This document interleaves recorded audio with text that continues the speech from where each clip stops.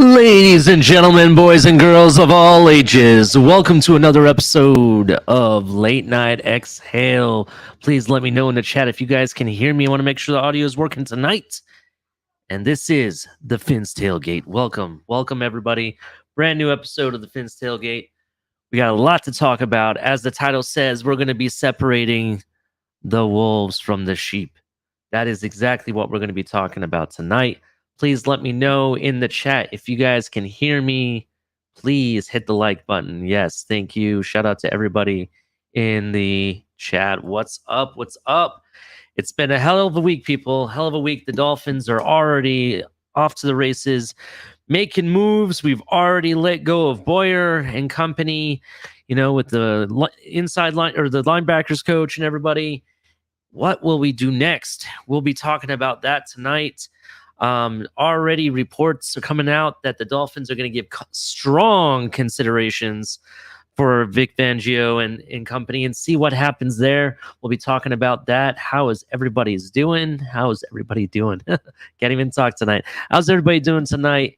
It's been one heck of a weekend. What's up? What's up, everybody in the chat? Letting people fill in so we can start talking about this tonight. Make sure you hit the like button. Yeah, definitely hit the like button and check out, while we're waiting for everybody else, make sure you hit the like button. Make sure you turn on notifications. You can also check out some of our other content. We got the Finn's Tailgate Show with El Capitan every other day of the week. We got the Rabid Dolphin with Lewis. Be careful, he's very rabid, And then we also got color commentary, handing out cups of coffee with people, and you can also buy him a cup of coffee as well. Also, you got Dolphins Debrief with DTA. Hell yeah. And then end the week with me, Late Night Exhale. That's right. Every Saturday is Late Night Exhale. Come join the fun. Let's brush everything else off our chest and talk about what happened during the week and what we can expect. Also, if you'd like to help out the channel, check out Cash App and Venmo. We definitely appreciate any donations, as well as shout out. And if you look in our descriptions, shout out to our sponsors. New seasons, new gear. Show the world what it means to be a fan in 100% authentic gear. Fanatics, officially licensed everything. That's right. Check out Fanatics. Use the link below. Definitely helps out the channel. Fanatics can get your officially licensed gear for all sports. A ton of different memorabilia. You can get signed, autographed memorabilia as well. That's fully licensed and everything and verified. And they always running good deals. So definitely check them out. Also, shout out to Backroom Collections. If you like to add something pretty cool for your man cave, or if you have an office space or just a room you're just trying to decorate with Dolphins gear, check them out. They have other sports too. They do a lot of custom stuff. Also, if you collect helmets and stuff, they got some cool stuff for that. So definitely check them out if you'd like to save 10% off your purchase. Make sure you use hashtag TFTG at checkout. Save 10% off your purchase. So thank you to them. Also, check out our merch store. We got tons of stuff.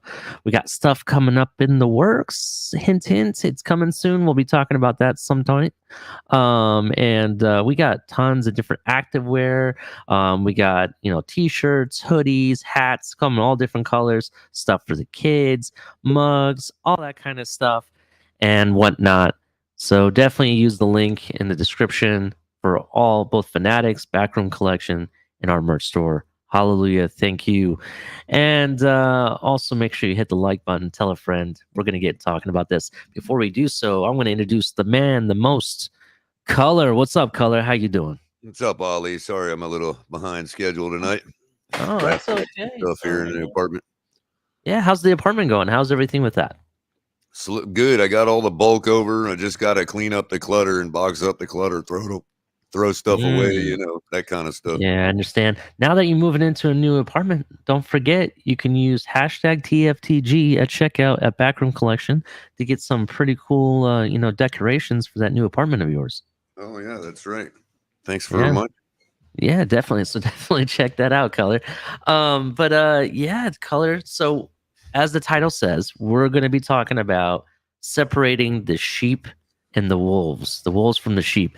And what that mean by that is who do we need to keep here and who needs to go, if you know what I mean. And I'm not talking about coaches, not so much that. Well, we can talk about incoming coaches, not necessarily coaches leaving, but I want to talk about the players specifically. That's really where I want to get to tonight. So before we do that, you haven't gotten the latest memo, right? No, apparently. no, what was please remind me. You haven't heard that one?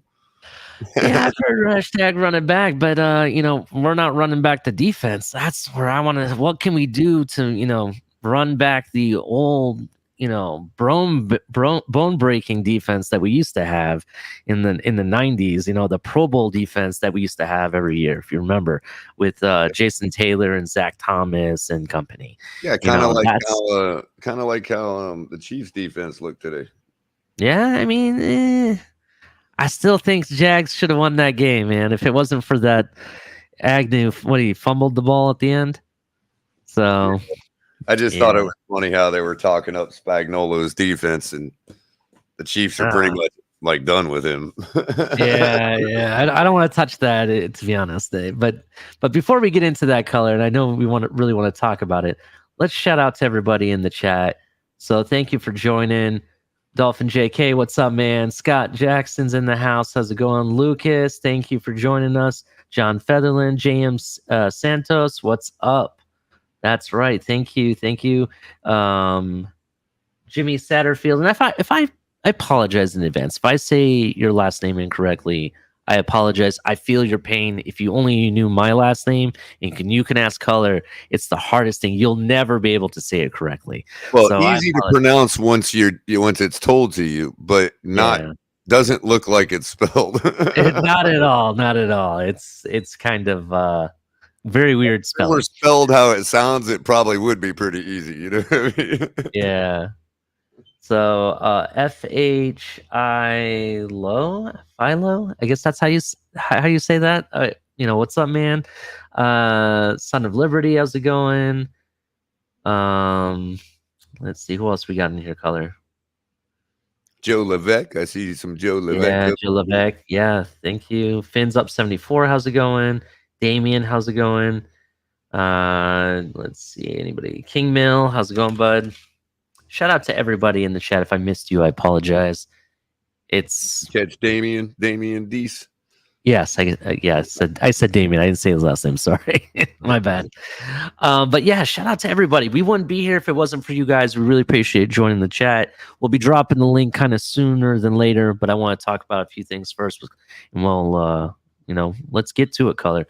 So color. Oh, actually, hey, what's up, Anthony Manzano, man? How's it going? Thank you.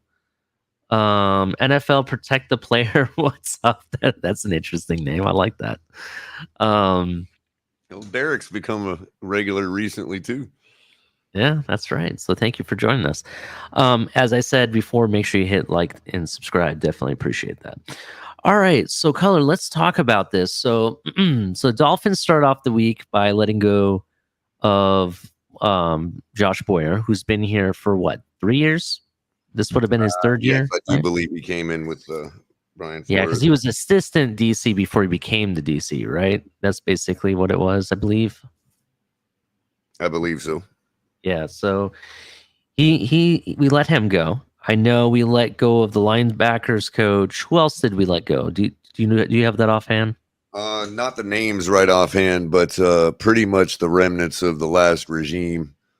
That was pretty much everybody. I mean, Studsville is still here, though, right?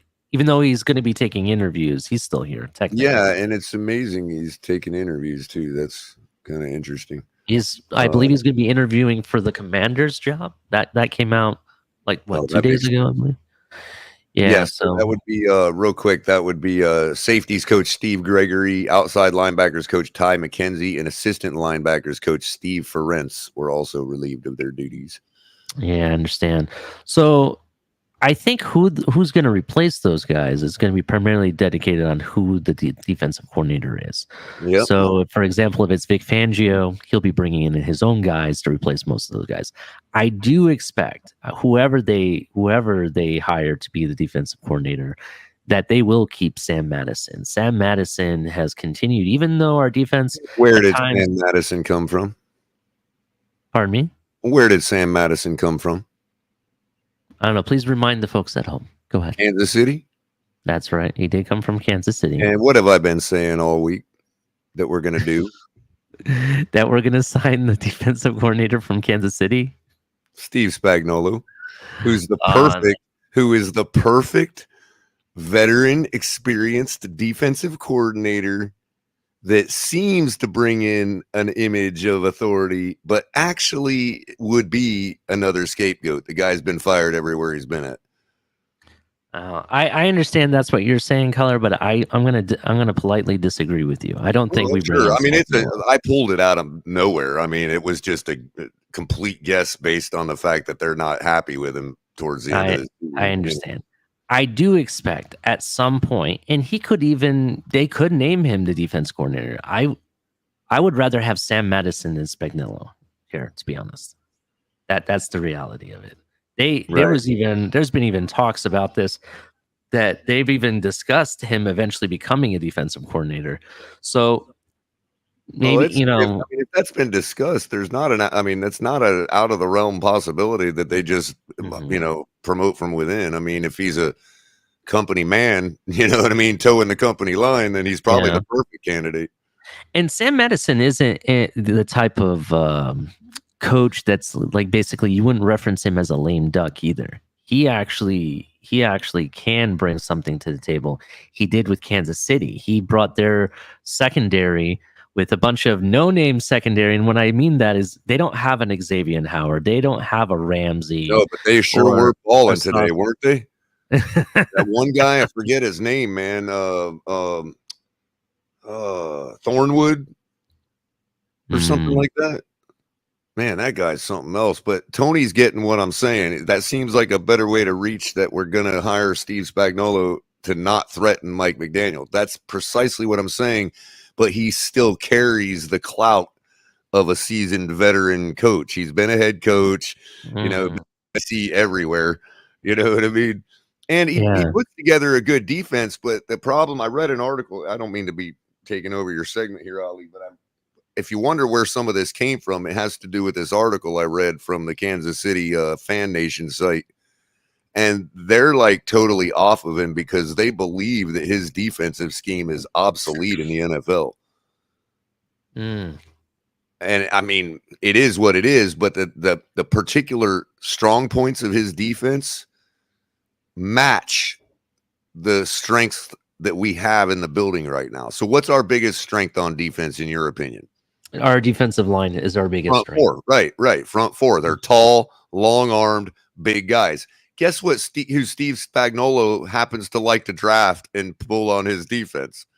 The defensive lineman with big that are tall and long-armed and can take the corner. He's big on pass rush. You know what I mean? And he jeopardizes his mid-level and his secondary for that. So with a guy like Sam Madison already here, we won't be jeopardized like that, just like KC wasn't. But now that Sam Madison's gone, what are they screaming about in Kansas City? Oh, this guy's obsolete, blah, blah, blah. You know what I mean? Well, maybe that's because Sam Madison actually carried that defense. Look, this is the point that I was trying to make, Color. It could be. Well, remember who replaced Spagnuolo in St. Louis or LA was Greg Russell. This is true. I mean, here's basically where I was getting at when it comes to the defense, specifically Kansas City's secondary. When Sam Madison was there, he took them from like 30th, and I could be a couple positions off, just a couple. But they took them from like 30th to like 6th and even 3rd in the league in a span of 3 years, right? Look what he did with the one position. We had more injuries than any other position was on the secondary this year, right? Look at what he did with these people. He took an undrafted rookie Kahoo and made him, look like an all-pro rookie. You know what I mean? The guy looked really good. He actually held his own, and he's definitely probably going to be our future starter for, starting this next year, and going forward. And then he took like people like Crossman and made them play better than what, we thought they would be able to. Imagine Trill Williams being here under that coaching. Imagine if we still had Nick Needham here. You know what I mean? Imagine we had those guys, even though Byron wasn't here. Imagine we had those guys still in the house, be able to provide. I think the secondary would have, been a lot higher ranked, and our defense would have performed better. Now, here is where I think this is why I'm, bringing up separating the wolves from the sheep. Our wolves is our front four. Our defensive line, don't even need to touch it, really. Yeah, you already have Seiler. Let's say we resign Wilkins. You already have Jalen Phillips. You have Chubb. You know what I mean? Exactly the kind of guys that who likes. I know you're gonna push that narrative. I get it. But this is where I'm gonna disagree with you. Okay, I don't think that Mike McDaniel will be threatened by someone that was a head coach like a Vic. Oh, okay. Alexa's talking to me now. Sorry about that, guys. She's even disagreeing with you. She's like, wah, wah, wah. No, I think she was talking to you because when you were talking, she was like, I don't recognize that. That's what she was saying to you. But no, but realistically, what I'm trying to say is that I don't feel that he would be threatened by anybody. Remember, when he was hired, the guy he said he wanted to bring was Vic Fangio from the beginning. So why would you not be threatened then and be threatened now? I don't understand that. Do we know he actually said that though? Yeah, that was the guy that he said he wanted to bring. That's why he told Chris Greer and Ross and said, "I want to bring this guy in." They tried to. Reported that he's told Greer and Ross that, is what I'm saying, or is that like conjecture? I'm not challenging you or nothing. I'm just wondering. No. It was reported by several mainstream media outlets. Like a lot of the beat writers that we trust. In fact, I'm pretty positive a guy that from Sports Illustrated that you really like. I can't think of his name off the top of my head, but you know who I'm talking about. That Alan Poupart. Yeah, I believe he even put it in one of his articles. Okay. So it's not something like we're just speculating here. You know what I mean? So Shake Money is adding the fact that Madison played under Spagnuolo also. He did play for Kansas City for a hot minute, didn't he? Yep. I think that's why he ended up in the franchise, and then but I mean, I don't know. I mean, I'm kind of it's one of those names that nobody's on target on. That's kind of why I'm on it. You know what I mean? Because it's one of those things. If it comes to fruition, I'll look like a genius. You know what I mean? Oh, I understand. I hear what you're saying. I just don't see it. And it's not without its anecdotal evidence. You know what I mean? I mean, there are talking points to where it makes sense all around for our organization. Besides the fact that we got Tyreek, we got Sam Madison. If we pull a guy like Spags over here, the fan base is going to ignore the fact that he's a mediocre defensive coordinator and be loving it. Oh, the Super Bowl champs defensive coordinator, we got him, to that kind of thing. You know how it is. So shout out to Bleacher Report, put out an article, Dolphin rumors, Vic Fangio expected to receive strong consideration for the DC job. Former Denver Broncos head coach Vic Fangio is expected to receive strong consideration for the Miami Dolphins vacant defensive coordinator position, according to Josina Anderson of CBS Sports. It's unclear whether Fangio would be interested in the opening. So that's the part where we have to speculate. I would assume he's interested because Miami is a hot destination. We have a hot offense. We have a lot of pieces on the defense. And we have a lot to work with still. So the Dolphins fired Josh Boyer as the defensive coordinator this week after he spent 4 seasons with the franchise. I was wrong. I thought it was 3. As the plot thickens, Ali. Yeah.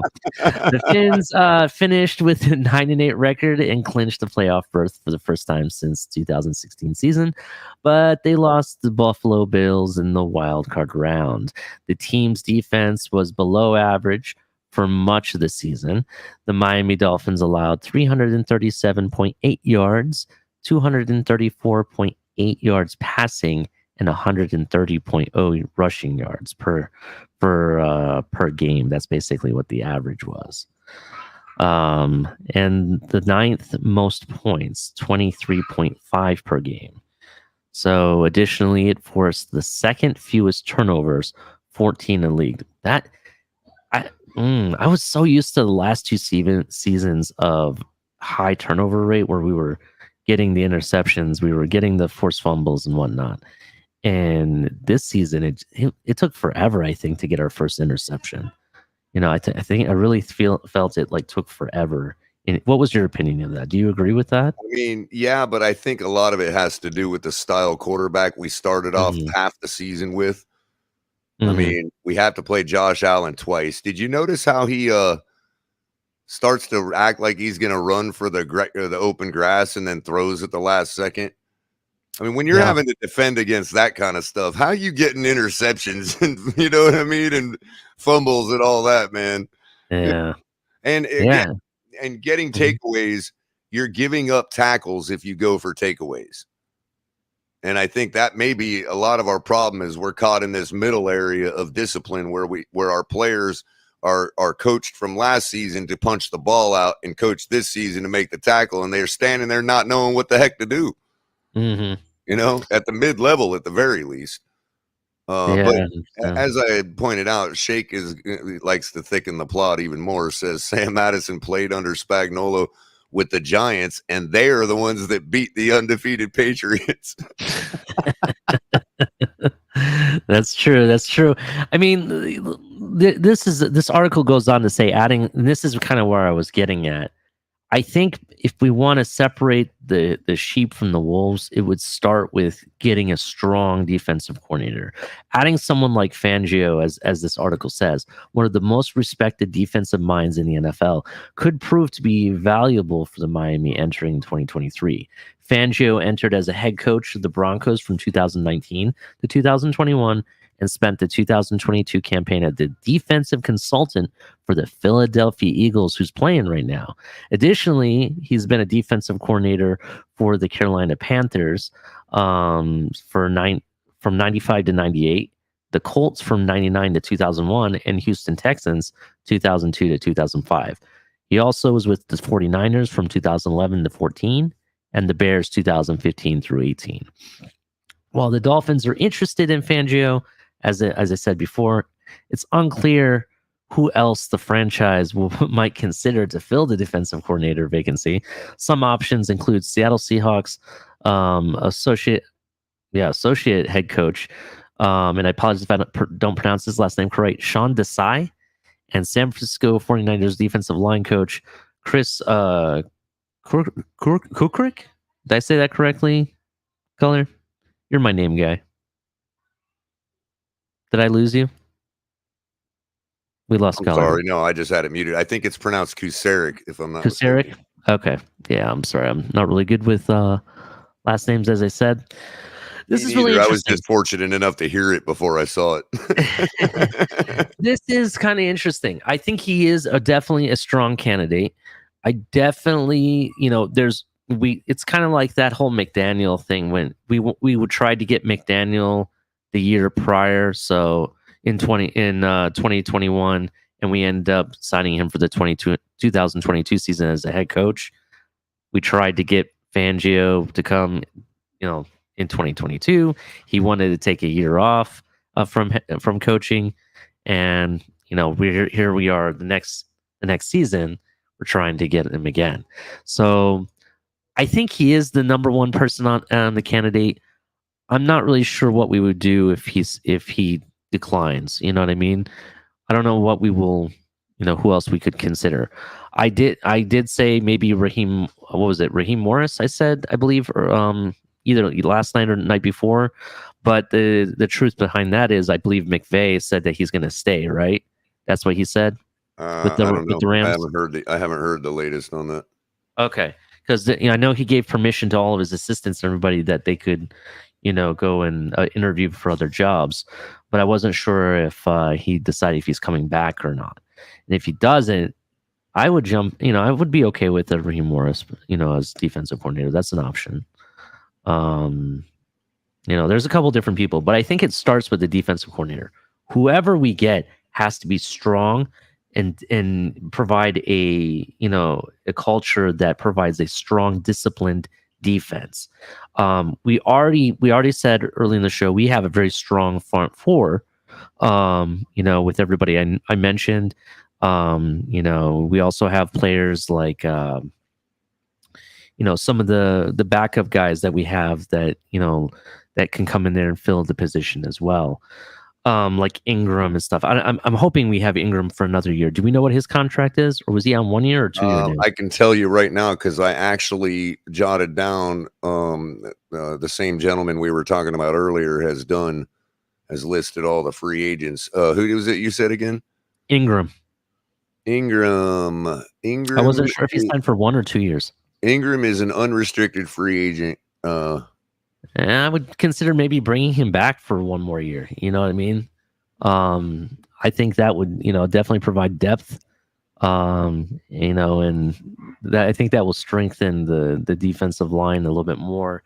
That is one of the position of need that the Dolphins have actually this season. The people are saying we need to bring in another defensive lineman. So we'll see what happens with that. But I think, real quick, just to give you, I mean, like I said, I had jotted everyone because I'm going to do a show. I'm going to do a show touching on all of the free agents because we got a long list of people to lot that we need to. Yeah, I have most of them right here in front of me, actually. Yeah, and a couple of them are restricted. But as far as the D line goes, we got Jenkins and Zimmer. Zimmer's on IR, but both of those are unrestricted. And then linebackers, Andrew Van Ginkel, Sam Aguavin, Duke Riley, Landon Roberts, Melvin Ingram, and on injured reserve, Trey Flowers, all unrestricted free agents. Thank you for bringing up the linebackers. Now we're going to get to the sheep, in my opinion. So the linebacker core, in my opinion, are the sheep of the Miami Dolphins defense. I know I'm going to get a lot of heat for saying this, but I really think the Miami Dolphins need to maybe move off of Jerome Baker. I understand he's probably one of your leading tacklers when it comes to linebacking, and if you look at most of what he does, it's not in the negative range when I'm talking about that. It's not a tackle for loss, which he does get them from time to time. But it's mostly 10 yards down the field he's making the tackle. You know what I mean?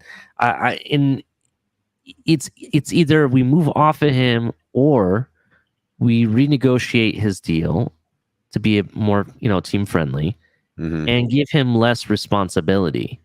You know what I mean? Because I think they have him doing. I think part of that's been our personnel problems to begin with when it comes to his responsibilities and what they've been. Yeah, I think that is part of the problem. So if you fix those two things, I think that we could still keep him here. I also like Duke Riley. I think you needed to keep Duke Riley here. He's one of my guys I actually liked. Beyond that, I kind of felt the other linebackers really, Van Ginkel. And I know a lot of people like Van Ginkel, but I don't think he really plays or optimizes his position where they have him at currently. I think if somebody had mentioned maybe playing him in the middle as a middle linebacker, how do you feel about that? Well, I mean, he's a very patient linebacker when it comes to gap patience, you know what I mean? So, and he's very intelligent, but I do find him a lot catching up to guys, in the passing attack. But it's really hard to say because a lot of these times when we see our defense stuffing them, a lot's to do with Sealer, but a lot of it is to do with, a guy like Van Ginkel, holding his gaps and not taking the cheese on all the read option stuff out there and play action. I mean, he has his flaws, sure. I guess it just depends on what the cost is and whether we are switching to a different scheme and whether he fits that scheme or not.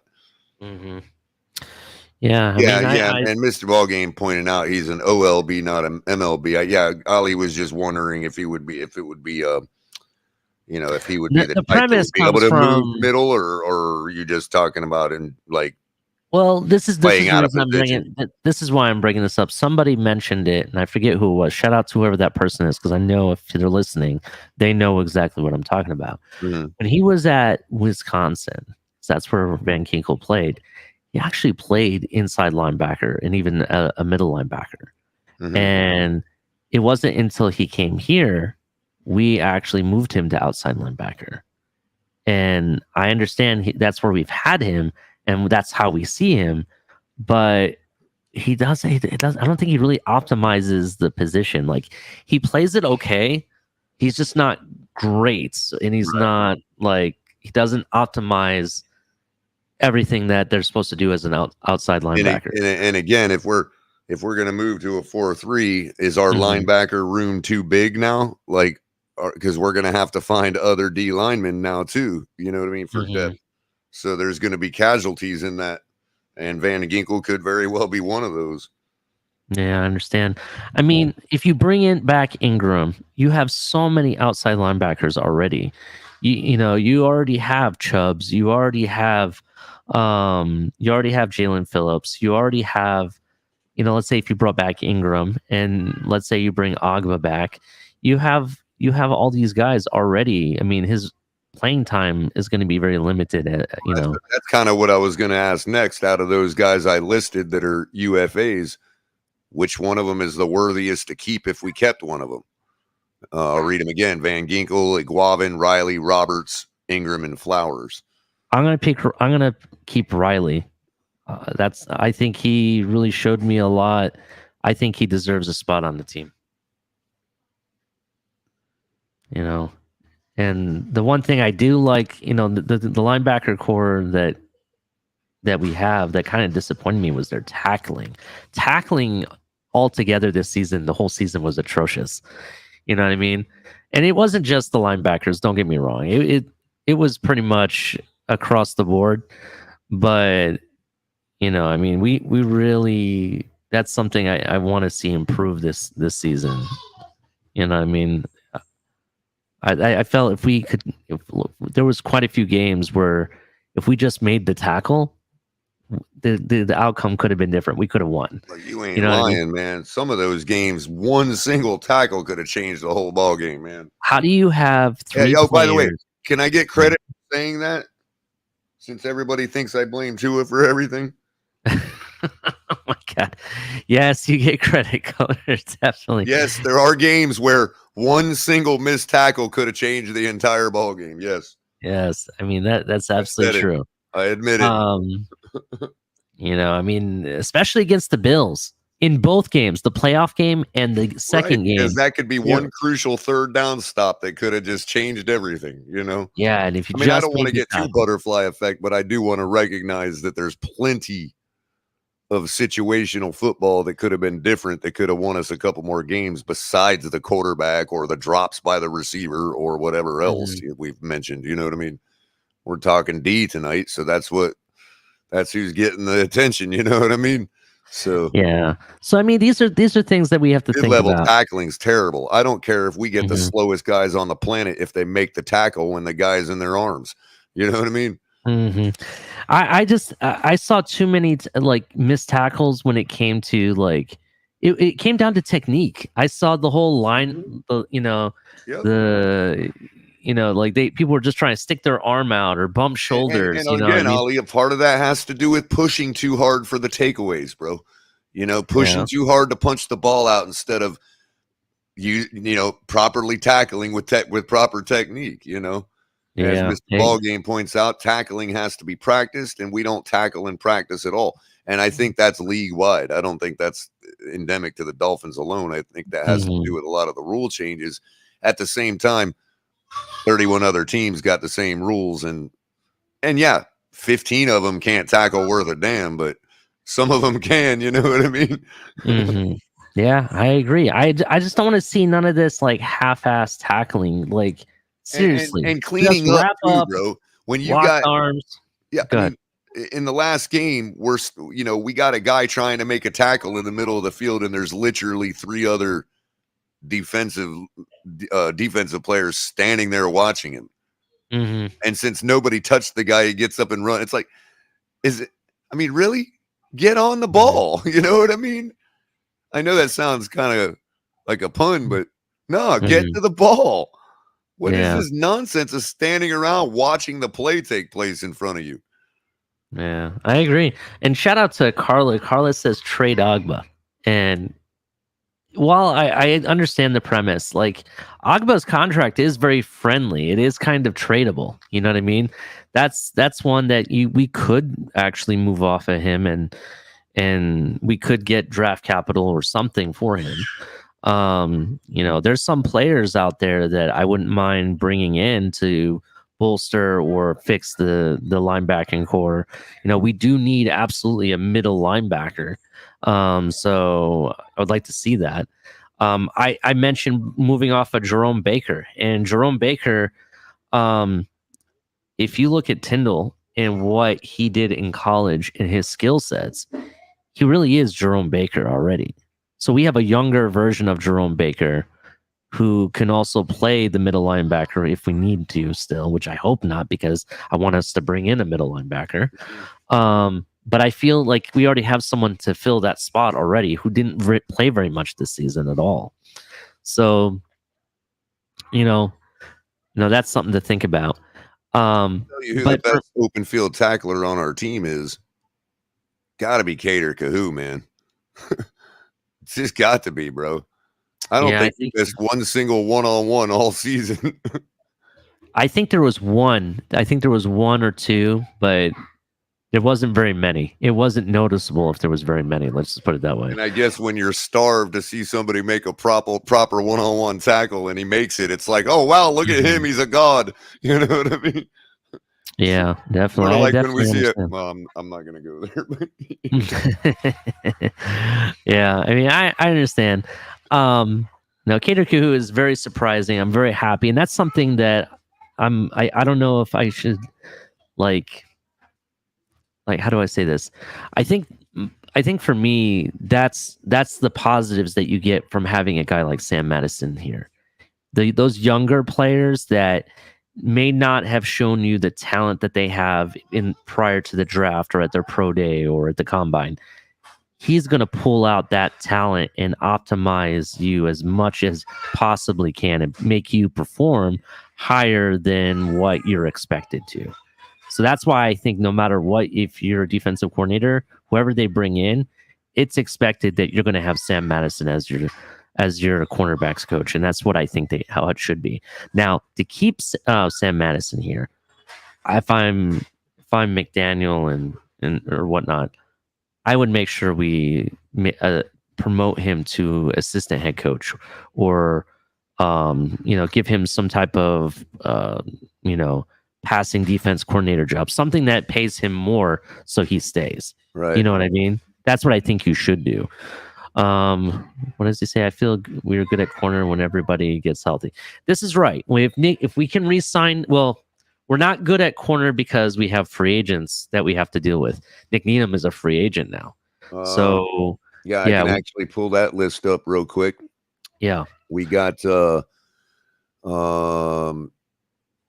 we've got Elijah Campbell, unrestricted free agent. I had him as restricted. Are you sure he's unrestricted? I'll double check, but I thought it said UFA next to him. Maybe I misread it, but okay. We got Fajedelum, unrestricted, Bethel, unrestricted, and then safety Eric Rowe, and on injured reserve Nick Needham. Yep, those are the 5 DBs that are going to be free agents this year. Oh yeah, I understand. So you have to sign, either re-sign Nick Needham or bring somebody. You have to bring more people in. So I understand you're good when Trill Williams comes back. Yeah, Trill Williams showed me a lot in training camp up until he got injured in the preseason game.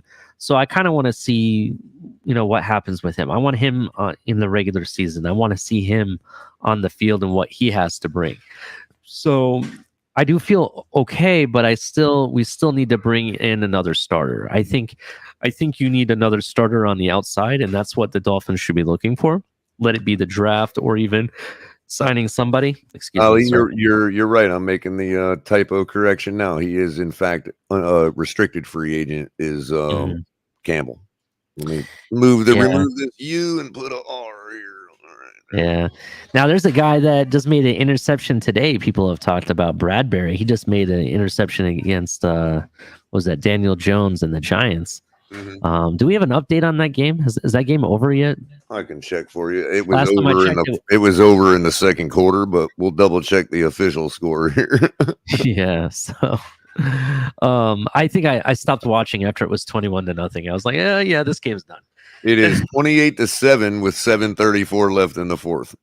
Oh, okay. All right. Well, Not luck. out of the realm of possibility if with a couple onside kicks, but yeah, that ain't happening.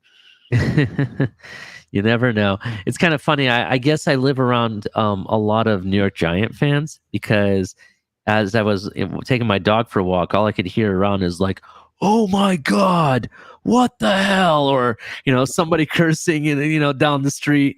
And I'm all assuming they're watching the Giants games. So I thought it was funny. Your neighborhood's in a New York state of mind, huh? My neighborhood, I guess it's kind of funny. Better than Massachusetts state of mind where I'm at.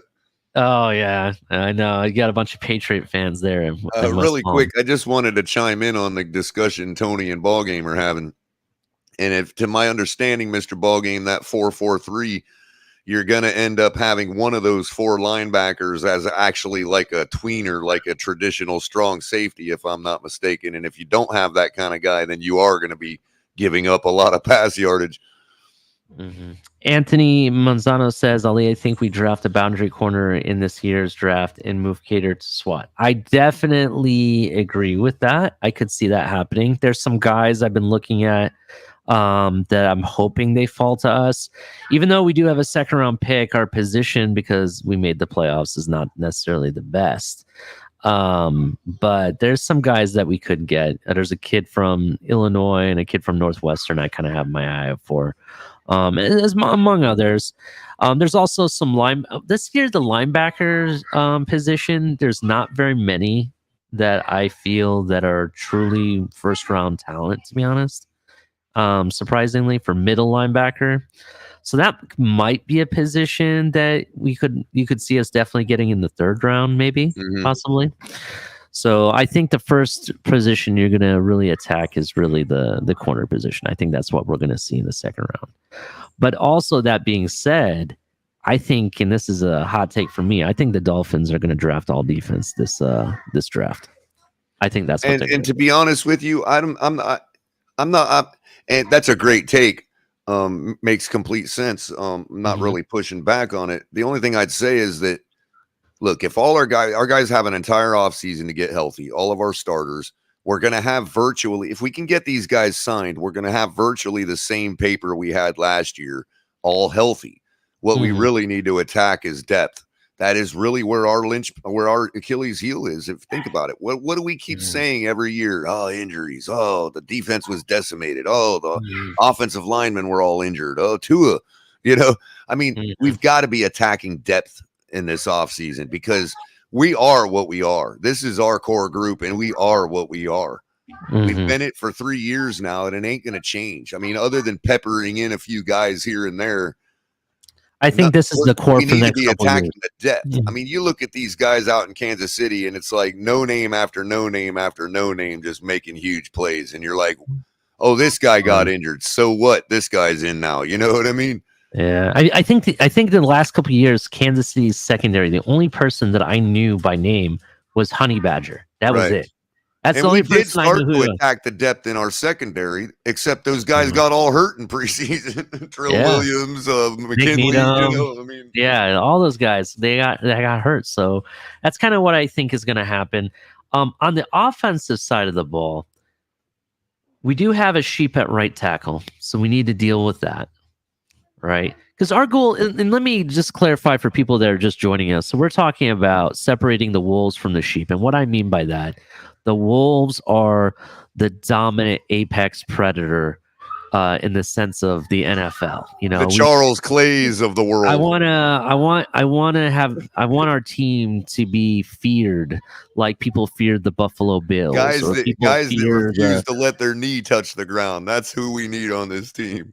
Ballers, I do want those type of guys. I I want our defense to be feared again. I don't want them to be like, okay, they're going to stop the run. We're just going to throw 50-yard passes over and over again like the Buffalo Bills did in the first half of the playoff game.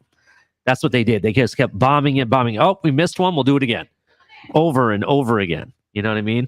So I don't want that to be the issue anymore. I want to separate the weak links and start to actually put pieces in that fix the issue.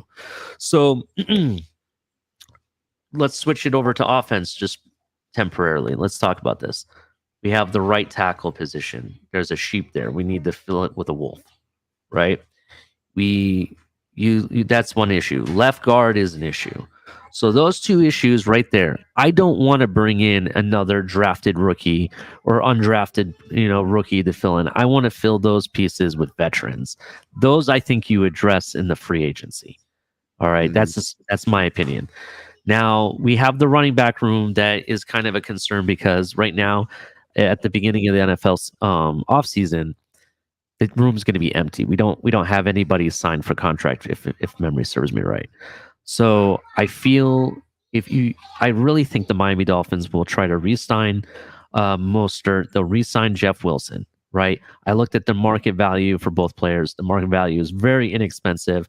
We should be able to make it happen no matter what, right? And then you look at who else we could bring in. I saw somebody post on Twitter. They thought Tony Pollard would be a good pick here. I don't know how do you feel about that? I mean, I think he's going to command running back 1B money. You know what I mean? To be honest with you, he has proven himself time and time again, while Zeke just completely busts out of what he was picked at. You know what I mean? And I'm not saying Zeke ain't still Zeke. He has great games. I'm just saying, like, the consistency, the intelligent running, all of it. Pollard is the guy there, man. I don't care what. I think the issue with Zeke is that he got his whole bag so quickly. Exactly. That he's like, what do I have to do? I'm making all this money no matter what. Why am I going to beat myself up and this and that and the other? I could do that on my second go his around. His heart's not in the game because he's living in the money. That's basically right. And when that money isn't enough, or he does want, he's going to be nice and body saved, and maybe he's thinking, I'll give it all my go on the second go around. I don't know. But real quick to conclude with the defense real quick. I wanted to Anthony says he's addressing Mr. Ballgame there again. They're deep in a discussion about defensive schemes, which is I'm finding fascinating in general and very informative. But Anthony says Ballgame, there's only 2 or 3 teams that use traditional rock formations, and that's Tennessee, Cincinnati, Dallas, and the Giants. Well, Anthony, I want you to be aware that we play 3 of those teams next year. So, you know what I mean? We kind of do need to defend against those teams. You know what I mean? Actually, hold on, Color. I got one for you. So you know how we've talked about this all throughout the season and the offseason? The NFL like storylines, right? Well, if Vic Fangio comes to Miami, we play the Broncos at home. Oh, yeah. That would be an interesting storyline. We've already got revenge scenarios set up. Yeah. That'd be interesting. That's if we don't play in Germany. I'm hoping they don't put one of our home games in Germany. Do we know if that's going to happen? They already decided who's playing overseas. Did they? I didn't get the memo if they did. Yeah, it's I just want to make sure. Where's that dang meme?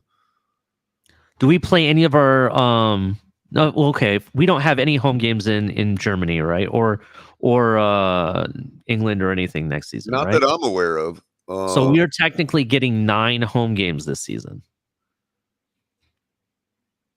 That's gonna be really good, actually. If that's legit. Oh God, I'm sorry. I went to go find this meme. And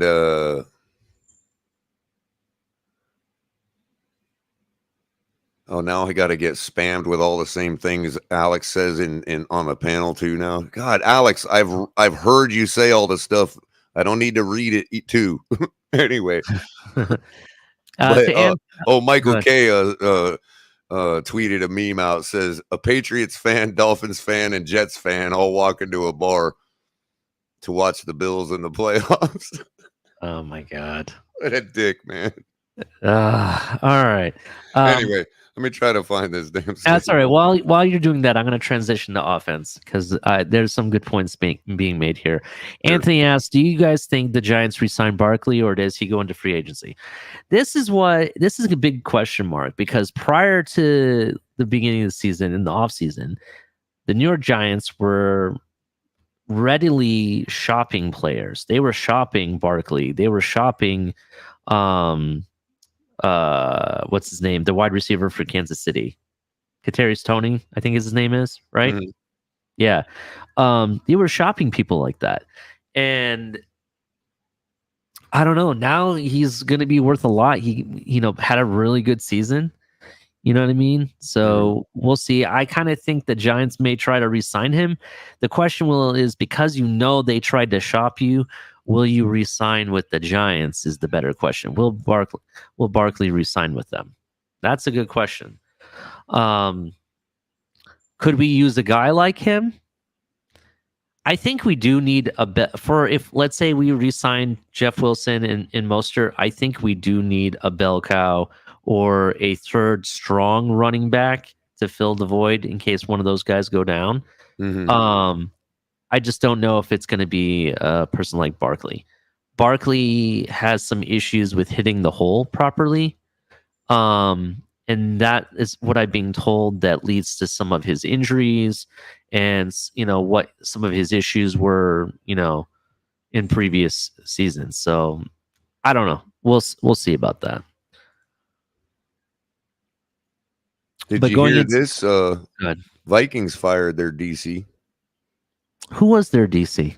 That would be first year, one and done defensive coordinator Ed Donatel. Well, I mean, they had on paper, they were supposed to have one of the best defenses too. Well, You know what I mean? It says, if you click on the article, it says Kevin O'Connell tells you why, and I didn't go further to see why. It's probably a bunch of political speak anyway, Yeah, definitely understand. So let's move to offense because we do have some issues that we need to resolve. So I've already mentioned running backs. We definitely do need to sign running backs this season and address this situation. So there is a running back that we could get in the 3rd or 4th round. There's a running back out of Syracuse. I can't think of his name off the top of my head that a lot of people have told me about that could fall in the 3rd round, and that'd be a guy that the Dolphins could definitely go after. I do expect with the first 2 picks that the Dolphins will address the defense, corner and then linebacker. The 2nd, 3rd round pick, that's the one that I expect them to address the running back room with. So I think that's how you'll see the drafts, start off for us. And then, like I said, the offensive line, I think we're going to do that strictly in free agency and bring people in. And that leads us to the tight end room color. The tight end room is next to the right tackle and the left guard position is the next biggest sheep, I think, that we had this season. Gesicki, I understand why people are very, attached to him and want him to stay. I get that. He's done a lot throughout the years. I understand. I just don't know if he's the right fit for the Miami Dolphins and what they want to do with their tight ends. You know what I mean? And the other issue is we got hit with the injury bug as well. Hunter Long couldn't stay healthy. Smythe got injured, I think, pretty quickly in the season. I think it was like the 2nd or 3rd game he was already injured. And Tanner Connor, who they kept, he couldn't really make plays consistently. Who was the other tight end that we had? I think that played special teams that got injured. Was it Ethan Carter maybe, or does he play fullback? No. Well, he's kind of a tweener, but technically a tight end, I think. Yeah, and I think when he took that hit in the first game against New England, I don't think we saw him for the rest of the season, right? He was out for the season after that. I want to say, I could be wrong about that. I don't know. But I think we need to address this. And how you address it, I mean, I could see us definitely keeping Smythe, because I think there's one more year left on his contract. I definitely see us keeping Smythe. We already have Hunter Long under contract. We already have Tanner Connor under contract. I do definitely see us bringing in somebody, if we're not re-signing Gesicki for any reason, which I don't speculate or don't expect us to. But a guy that I would really like to grab, and I mentioned this last season, and there were I know Dallas really tried to sign him. So I believe they ended up having to franchise him, and they have not re-signed him yet to a long-term deal. Dalton Schultz. Dalton Schultz is who I want on this team. Mm-hmm. He provides exceptional blocking, and is not afraid to take on the big defensive, ends or whatever. There's a video going around about him he takes on Bosa from the Chargers, and he, whatever Bosa could do, he blocked him perfectly, no problem. Even pushed him off the line, and I really respect that, and he can catch very well. Dallas used him very good in the offensive game, and his catching is just as good as Gesicki's. He catches the contested catches. He can make catches very similar than Gesicki can.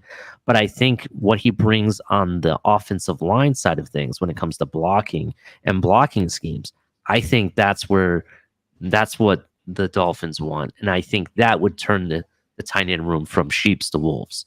That's what I think would happen, and I also think that he can help. I think bringing in a guy like that can also help develop maybe your other linebackers. Not linebackers. What am I saying? Your other tight ends is what I meant to say. Your other tight ends, to kind of show them the ropes on kind of like what they're looking for. You know what I mean? Mm-hmm. He's a guy that I'm really looking at, is basically what I'm saying.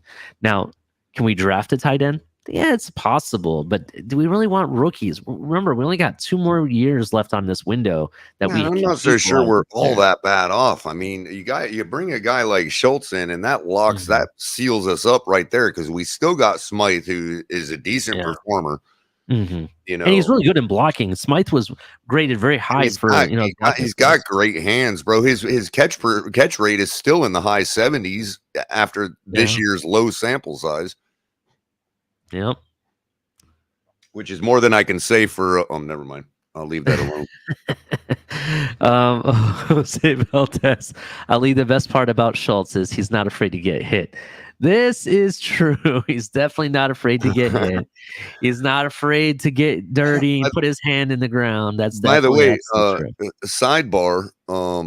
For today's game, today's Kansas City win had a little bit of Dolphins lore associated with it. Okay, go ahead. I'll just go ahead and read the article. It's a short one from Grant Gordon over at Around the NFL on NFL Network on NFL.com. Andy Reid's Kansas City Chiefs moved into the championship game on Saturday, and he moved up in the record books in the process. Reid became the third NFL coach in NFL history to win 20 playoff games with the Chiefs' divisional round win over the Jacksonville Jaguars. The 64-year-old Reid joined Dallas Cowboys legend Tom Landry with 20 playoff wins, tied at second all-time behind the New England Patriots' Bill Belichick, who has 31 postseason victories. Reid also became the first coach in NFL Chronicle to win 10 postseason games with 2 franchises, having collected his 10th win with the Chiefs after achieving the same number with the Eagles. Following Kansas City's triumph, Reid is 20-16 amid his 18th playoff appearance. Then how does he have 20 wins? Or that don't make sense. 10 wins in both two different teams. Okay. He was with the Eagles before. Right, but how does he only have 18 playoff appearances if he has 20 wins? Okay, that might be a typo. Because I don't it know. has to be. Yeah. If there remains any doubt, unless I'm reading it or misunderstanding the context, I don't know. But Shout out to Jose Valdez saying, Jesus Christ, it's 38-7 now. so he broke. Here's where the Dolphins come in. He broke a tie with legendary Don Shula for third most postseason wins at 19, with landmark number 20, and stands as the all-time leader in playoff wins for each franchise he's coached. Wow. Congratulations, Mr. Reed. Good job. Yeah, definitely. That's pretty impressive. He's had a storied career. Yeah. Anyway, Kevin Hant says that he thinks we should bring in a vet like tight end like Schultz this offseason and then draft one to develop him. Believe it or not, some of these tight ends that we consider to be elite in the league were not drafted in the first round. They're actually drafted more so often in the fourth, fifth, and even sixth round. I want to say the tight end for the Raiders. You know who I'm talking about? Yeah, Darren Waller. Darren Waller was a sixth round draft pick. I didn't know that until another thing this I want to month. point out is our tight end class, despite Jasicki and his issues, our Mhm. tight end class was pretty strong this year. So we can't look at, I know I picked, I know I've pointed out the Tanner Connor drop a zillion times, but that was to Mhm. illustrate a personnel decision by Mike McDaniel, not to crap on Tanner Connor. He's still a rookie, and Yeah, he's got he's a still looking. lot of. He's got a lot of upside. The way Here's that the Yuki other. guy runs, he's a lot like Gronk. You know what I mean? You don't need to tell me, Color. You know I'm a Tanner Connor fan. I was preaching for him before So, anybody we knew who still Tanner have Connor was. right. So we still have a little bit of development to see what we got in the tight Yeah, end room. and to his credit, remember he's a wide receiver converted to tight end this year. Mhm. So that's a little bit different. It's different, to being a receiver, your college career, and then moving to a different position. So we Mhm. have to give him at least a year or two to really Sure, see if he can sure. really do it or not. Right. I would expect a rookie to Mhm. drop a over the middle pass in a crucial situation like that. That's why I didn't expect McDaniel to put him in that situation. I think on the way that McDaniel and this offense wants our tight ends to, how they want to be utilized. I think they have to have specific abilities or traits that correlate to how they want to play the game. We want to be a running. They want to get the running game going more, but they really need the tight ends to block more often. And because even though you're saying they're still strong, and I get that, I get what you're saying, and I agree with you. But could you also say that that's also because they weren't necessarily utilized as much throughout the entire season? Well, of So even course. though their sample Of size is course. much smaller, so that's why it looks like a better number. Do you understand what I'm saying? Of course, absolutely. Okay. And again, that's another fallacy of our play calling this year. The Mhm. fact that our tight ends only got heavy use as an emergency for a backup quarterback. No. Look at other teams. You think Mhm. we just watched a game where a tight end literally won an entire ball game for his team. And that team has Patrick Mahomes at quarterback. So it's not like it has to be only used as a crutch. Why aren't we pumping the ball to the tight end? Because we've got certain mouths to feed with the football. And that's the game that a head coach needs. If he doesn't get out of that, we'll always be what we are. We'll be the Mhm. Detroit Lions with Barry Sanders. That's what we'll be. Mm. I mean, there's got to be a point in the season where the game is more important than the stats. And we just never got that this year until we got a rookie quarterback in or Teddy Bridgewater in. Now we're going to pump the ball to the tight ends. And people see that, oh, no, they're just checking down because they can't hit anybody else. Oh, that's nonsense. It's absolute nonsense. That's like, Mhm. I mean, we watch other teams do it to us. How many touchdowns did Cole Kmet have against us? Cole Kmet. But he had like 2, right? Yeah. And they were big touchdowns too. I mean, they Right. were. Who's their star wide receiver? Some rookie, right? I don't even have his name My exactly. point is, do you think that guy was worried? when Yeah. he, I mean, I don't know. We watch other teams just destroy us with their tight end. Dawson Knox had 140 plus yards receiving on us in the night game in Buffalo. Mm-hmm. Why didn't we have that? That's a good question. We don't even have 40 yards for our tight end on any given game. When I don't know, you got a guy that can't do nothing but catch the ball, so you don't throw the ball to him. I don't know. Again, there's concerns that our coaching staff knows about that we don't take into consideration that have nothing to do with X's and O's. And that's the stuff we've got to get over to ever expect to be a contender. If you didn't want to use Mike Gesicki because you're worried about him being damaged goods because you franchise tagged him or whatever the reason, trade him. I mean, get somebody in that we can utilize throughout the season. Yeah, I definitely understand. That's why I said Dalton Schultz, I think, would be a perfect fit. His current market value is a little bit high, but I mean, there's ways that Ross could definitely manipulate the money to make it work. Mm-hmm.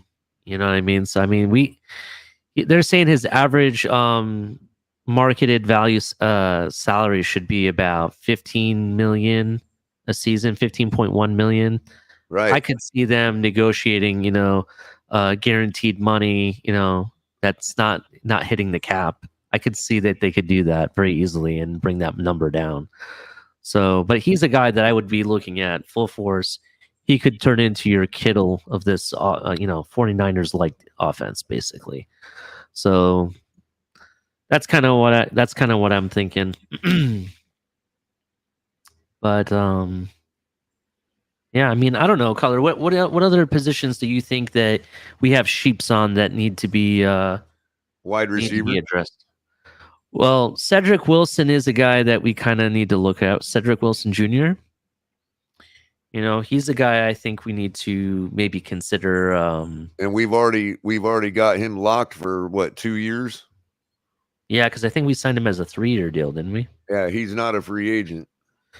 No, but real quick at wide receiver, we got unrestricted Trent Sherfield and restricted River Craycraft. That's the only free agents we got on wide receiver. I would bring back Craycraft. I would even consider bringing back Sherfield. Sherfield actually, he did his job well when they threw to him. Mm-hmm. I want to say Cedric Wilson, though. I kind of feel like there's players on this team like Eazy-E and stuff that can fill that role. And let's say somebody offered you the bag for Waddle and you take it. Any ideas of who you can bring in there's a lot of at least mimic that role? You know what I mean? There's a lot of people in this coming up draft that you're going to have to match his speed. You know what I mean? I know the guy's got plenty of traits that I don't want to give up. I'm just saying, if let's say they did take the bag for him, who do we bring in to emulate that? Well, we got Easy coming up the pike. Yeah, Easy is there, but he doesn't necessarily have the speed that Waddle has. I'm not so sure we need it. To be honest with you, we needed a guy that could catch the ball last time we played, not a guy with speed. And this is true, but I also think that you can get both. Both together. I think you can get people that are good catching the ball as well as the speed. And there's really only a couple guys like that. I'd say Devontae Adams being one of them, but the other one Lucas just brought up, Hopkins. Any word on his situation contractually in Arizona? I expect him to be leaving. I don't know exactly what's going to happen, but let's say they cut him. I'm going to tell you right now, I could see him going to New England. That's scary. That's not drop the ball. Yeah, Belichick. Oh God, shut up. It's true. That's what's gonna happen. I mean, here's something I kind of wanted to give you an idea for. Okay, so I understand you're looking at veterans, But in the draft, there are a lot of receivers in this draft that catch the ball very well and are very fast True, but receivers. we don't put any of them on the field. So what does it matter if we draft somebody at a position spot? Yeah, I mean, we kind of need to know why Easy E was not utilized more this season. You're absolutely right. Same with Cameron Good. He can't be that bad that you can't kick the tires on him based on how bad our tackling was. Yeah, I definitely understand what you're saying. All I'm saying is that this draft there's a lot of wide receivers, and if you're getting the bag for Waddle, because that's what it would take at this point. If that's what you're doing, then there's quite a few guys I would consider. One guy happens to have. The bag to we still got Waddle on a rookie deal. I'm talking about if somebody comes along wanting to give us a bag for him. I understand that. Let's say I don't want to necessarily trade Waddle myself. I don't want to do that. How many guys could we lock up or get as replacements if we had the haul for him?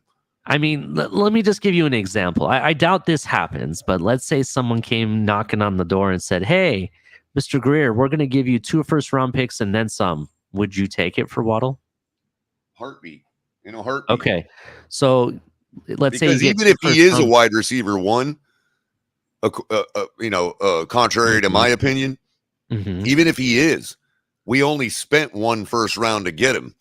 To get 2 back would be a no-brainer. You know what I mean?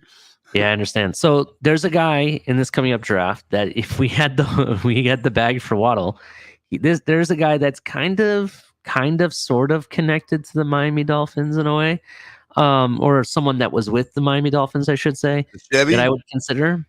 And the Ford? No. Brian Hartline, who has been arguably one of the top 2 recruiters in the country for college football. He's also a wide receivers coach. Now he's offensive coordinator. He got promoted this year. He has put out some really good wide receivers. Garrett Wilson, and you know what type of wide receiver. He is a Brian Hartline product, right? You look at Olave for the Saints, who's arguably their starting wide receiver. They're wide receiver 1 now. He is a Brian Hartline product. The most complete product by Brian Hartline didn't have the best season this season in college because he got injured in the first game and didn't really play for the rest of the season. So he's fresh. He's going to be fresh legs and everything. Jackson Smith-Njigba. This guy is ridiculous. Has very fast speed, rarely drops balls. The guy has the stickiest hands I've ever seen, right? He caught over 1,600 yards last season with 9 touchdowns. Received on average 123.54 yards on average per game last season. Not this. I think Tony's trying to ingratiate himself to you, Ali. Oh, why? What did he say? He said Marvin Harrison Jr. Oh, no, yeah. Marvin Harrison Jr., he's not coming out this draft. So I'm talking about this draft. We're talking about 2023. And then Joe is trying to disingratiate himself with you. Yeah, well, whatever. I'm gonna tell you this straight up. If Ohio State had Jackson Smith-Njigba, right, Georgia wouldn't have won that game. I'm gonna tell you that straight up. That's the reality, because how they won the game, if you go back and watch it, and Color knows what I'm talking about. If you actually go back and watch that game, Georgia basically had to knock Marvin Harrison Jr. out of the game to get back into that game, right? There was a big hit in the end zone, and you didn't see him for almost a quarter after that hit, right? So that doesn't happen, and they had, or if that happened and you had Jackson Smith-Njigba, no way Georgia wins that game. You can take that to the bank. That's a legit. Right. Damian makes a great point. We had to spend 2 firsts to move up to get Waddle, so maybe we do need more than 2 firsts for him. This is true, but this is only on the projection if we were to get the bag, because I expect Jackson Smith-Njigba after his pro day and after the combine and everything, I expect him to be one of the top 2 wide receivers picked in this coming up draft. Yeah, and I don't honestly, to be honest, I don't think Miami's picking up the phone at all proactively. Don't get me wrong here. I'm just strictly speaking hypothetically. If some team is still wowed by him and wants to throw us everything at him, like the Jags did for Christian Kirk, then Yeah. So for me, Cedric Wilson Jr. is a sheep. You need to move off of him and trade him somehow. I'm not gonna lie, his contract is still friendly enough based on what the current market value is for wide receivers. Thank you, Jacksonville, for doing that by signing Christian Kirk to ridiculous numbers. So it is considered friendly now, color. That's the reality of it. So I think we move off of him. The audience is sensing you dancing around it, bro. That we just need a quarterback. Well, we'll get there, Damian. We'll get there. We got a whole bunch of offense left to run through, man. Yeah, we kind of do. Right tackle, like I said, in the left guard position. Go get your veterans in free agency. I don't expect us to do that in the draft at all. I agree, Derek. I think Damian's trying to stir the pot. Look. Until it's September 16th, I think will be our first game. I'm just speculating when our first game is going to be of 2023. And whoever starts that game, that's who our starting quarterback will be. That's all. That's as far as I'm going to get with the quarterback position. And hey, if we roll, with what we got, then that's what it is. What it is. I'll be talking about a way we can win with him too. Tyler, I'm not afraid to say it. Listen. I told everybody this. If you're really concerned about who the quarterback is of this organization, listen. Don't worry. Build your draft capital for 2024 and go get yourself Sam Hartman and call it a day. That's the reality of it. Sam Hartman, if he comes and plays in this offense, I guarantee you there'd be no question that we make the playoffs in his rookie year and go deep, even Super Bowl in his rookie year. It's very possible. Not going to say we're going to win it all, but I will say that it is very possible with that type of talent. The guy has a hell of an arm. All right. And he's going, he just transferred to Notre Dame from Wake Forest. And he's just very impressive. You've watched tape on him, Color. You know what Sam Hartman does. So, yeah. So that's not basically a bad football name. No, it's not. I could see that being a Hall of Fame name. About regularly every year, Mm-hmm. Right. I mean, reality is for me is I don't really care who the quarterback of this team is as long as we're winning games. That's just the reality of it. At this point, I don't really care. But then if we are going to be spending draft picks or draft capital on people, or you're going to be a 5th overall pick, you have to be on the field. You have to stay healthy, at least for a season. You have to get through an entire season. And I understand that some of that may not be that person's fault or vice versa. But the reality is that regardless of those issues, and this is a business and this is also the NFL. So, injuries are part of the game and we need you to be here as much as possible. So if you can't be here, we kind of need to move on and go to the next guy if that were to be the situation. You know what I mean? Because now we're looking at 2 back-to-back seasons where you have multiple games without, that player. Now, I understand there's speculation or conjecture about the season prior, which we're not going to get into because that's a different conversation and that's not this show is about. But this is back-to-back season where an injury has held you out in some form or way. Right. And those games, had you been in the game, and I don't mean to interrupt you, Color, but I just want to land here real quick. Had you been in the games that you missed, at least 2 of them, right? We're already in the playoffs. We didn't have to have you play the last game against the Jets. You understand what I'm saying? That's what I mean by being a wolf. Wolves don't have to rely on others to do their job or other games for people to win, for you to get in. Wolves get in on their own.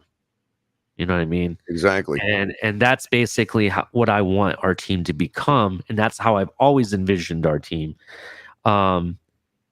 We used to have half the team right with the defense. Now it looks like we've switched over to offense and the defense is lacking. We got to balance that team out so we can become the full pack of wolves. Right, right. I'm taking ownership for those people that want to call us wolf pack. So that's fine. Let's roll with it. Let's go. So what were I you gonna know, say? I know. It's like he acts like a wolf pack is a bad thing, you know. Yeah, I'd Like rather I be the said, wolves I'd than the rather be a Astros. wolf than a coyote following around the wolf pack, eating their scraps. Yeah. So go ahead. What you were Uh, about to say something before I so I was interrupted. gonna say that, barring any kind of bombshell after the season ends, because remember, Mm. there's no way to know that Mike McDaniel is still safe. Okay. Just because we haven't made a move yet doesn't mean anything. The season's not over yet. The playoffs are not over yet. So if we're targeting some kind of coach that's still in the playoffs, we could still hear some kind of bombshell. I don't expect it. I think Mike McDaniel is going to be our coach next year. So I don't want people to misconstrue my words, CB83, but there could be some kind of bombshell still coming like that. And the thing of it is that if that doesn't happen and McDaniel is still here, we're like as it looks now, I'm kind of comforted a little bit to know that he saw a lot of things this year that he probably didn't expect, or maybe expected but didn't want to believe could happen to him, that he'll be ready for next year. I You know what I absolutely mean? And 100. that's a little Yeah. encouraging, and I'd rather just keep going with that Yeah. than disrupt the apple cart again. You know what I mean? Yeah. And actually, Color, I appreciate you bringing that to our attention because that's a really, really good point. So in McDaniel's first year, he has gone through so much adversity when it comes to everything. We lost first round pick, for example. Um, we we had the issue with Tua in the whole scandal of putting him back in the game after he supposedly had a concussion, supposedly, right? Then we had the Saturday night, or not Saturday, the Thursday night issue where he got hit in the game and the whole everything. Then we had to go to the hospital, and you had all the injuries that you had to go through on the secondary, all the issues that we've had throughout the entire season, right? Your offensive lineman, offensive line really not working, all the different things. You had all the injuries to the offensive line and everything. Even in your running back core, all happened in one season. So you have all this happen. Now, as a coach, you'll know how to like deal with those issues a lot better. You would expect to. I would expect McDaniel to learn, hey, when that happens, I know I should do this instead of what I did before.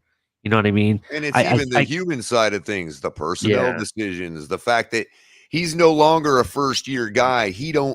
If you're one of those tinfoil hat guys like I tend to be, he don't owe anybody favors anymore. There's no, oh, I'll put this guy in at tight end because, I really kind of, no, none of that anymore. It's win, win, or my job. You know what I mean?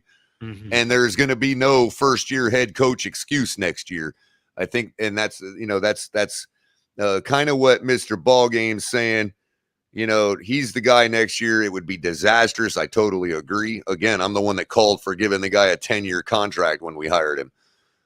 Even though I don't believe it, like I didn't believe in him, and it's not why I was calling for that. I'm calling for that because I'm tired of the revolving door, and I think there's something to be said for, hey, maybe he's not it now, but could be in 5 years, and how the hell would anybody know if we're firing everybody after 2? You know what I mean? You're never gonna know, so that there is something to be said for that, and as well followed up by Derek saying we don't have all this time. We're a win now team, right? And a lot of us believe that included this year, and that's why people were so harsh on McDaniel, I believe. Yeah, I agree. We had certain expectations. You and I both And had those expectations expectations. were set by people above McDaniel, and McDaniel agreed to it. So he does have a certain amount of culpability, but I honestly don't want the guy fired. I really don't. I don't want him fired either. I mean, the reality is, you and I both said that we thought, based on the talent that we had on this team, what we knew what McDaniel's offense could bring, and the schedule we had, you and I had very close record predictions. I said 14-3. You said 13-4. is what you thought could happen. And at times throughout the season, it looked like we were going to hit those projections until those injuries started happening.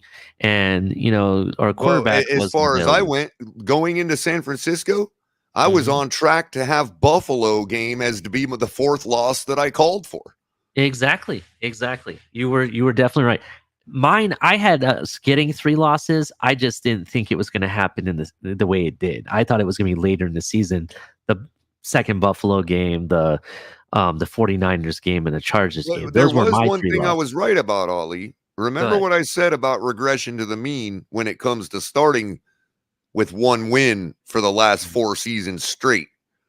Was that no matter what, we could go the same 9-8, but the collapse is going to happen at the latter half of the year, and we were more likely to start off, 3-2, 4-1, 5-0, and look what happened. We did start off stronger. We got up to 8-3 before it all went south. You know what I mean? Yeah. Whereas previous years, it all went south to start with, and we picked it back up with the same and ended up with the same record. So, I knew it's not that I thought we were going to collapse. It's that if we were it was going to happen in the latter half of the year, not the beginning, because of regression to the mean. Like when you're talking about, even if I didn't know anything about this team and I was just looking purely on record for the last 4 seasons, I would have predicted the collapse at the latter half of the year, not the beginning, because we've already done it at the beginning for the last 4 seasons straight. Mhm. I knew that no matter what, McDaniel was going to devise a game plan that was going to get us out of the gate strong. I think that's what his whole hope hinged upon. If we can get out strong enough, we can intimidate enough teams, and we can carry that intimidation to a couple more wins at the end of the season, including in the playoffs. And that just didn't work out. Mhm. Yeah, I definitely agree with you, Color. I mean, those are all And valid look, points. the first 3 teams we beat were playoff contenders. And all first 4 teams we played were in the playoffs last year. And I And honestly think we were holding our own against Cincinnati before Tua got injured, and we continued to hold our own even with Teddy in. But that game play that game 10 times and we win it 5 times. I mean, even with Teddy. Mhm. So, there is something to be said for McDaniel was thinking the same way, like get out of the gate strong. That's how teams carry themselves throughout the latter part of the season when things get tough. And I just don't think he could imagine that we would have lost 4 straight in that situation. And then that's when it all really went downhill. You see what Yeah, I don't think he saw that happening either. And it is what it is. Yeah. So that's those are, I mean, that was exactly what, my And issue I'm was. not I blaming didn't. Tua, Jermaine. I'm giving credit to Tua right up to the point where he deserves blame. 4 losses in a row. Yeah. I mean, God, Still man, played it those didn't games, matter so even you if have it to. was Dan Marino. You'd all know it. You would be bitching about 4 losses in a row. Don't matter who it is. Yeah.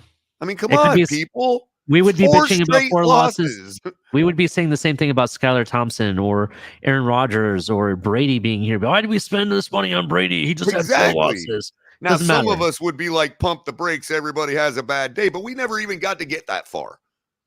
We're not even allowed to fairly point out this before we say, hey, okay, pick it up to everybody has a bad day. We never even were allowed to get that far without being insulted, attacked, and whatever you name it. So, sorry, Jermaine, no sympathy, bro. I want Tua out of the building. I'm tired of spending the energy on this man. It shouldn't be that hard. I mean, his job might be hard. A quarterback's job might be hard, but it shouldn't be that hard to recognize when somebody can't do it. Mhm. It's not rocket science. You don't even have to point to Patrick Mahomes today. You can point to various other quarterbacks that we've seen already in this playoffs. And already before the game even ended today, we're reminded, oh yeah, we're not even close. Just like I told y'all be sitting here on Monday morning with your jaw dropped to the floor going, what a fantastic weekend of football. that we can't even sneeze being a part of right now because of one man on our team. And I'm sorry to say it. It's true. Yes, one man. That one man that's the only person on our team that doesn't have playoff experience now. And I'm supposed to have sympathy? 53 guys have playoff experience on our team now, and Tua is not one of them. I mean, it's laughable to say that I'm going to imagine he's something he's not. It's laughable. And you'll be reminded next week during the championship games again that Tua is not even near close. I don't care how much yardage he puts up. You know? Nobody's sitting here singing the praises of one Geno Smith who held the top completion percentage for almost the entire year. You know, that's kind of funny you bring up Geno Smith color. You know, in the offseason, we were saying, what's Seattle doing? We thought they were tanking. I actually thought they were trying to tank, right. And that's and why they probably were, and Geno wasn't having nothing to do with it. Yeah, that's a possibility. You know, I don't know. I mean, it is what it is, but nobody's going to convince me that that's the norm. Like, that's the first time we've ever seen a guy like Geno Smith do that.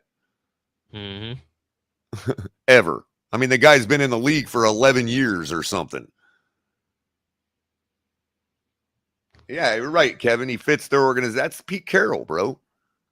And that's why we're finding out that when Hackett went to Denver and Aaron Rodgers wasn't able to follow him there, and they give him a Band-Aid, a $300 million Band-Aid with Russell Wilson, we find out, oh, it's Nathaniel Hackett is a trash coach now. Oh, why? Because Russell Wilson can't get outside of a Pete Carroll freaking roll it outside the pocket and bomb down the field to Tyler Lockett and what's his name?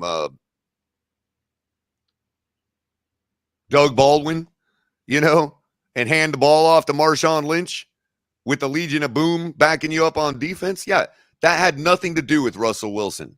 And it showed in Denver this year. And they blame the coach, just like we blamed our coach. It's not that the coach deserves the blame. It's that the guy with the $300 million is going nowhere. Whether it was a mistake or not. Shout out to Lakers All Day. $4.99 donation. Color, it's kind of sad that Tua is not even close. Well, I wouldn't say sad. I mean, sad for the Dolphins that continue to, like, you know, make insane decisions, but it's not sad for Tua. It is what it is. Like I said, everybody exits the game at a different point, and the man should be proud of himself, regardless of when he exits. He's a champion in his sport. You can say not professionally, we can say whatever, amateur. Okay, fine. But in his sport, in his craft, he's a champion. And he'll always be one, no matter what he does from here on out in the NFL. Yeah, because he won the national ashamed of. Exactly. Everybody sings the praises of what he did in Alabama. Well, don't you want him to be able to sing those praises to his grandkids? No, it's just color trying to whisk him out of the building by saying things. No, because I actually care about the man. Yeah, I understand. Anyway, so since we're talking about quarterbacks, I think we're pretty set at backup. Skylar is our backup. You're pretty good with that, right? Well, yeah, but you know, I don't know. I mean, honestly, it is what it is. I don't even know what to do anymore in that situation because all we're going to do is rinse and repeat if we bring in another guy like Teddy. And we're going to spend even more on him this year than we did last year. And everybody's going to say, oh, that guy's trash. And we burned 15 or 20 million on him. So you don't think, see, what I envisioned is the fact that Skylar played in a playoff game, you know, showed you a really good game. Had certain catches been made, the game could have turned out very differently, right? And those are precisely the type of games that rookie quarterback ones have. Mm-hmm. So if we're going to be building him and developing, what team in this league develops a quarterback two? And even if they do, which one of them out there comes out and says it? Yeah, I understand what you're saying. All I'm saying is that I think I could see him as our backup for now, right? Oh, yeah, yeah, of course. I get what and you're saying. I'm talking over in the overall macro. If you're yeah, going to develop a guy, why waste the time? Oh, okay. Well, don't give him that over there because that'll make him a QB1 if he masters it. I mean, come on, man. If you're being developed, you're being developed to your maximum potential. Mm-hmm. And we've already seen where he's at can win. So what's his maximum potential? That's a good question. That is a good question. I still think that maybe if we have a 7th round or 6th round pick, I think we still bring in someone. We always have to have someone in the back that we're developing. Hey, and look what happened in Tennessee. It didn't work out for them. Well, actually, it did work out for them until he got hurt again. Mm-hmm. But when Tennessee, didn't Tennessee bench Tannehill this year? Yeah, I think he already got injured, something like that. To start the season? Or when they brought him in. No, I remember. When they brought him in, they still had Marcus Mariota. Yeah. And Marcus Mariota was the guy. And anybody that knows me knows I would have never chosen Marcus Mariota over Tannehill, but I can understand that the optics and the image and the platitudes that have been put out there about Tannehill and likewise about Marcus Mariota.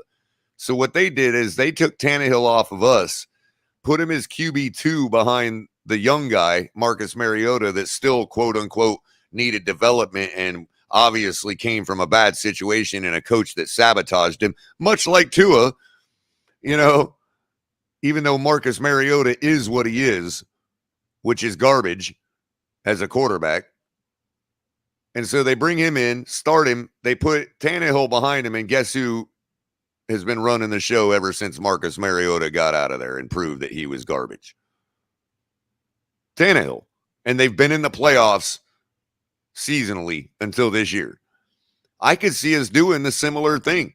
You bring in Tannehill. We obviously can smooth it over optically with a 1-year retirement tour deal. You know what I mean? Retire him as a Miami Dolphin. Everybody likes to do that kind of gimmicky stuff, right? And now you got Tannehill sitting there behind as your $10 or $15 million Teddy Bridgewater. You got Skyler behind that. And look, if Tua craps the bed again, you better pull the leash at game 2, just like Tennessee did, and got themselves in the close to a championship game. Mm-hmm. If you're talking about placeholder to begin with. Anthony had a good question about, especially now that we finally have given him the weapons that we promised him. Yeah, I understand. Anthony had a good inquiry. He says, how do we feel about bringing in Gardner Minshew as backup and have Skyler continue to develop? That is an option, but I kind of don't see Minshew leaving the Eagles, to be honest. Besides the fact, how is that any different than just keeping Teddy? Teddy's going to cost more. That's why. I'm not so sure. I don't know. I kind of think that Teddy is not necessarily in the mindset that he wants to continue to be a quarterback. I think he might be transitioning to coaching. I just think that's a misread of signals. I think that's a platitude. Okay. You could be right. You could be right. I'm not saying you're wrong. I'm just saying I don't know. I'm just going based on how he talks. He's just that kind of guy, bro. He really. Maybe you're right. Maybe you're right, and I'm wrong. I mean, don't get me wrong. I don't know what's going on in the person's thought process or anything, but I just can tell you based on my impression, based on what I see. You do have a point to be made to say that he's resigned himself in his life to not having a championship. He is kind of in this mode of, Well, if it happens, cool. I get you there. Like he's not. His main focus is not, I gotta get a championship. I get what you're saying. Let me ask you this. So, how much would you pay Teddy to stay? Because what is he getting this season? Do we know that offhand? We have that number? Like 10, but I thought, but what's the, again, everything's inflated, including backup prices. This is the point Kyle Krebs was trying to make.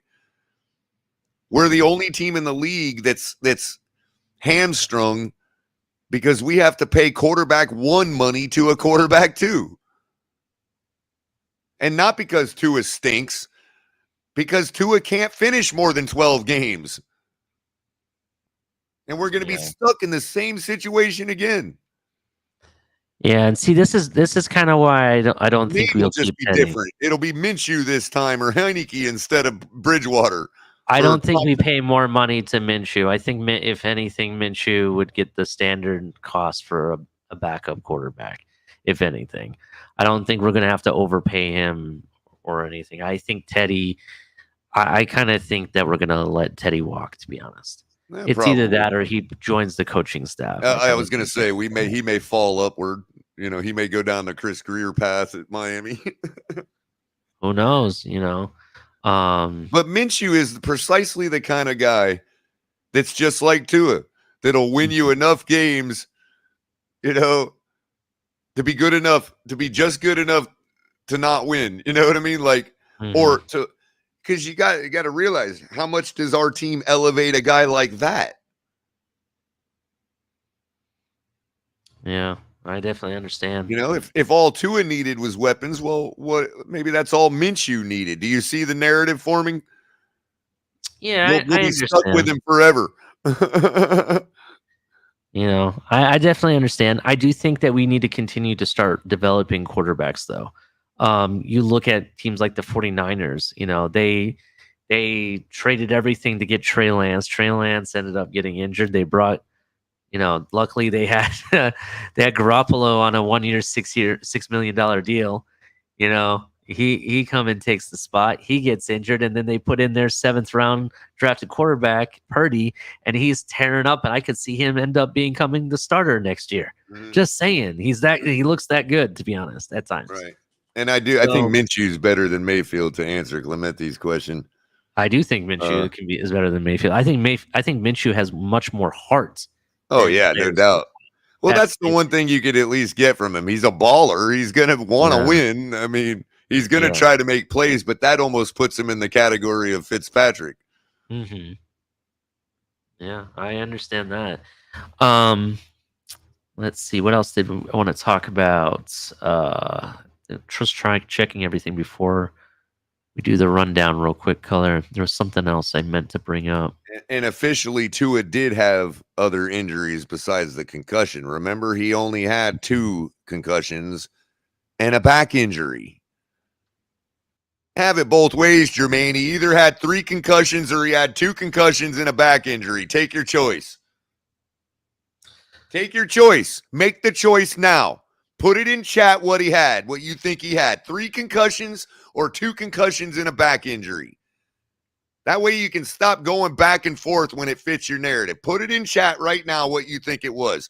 3 concussions or 2 concussions and a back injury. You know what? Don't even bother. Put this in chat. 53 guys on our team have playoff experience, and Tua ain't one of them.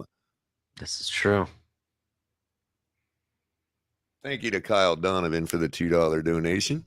Sent a Cash App donation. Much love from Duval. Appreciate the $2, Kyle. Capitan's not around right now, so we didn't get the message on that. Thank you also for the Cash App donation. We're going to try to get, we're trying to get alerts and stuff set up so Capitan don't have to be around when that happens. We're working on it. Cash App doesn't make it very easy to make widgets and stuff like that, but we're working on it and appreciate the Cash App donation. Yeah, definitely appreciate it. Thank you so much. And much love from the 561 to Duval. I don't know if you're a Jags fan, but you guys gave it your all today. You had a chance to win against arguably the top team in in the league, and you can't be upset with yourselves today. That's all there is to it. Yeah, and your quarterback knows how to take a hit. Kane Z, tell me what I'm crying about, bro. Have you ever seen me cry? I just want to know. Apparently, people are spying on me and know what I look and sound like when I cry. So I was thinking maybe Kane Z had some kind of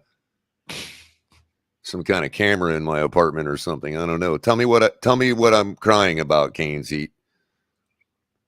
Either that or start using English properly and go look up the word cry. While you're at it, you can look up the word hate.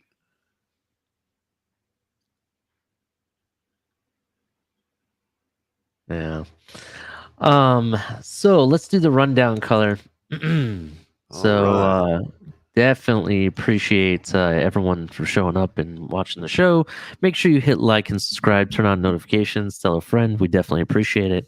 But definitely check out some of our other content while you're hanging out with us. The Finn's Tailgate Show with El Capitan is every other day of the week. We got the Rabid Dolphin with Lewis. Never know what smoke he's bringing to the table. Then they got color commentary, a cup of coffee with color. One of these days I have to get up on that morning show with you, Color. You help me out all the time. I need to help you out sometimes. I am darn it. This week's starting, man. I'm gonna have everything set up. I have nothing but clutter and junk to throw away in my old apartment. I'll be working on getting my network transferred over tomorrow. It's already transferred. I just got to bring the modem over there and hook it up to the wall and see if it syncs. I gotcha. Definitely. But also check out Dolphins Debrief, DTA doing some shorts, bringing the talk from the shorts and everything to the show. So definitely check out his show. And every Saturday night, you got Late Night Exhale with me. We do live shows every Saturday. And then we also have Broken Takes that we do every once in a while, which we'll have one probably pre-recorded after this week, summing up the playoffs and everything. But yeah, thank you for hanging out. Also, shout out to our sponsors. New seasons, new gear. Show the world what it means to be a fan in 100% authentic gear. Fanatics, officially licensed everything. Yeah, so make sure you use the link below in the description. Definitely helps out the channel. Check out Fanatics. Get your officially licensed gear. They got tons of deals that they're always having. A percentage off of your shipping, or a free expedite shipping, or 25% off. They always got stuff and deals going on. I'm always getting notifications from Fanatics. So telling you, I don't think I can go to their site without some kind of deal going on. It's unbelievable. I kid you not. Like all the time, I'm getting every day when I wake up in the morning, there's at least 3 notifications from Fanatics. At least 3 every day. It's ridiculous. But definitely check them out. Also, shout out to Backroom Collections. Check out their site. The link is below in the description. They got some really cool stuff there. Some canvas art for your different players. They also do some custom work. They also have other teams and stuff that they do. And they also have accessories and stuff that you can collect for those little mini helmets. Yeah, there's some really cool stuff they have. Check them out. If you'd like to save 10% off your purchase, just make sure you use hashtag TFTG at checkout. So definitely check out Backrooms Collections. Again, the link below. And we'll do a little extended promo real quick since we never do it. Go ahead, rock and roll. Let me just give you an idea. Oh, we can chat with them now. Oh, yeah, look at that. It's pretty dope. All things Miami sports art. So there's the proprietors of the establishment. I see they're wearing your college team's colors. Oh, yeah, look at that. And as you can see, these are the only 2 people that run this company. It's all them. They do it all on their own. The gentleman just became a pastor at his church. So they're small business. Support your small businesses. Get over there. Look at some of this art. I mean, some of this is really good stuff. Oh, doesn't it? They're still working on their website, it looks like. Yeah, they're still working on the website. But as you can see, the type of stuff they're they tend to go with. Yeah, some pretty cool stuff. So definitely check them out. All custom. Yeah. They have different when you're doing the custom canvas artwork and stuff, they have like different grades and stuff. Like there's some really cool stuff. I'm actually gonna buy a piece. I'll probably have it on the show so you guys can check it out. But while you're checking out the links below, also check out our merch store. We got everything. We got mugs, we got tumblers, we got activewear for the ladies, we got hats, t-shirts, hoodies, stuff for the kids. Definitely definitely check out our merch. Helps out the channel. Man color, like coffee mugs. Yeah, look at this. Look at the color and Late Night XL right next to each other with the black mug. I really like that. I'm actually gonna pick a set of those up. I'm also below we it. also got to get the revised coffee mugs for our new team members, get their logos on there too. Yeah, we definitely get with HB and everybody and figure out how we do that. So currently on the reverse side of the black mug, you've got the Finn's Tailgate logo and Cash and Tickets, I believe. Or maybe Tonk TMI. That was Tonk TMI, actually. Right, that was Tonk TMI. And also below that, that center one, which looks like a pint beer glass, I need to get a whole set of those. I have this whiskey bar I'm putting together, and I also have a refreshment refrigerator that's going in my man cave. Once that's been installed, then I'm gonna, I want to have the glasses displayed and everything. It'll look awesome. So I'm gonna definitely pick those up. That also being said, we got t-shirts. It's in my DNA. Tank tops, flip-flops. These are the hats. The hats do come in solid color, but they also come in two-tone colors as well. You can get like pink and white or blue and like baby blue and white, and in all different types of color schemes. So definitely check that out in the link below. Definitely appreciate it. The flag is still the most impressive thing. This thing is big, great quality. I had it flying at my tailgate. Anybody that showed up or walked by could see it. So definitely check out the link below. We really appreciate it. Anything else before we move on and we drop the link and we start bringing these people up to discuss the Miami Dolphins? That should be it. Go to a. You got anything new for your show coming up at all? Not right at the moment. I'm going to be transitioning, obviously, into the off season. I haven't done my own breakdown show of the season, and I was kind of trying to let the playoffs play out a little bit. But I am working on, looking. I've got outlines going on. I am working on going to be talking about all of our RFAs and UFAs. See what we got. We got a long list of free agents that we got to either sign or do something with. So, I want to run through them all. Kind of chit chat about each guy and, worth keeping, worth not, worth keeping, but can't keep, those kinds of things. We'll be transitioning into that, but mainly be having a cup of coffee and a cup of color and just chopping it up about Miami Dolphins. And, it'll always devolve into what our real issues are. We all know what they are. Yeah, I understand. But I'll give you guys some news about, and I kind of loosely spoke about this with you, Color, about where we're going to be headed with Late Night Exhale. So Late Night Exhale, we're looking to primarily keep this a show that goes on throughout the season. So after the Super Bowl, we'll have one more end of the year show. And then when we transition to the off season, we are going to be having some new shows popping up. Color and I have, spitball ideas. I'm going to be probably having a really late night show for those late owls or people on the West Coast that would be interested in. But we have some stuff coming up in the works. I may do an every now and then late night exhale. But we're, until we figure out exactly what I want to do for the off season, that's when I'll announce it to you guys. But we will have it all the way through until just after the Super Bowl. I'll have another show before. And by that time, I'll have it figured out and let everybody know what's going to be going on. And mainly throughout our off-season redeployment, just make sure you're liking, sharing, subscribing. And once you subscribe, hit that notification bell.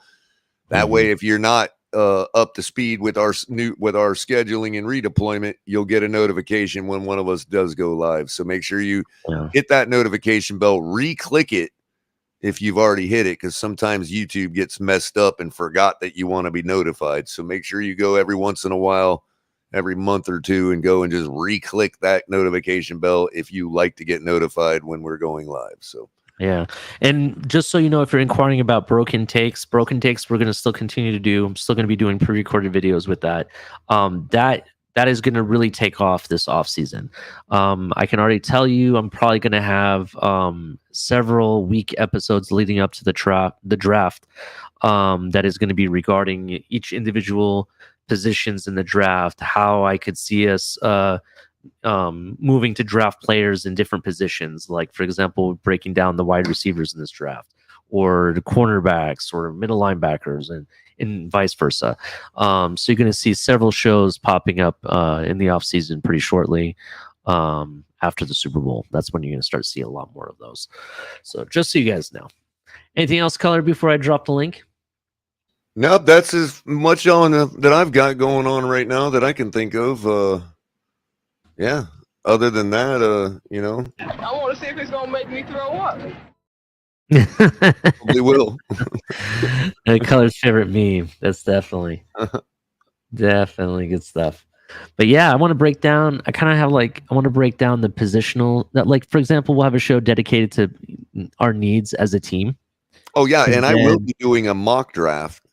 Oh yeah, that's something I'll be doing as well. And not like you think of a mock draft. Like, it's not a mock-up draft. It's literally going to be a mock draft, as in I'm mocking the draft. Look for that. It'll be a nice little parody show. Will you have that? Will you have that during the draft or before? Sometime before. I'm going to do it sometime during the off season before the draft, just to have fun with it. I got you. You and I talked about the format of it and what it's going to entail, but it'll be completely parody, but at the same time, I think we could all use a good laugh every once in a while. And so I'm calling it the Color mock draft in the traditional definition of the word mock. Have a cup of mock with Color. It'll be fun. All right. Hey, let's give a warm welcome to Kevin Hans and Greg. What's up, guys? What's up? Kevin Hans. I'm sorry. I apologize if I said that incorrectly. What's up, Ali? What's up, Kohler? What's up, Kevin? How you doing? Oh, get to personally thank you for becoming a member last night. Appreciate it. Yeah, I got to do it right in front of TD. I pulled my AFC East Roundtable membership. Oh. Yeah. I don't know. I found this page earlier than I did AFC East Roundtable. I just wasn't getting notified, as much about this one as I was AFC East Roundtable. And then I remember making a comment about the when we lost our draft picks. And I don't know. I just that. I remember that page. I really enjoyed watching those streams. So how's it going, Damien? Hey, what's up, guys? Fins up, everybody. Fins up. What's up, Damien? What's up? So how do you guys feel? Like I was talking about, like, what I'm kind of looking at is what we can do to and I kind of am using the term sheep loosely. I'm talking about addressing the position of needs. Like, we are really bad at the linebacking position. Like, there's one or two players that I can see us keeping. Everybody else, I think we can root out. Linebacker. Yeah, sorry, and it's my background. It's okay, and that's kind of like what my concerns are. Do you guys agree? Like some of the things we could do. First, we need to bring in the strong defensive coordinator. I agree, and whoever we bring in at free agency is going to depend on that coordinator also. You know what I mean? That's why. Like, I'm not going to lie, and you can ask Color. Color can tell you this, and I told people on this show multiple times that when we traded for Chubbs, it was not a trade for necessary for this season and this system. It was a trade for whoever the next coordinator was going to be. And it made sense because out of all the positional needs that we had, that position didn't necessarily match up with what we really needed at the time. You know what I mean? We needed a boundary starting corner. You know what I mean? We need a middle linebacker. Why did we bring in Chubbs? And then I thought about it and I was like, Huh. Well, Well, we were maybe. getting all the pressure, but we weren't finishing, and we still weren't finishing, And his even scheme after still Chubb. didn't make sense to really optimize Chubb. But where did Chubb really get optimized? Under Fangio. He got, he made all of his big Yeah. I was plays and all the stuff he did under Fangio. That's why it makes sense. Yeah, Go ahead. I was Go ahead. I was pointing it out in the when you guys were actually talking about defensive coordinators. Fangio obviously is a great candidate, but I think Tom Sula also has connections with the 49ers, especially at the defensive tackle positions. Mhm. And I think our defensive tackles are probably our bet. Like you said, our linebackers were kind of shit. I think the linebackers were schemed though. I think Boyer set us back, so we would watch the catch and try to make a tackle, and it just wasn't happening, and we were getting burnt on third and longs, and there Yeah. were usually yaks for third and longs too. There's a lot of different things that were issues. I think a lot of the defensive issues were on the linebacking core. That's why we saw the linebacking coaches, get canned and everything. And Yeah, that being said, tackling was at its worst. I have never seen this bad of tackling out of our defense. Also, that being said, I don't think they were being utilized properly. I mentioned Jerome Baker. I know I get heat from that on half the community. Other side says no, we should trade him. I like Baker. Don't get me wrong, but the issue with it is one, we're paying a lot, and it's just not really transitioning. It's not translating into what I expect to get for paying for what I'm getting. And no. in addition to that, I think we need to bring in a defensive coordinator before we start letting players go too, though. Oh, I agree. And that's what I think the number one thing the Dolphins have to do, no matter what. You have to get the coordinator in. But I'm just talking about as I see the position of need, why I think we need to move off of Baker. Well, Baker would be good if he could restructure and then have him focus on one responsibility versus trying to play middle linebacker and outside linebacker at the same time. That's my issue with him. Go ahead, Damon. Go ahead. About like our biggest needs, and I'm gonna start with the defensive side of the ball. Us as Dolphin fans, all of us, I'm sure our biggest thing is we want to win a Super Bowl. Right now, we made it to the playoffs this year, so the goal is to win a playoff game and to see what happens. Can we advance in the divisional round? And I think one of our biggest problems on defense, middle linebacker position is a glaring need. We need somebody who can get up in there, stop the run, and be able to cover, like a Fred Warner or somebody to that extent. I wouldn't be opposed if we can get Levante David, even though he's older. The man still can go out there and be productive in that position. But I think the biggest need with us on defense is we don't have nobody, I believe, on our defense that has double-digit sacks. People can get on Boyer. What about always zero blitz? That's the only way we get pressure. When we don't get pressure organically, Jalen Phillips, he's a young kid. He has a lot of upside and promise. And that Ogbar injury really hurt us also this year as well. We don't get pressure with just our front four.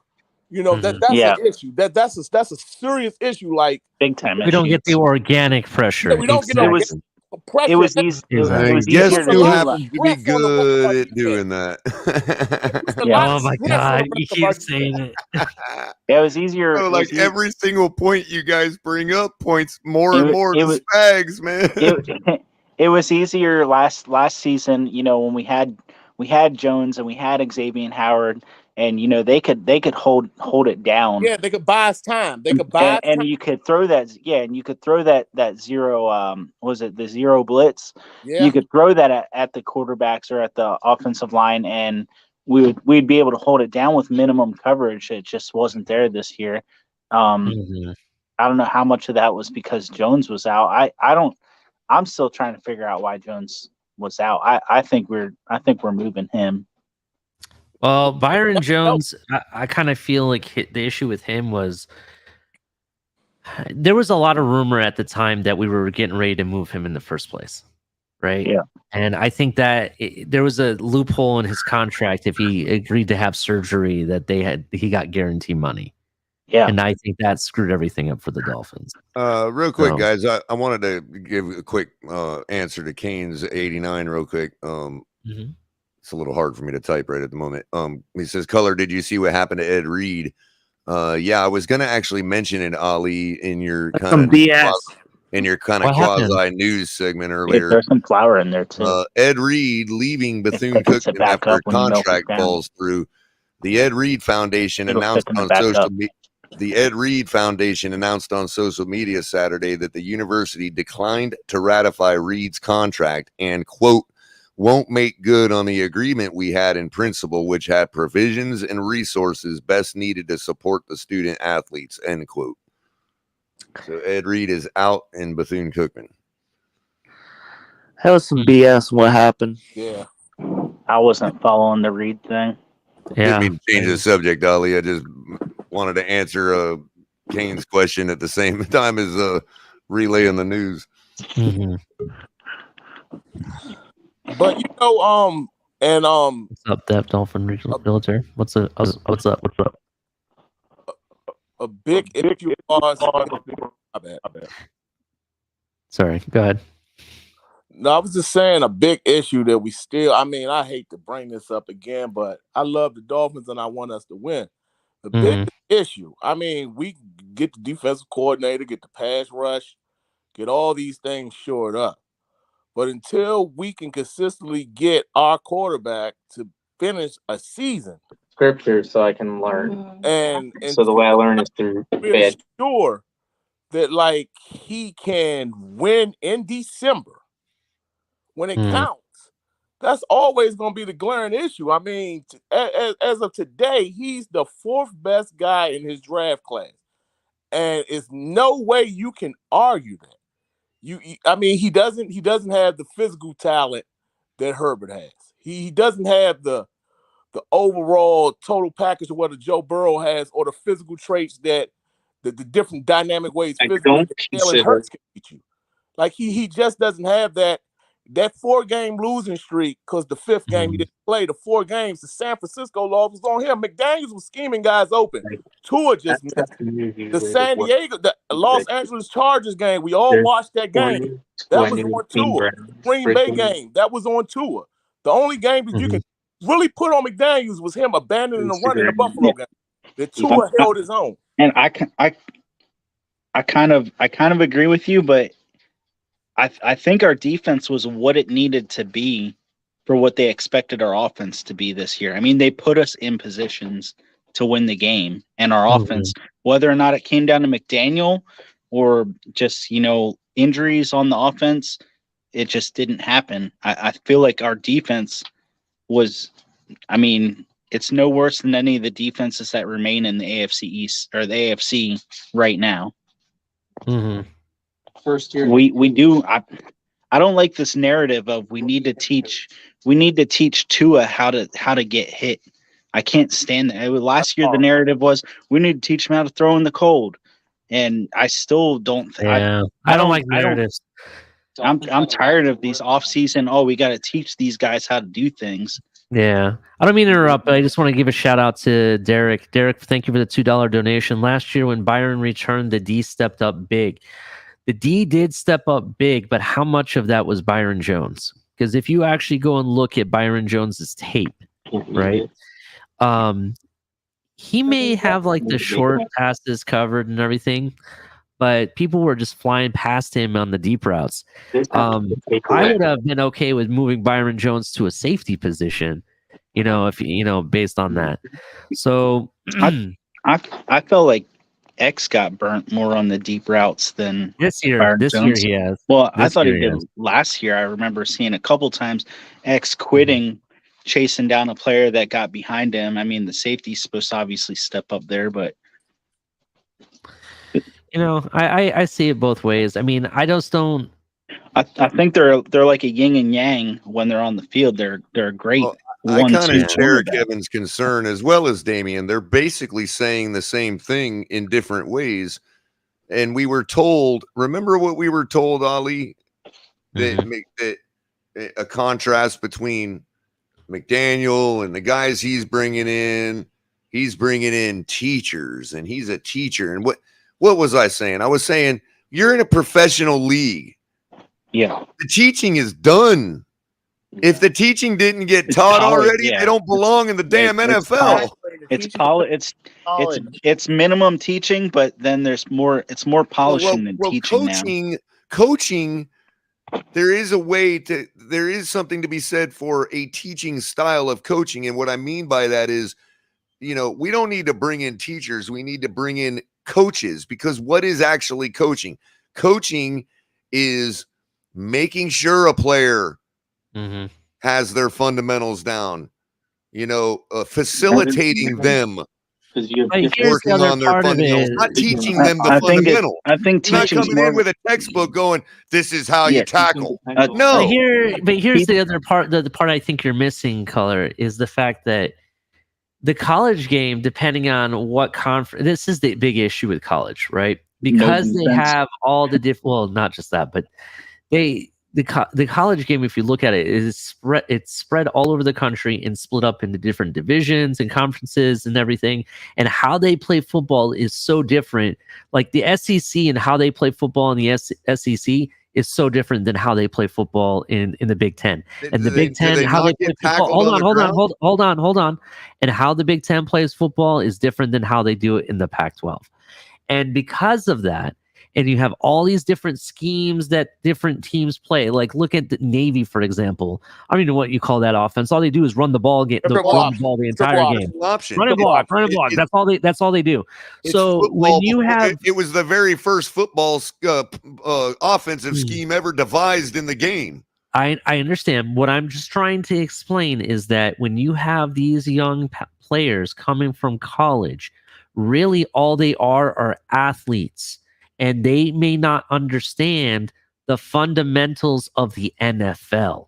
The NFL fundamentals are different than what they are in college. Teaching that stuff, Ali. We're talking about how to throw a football, bro. I'm telling you, we're talking about how to take a tackle, dude. Can I add something to what? These are fundamentals they're learning in high school, Ali. Forget college. These are basic fundamentals we're talking about here. I understand what you're saying.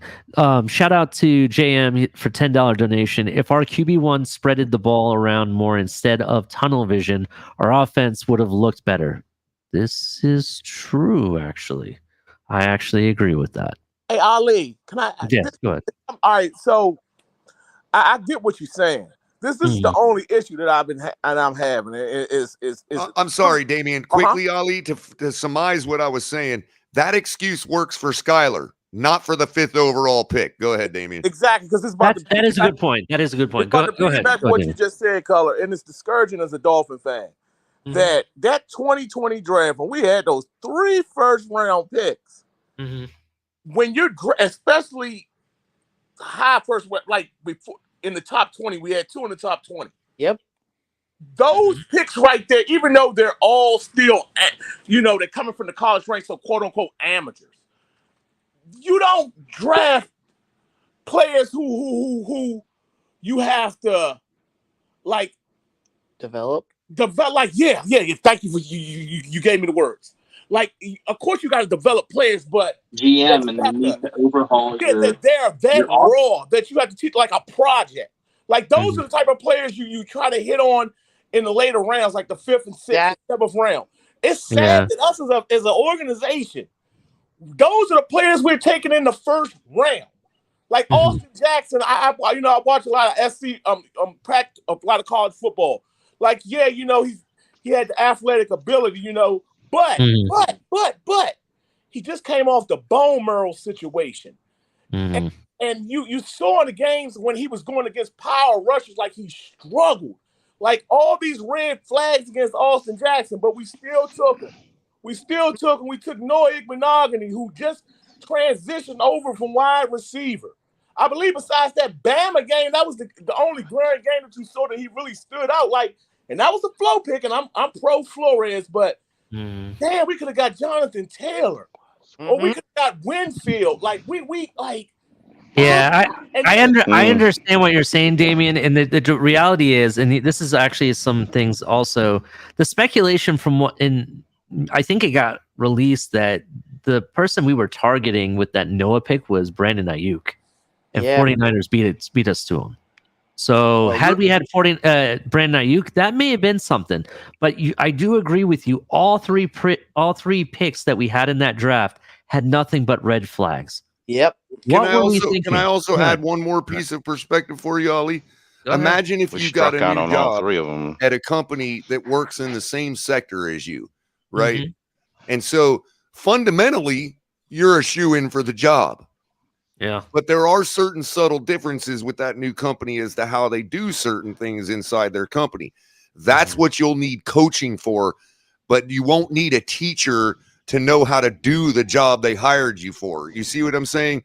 So what I mean by that is if your performance suffers or you're making mistakes or whatever, what do? They put you in the PIP tool.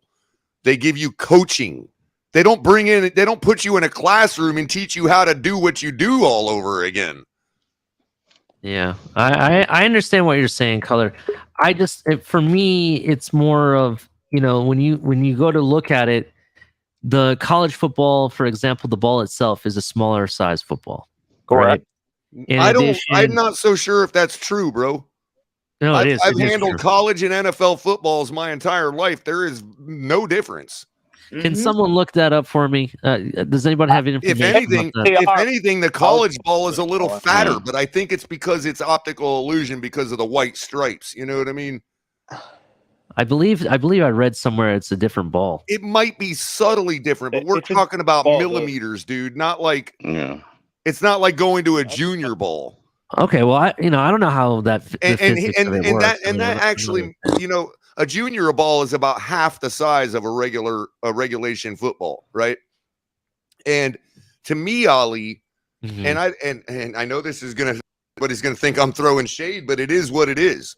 When I see Tua throw the ball for a whole game, and then I see somebody pick anybody, Skylar Thompson.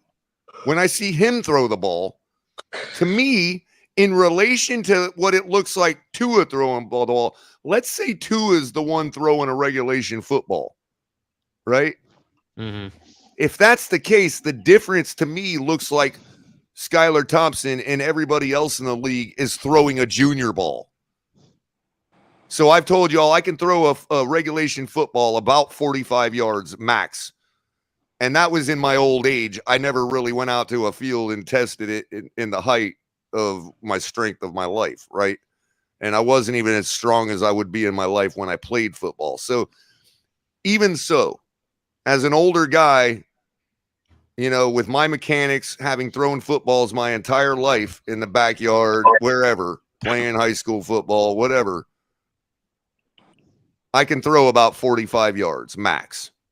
If you give me a junior ball, I look like Dan Marino.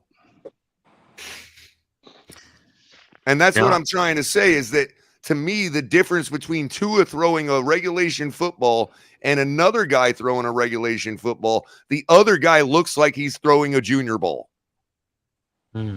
I see what you're saying. Shout out to Derek again with the $2 donation. Iggy straight trash. His college tape was suspect. Oh no, I think he had one good game. Was that Alabama game? I don't disagree with Derek there, but we all have to remember that just like anybody that develops, he could develop too. Now it's no excuse because first round pick, right? Yeah. I get it. He shouldn't have to develop, but he has been. It's not like we're seeing the constant same things over and over again like we do with our quarterback. But my point being, if you look at the Pittsburgh game, he was targeted all game by both of their star receivers. One of them made a spectacular catch in the end zone for a touchdown on him. And then he ends up getting the interception that literally stops the game, ends the game. I agree with you, Color. One more thing, Damien. Okay. One more thing. Minnesota Vikings. He locked down Adam Thielen the entire game. That's true. Adam Thielen was non-existent in that game. I'm not knocking y'all at all. I'm not knocking that at all. I agree with you. Does he get burned? Yeah. Is he out of position quite a bit? Yeah, yes. sure. But we gotta hold that against him the same way we hold that against we shouldn't. I'm not saying we shouldn't. I'm saying he's shown me enough progress that he's not a lost cause, in my opinion. He's had some great performances. And on top of that, we wasted a first. He's not throwing it in our face by, you know what I mean? I think that's the biggest issue, Damien. I think that's the issue we have with Noah. Noah shouldn't have been a first-round pick. He should have definitely been a second or even as low as third-round pick. I definitely agree with you. I think he could have been an early second. Yeah, I mean, it's not his fault. Get your money, but like at the end of the day, like those 3 first-round picks. Well, again, Damien, this is the same argument about Skyler all over again. It's starting. I can already feel it, and I want to stop it right now by saying I'm not trying to prop him up. Oh, I know you're not. And if we moved off of him, good riddance. You know what I mean?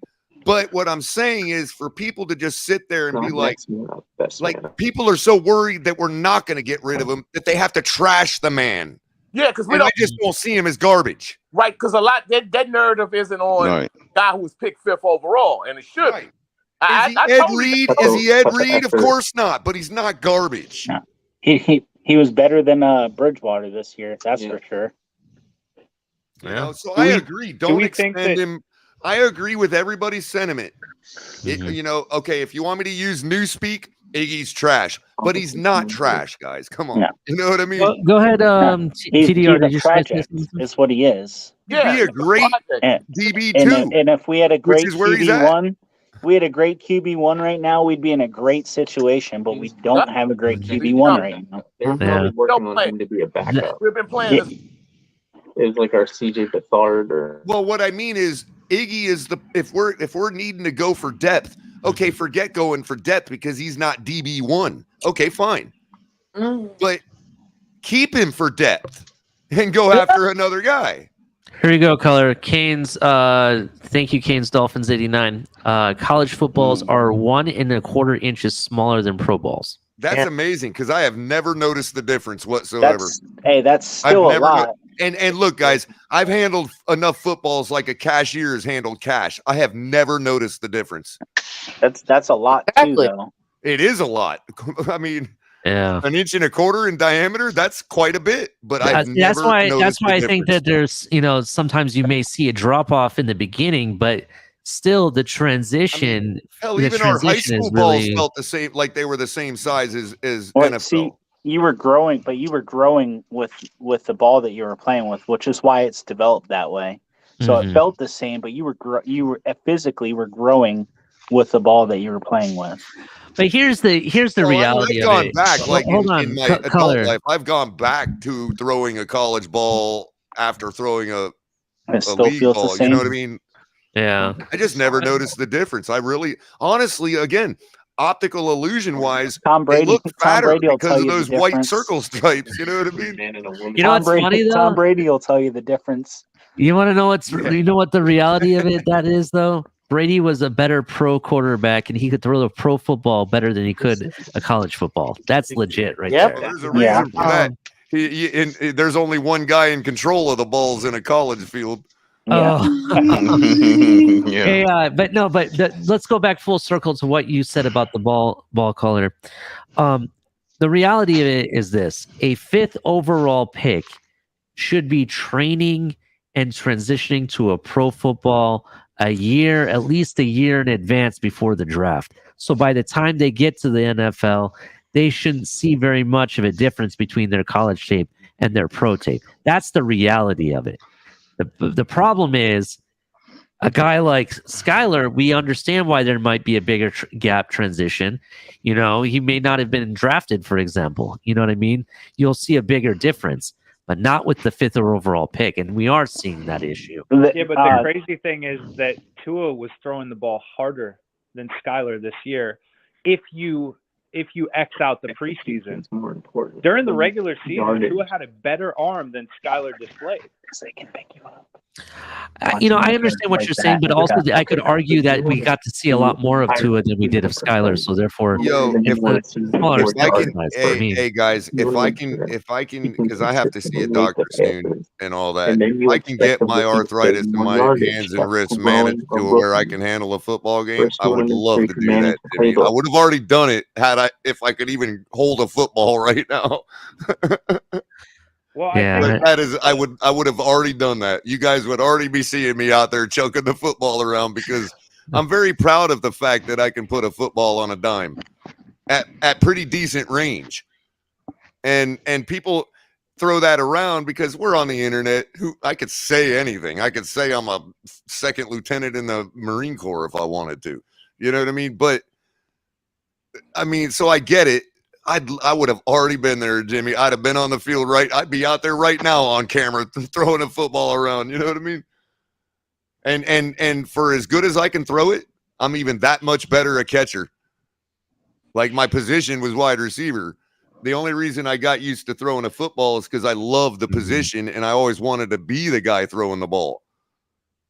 You know, and that just didn't work out for me because of the way my body is and I'm just not made for that position. You know what I mean? Maybe I could have been a Ryan Tannehill type if I'd have carried it all the way through. You know what I mean? I don't know, but I just wasn't that guy. However, in practice, as I told you all before, our quarterback was terrible. And so even in practice, it was a lot of times it was incumbent upon me to be throwing our drills to our wide receivers. You know what I mean? Because that was the only time they could get a real formed pass thrown to them. So someone in the chat, Cody Lancaster, says I'm a flip-flopper color. And that I'm a fake. Fake how? I love that title. Call me a flip-flopper all you want. That just means you're thinking. I'm a flip-flopper. That just means you know how to take evidence and change your mind. That's all that means. I am objective. You know, I try, and you can ask color from the beginning that ever since I started coming on these shows and I became part of the Finn's Tailgate, I always tried to be fair and give both sides of the story. I still do to this day. And even though color and I don't agree on everything, I think that, Boyer had to go. He doesn't necessarily agree with it. He thinks Boyer's just a scapegoat. At the same time, I'm not butthurt that he did go. Yeah, so I understand that you think that I'm all on one side, but they need 10-year contracts too. But my side of how I feel that what this team needs to do, and speaking about the quarterback position, is based on what I saw happen throughout the season and what we've done over the last several years. I can still be a fan of this team and be true to my word, but I reserve the right. Hold on, caller. Let me please finish. Yeah, go ahead. I just gotta back you up when you're done on a particular. That's point. Fine. Go ahead. I reserve the right to be able to objectively change my mind based on what they do. Like Tua, for example, during the Baltimore game, somehow miraculously played an off-script game and we won. And I was like, wow, he finally did what we all asked him to do. And, I started to see what, his progression of his game. After what happened in Cincinnati and whatever happened during the Chargers and the 49ers game, it's like night and day.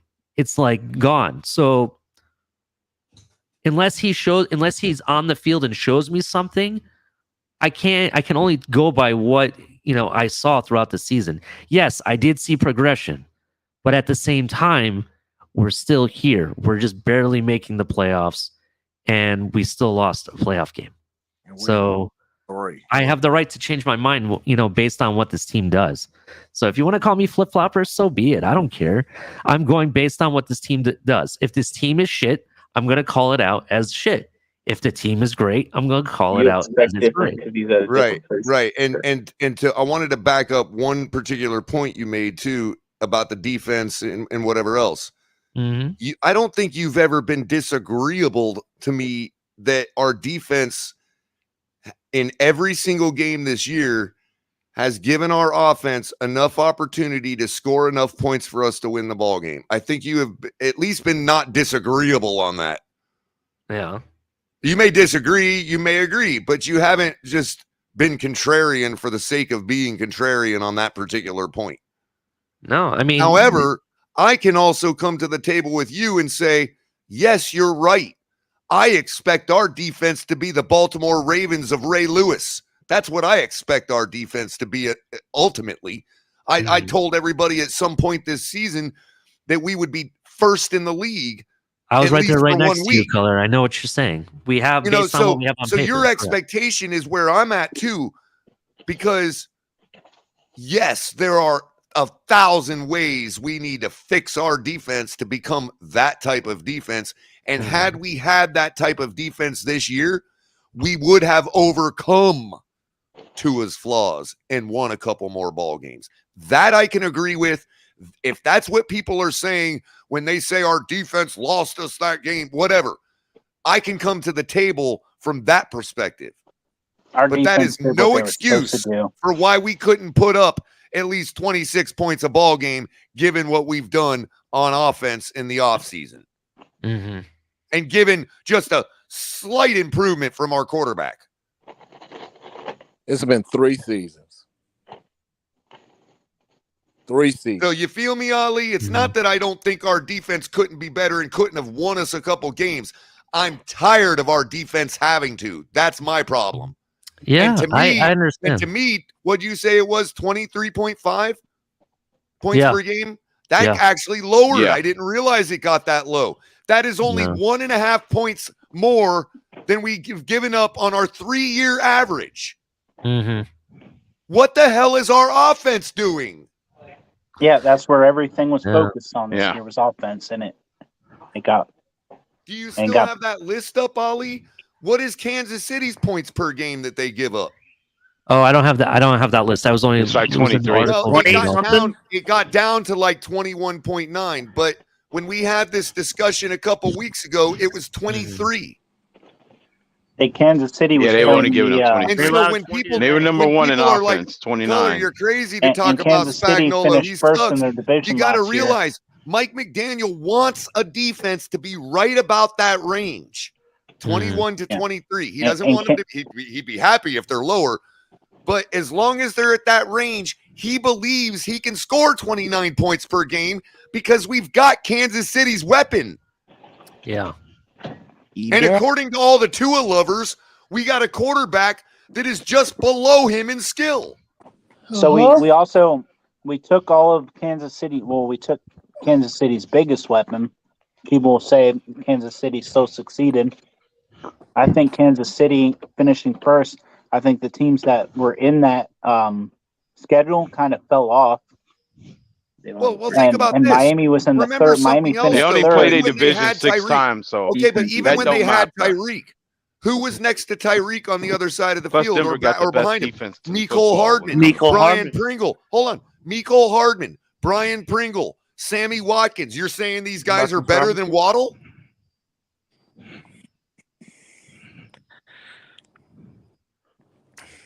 Oh, crickets are now. Exactly. So let me ask you again, Damian. If somebody comes along and wants to give, I know you've already agreed here. I'm just doing this as an exercise. No problem. If somebody comes along wanting to give us wide receiver 1 bag for Waddle, what are you doing? You mean like multiple picks? Take it. Yeah, let's say they whatever bring a you consider Tunzel deal. wide Let's say receiver they give you a 1 bag Tunzel to deal be. right now. You Would take do it, and then Greer hangs himself with it with the picks. No, he goes and get Anthony Richardson.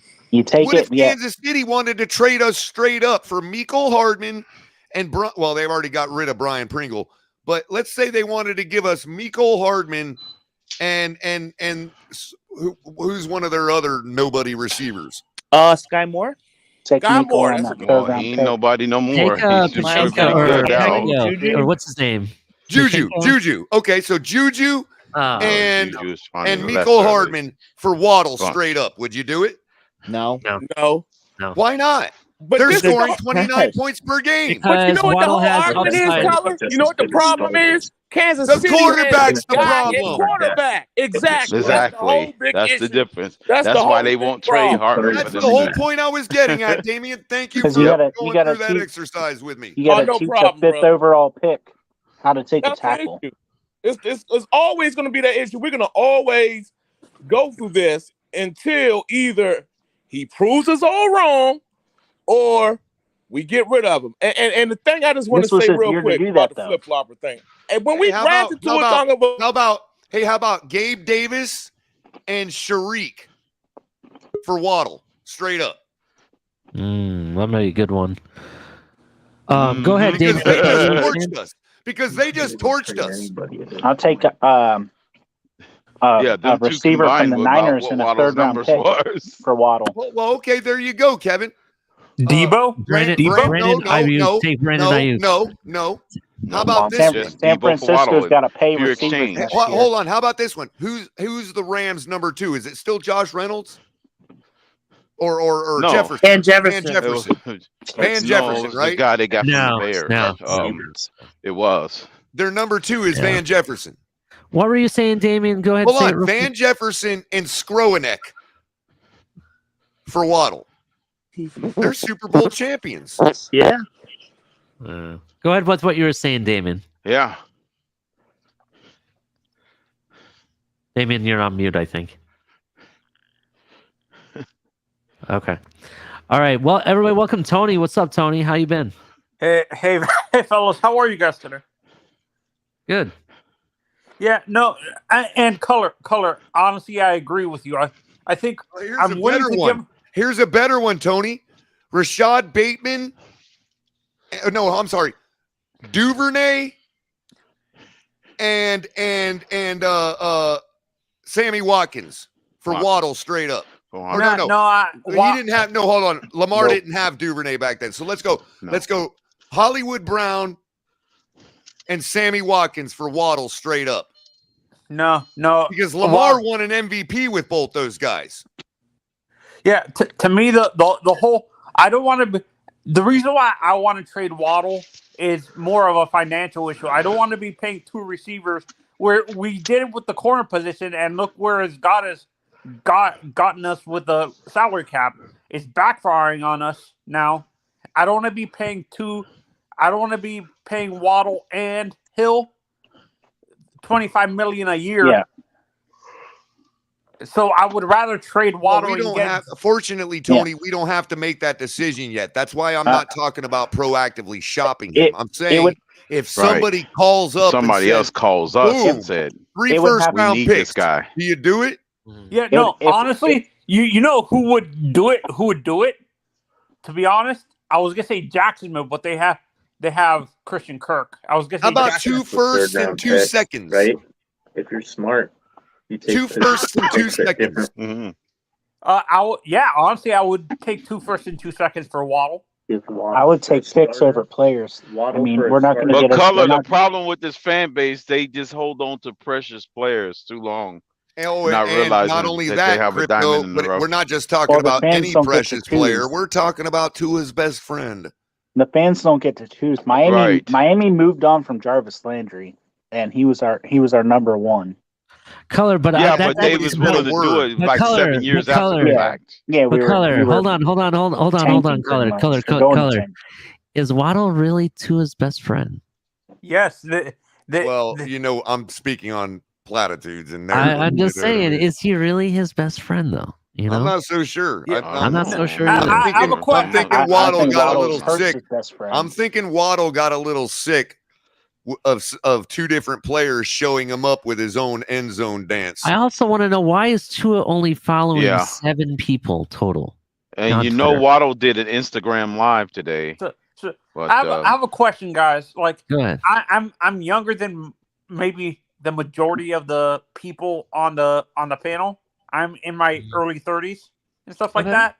So I'm wondering, would we have the same reaction like in the 80s with Marino in his prime? If they were thinking of trading Marino, would we have the same issue? Like, would fans be calling for the head of the GM and stuff like that. If Marino If was we on were the trying to trading block. trade Dan Marino, yes, at the time, yes. Well, yeah, you're talking about trading Dan Marino, yeah, because he's the franchise guy. Marino would have refused to be traded, would have sat in the locker room, and would have come out on the field and had to have the authorities remove him from the field. Yeah, this was his franchise. They choose the GM over him. This was turning Once into you get your Marino's. franchise quarterback, you don't mess with it. This team was turning more into Marino's franchise team than Marino was turning into our franchise quarterback. Yeah, and I said this in the chat, Ollie. Knowing this dumbass franchise. Why do you guys think we had the same players for so long on our core group? Because none of them wanted to leave Dan Marino. Right. And our potential. Go ahead, Tony. What finish what you were trying to say? Go ahead. Knowing this dumbass franchise, they're gonna do some dumb shit like they know Tua's injury prone. They're gonna pick up his 5th-year option and sign him to a huge extension. Mm-hmm. And then gonna bury us even further into purgatory. Yeah, I understand what you're saying, but Greer is gonna do some dumb shit like that. I knowing Greer and Stephen Ross, they want to be proven right with Tua. They might pick up his 5th-year option and sign him to a contract. Their business. Well, Greer has more to lose. It will be mutiny. Greer has more to lose on Tua, but Stephen Ross just wants to fucking win. But why do y'all think that though? Why do y'all think that? Hold on, real quick. Before you answer that real quick. Before you guys answer that real quick, and which I want it to be answered, I apologize, Damien. I just want to make sure I get this comment in real quick because it may change how people answer, right? One thing I will say Greer does that's really good is that he doesn't put us in contract situations that we can't get out of after a year. He doesn't put us in these long-term Ndamukong type contracts that kill us for years and years and years. Tyreek is we can get out of it in 3 years. We can get out of that in 3 years. Not only that, Tyreek Hill can get the production with Donald Duck at quarterback. It doesn't hurt the whole organization is basically what I'm saying. He never does that. So that at least I have to give it up to Greer. Go ahead with answering Damien's question because I never got to finish the question. This because like people were saying like that 5th-year option with Tua. If I want to ask this question because over the last 3 years, we can name 3 accounts where the Dolphins have tried to get another quarterback. Deshaun Watson, Brady, and earlier this year, Jimmy G came out and said they tried to get him. Was that Ross and Greer, or was that just Ross? Well, it don't matter. At the end of the day, the buck stops with Ross.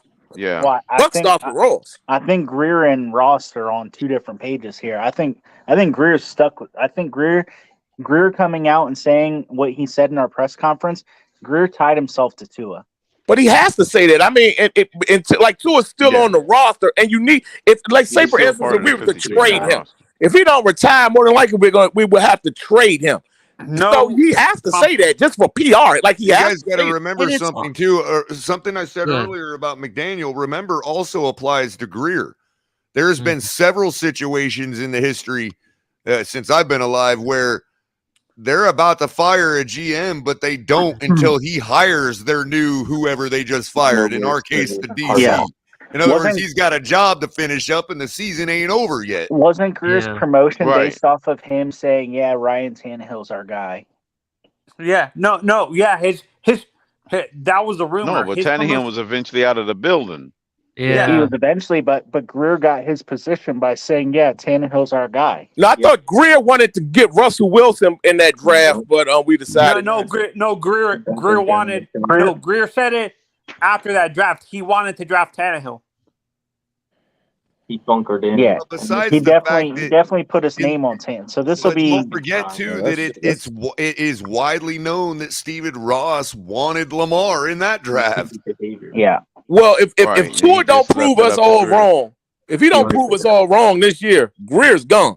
If he don't prove us wrong, which I hope Tua proves us wrong, because I'm a Dolphins fan, I want to win. I hope. This is a question: if Tua doesn't prove anything and Greer gets fired, do we promote Marvin Allen, or does that whole front office get fired. Man, we need to get a guy All that of has a them gone. history and track record of building a Yeah. Super Bowl. Yeah, we caliber need team. to Nobody. clear No, the Marvin house. Allen. What do you mean? Recruiting Marvin Allen has department, a track everything. record. Marvin Allen, the he was in Kansas City. He was the assistant GM. He helped them build those championship teams. What are you talking about? I think the main guy there is the guy Big Red who still Start coaches. copying what teams are doing around the league that's playing next week. Yeah. Andy And Reid. figure it out. You bring Andy Reid in, and he's got a lot more say than your GM. Yeah, Andy Reid ain't walking through that door. That's all smoke and mirrors. Andy Reid. Yeah. No. But You need the DC copycat. You certainly need to could. start doing. You need to start doing what they do. Yeah. Wasn't I Andy think we're Reid? gonna have a big old plate of spagnola. I think that's what we're gonna have with wasn't Andy Parmesan Reid- cheese. Wasn't Andy Reid pulling GM responsibilities with Philly? That's why they gave Chip Kelly the same. They gave him pretty much the same situation I believe as Andy Reid so. had.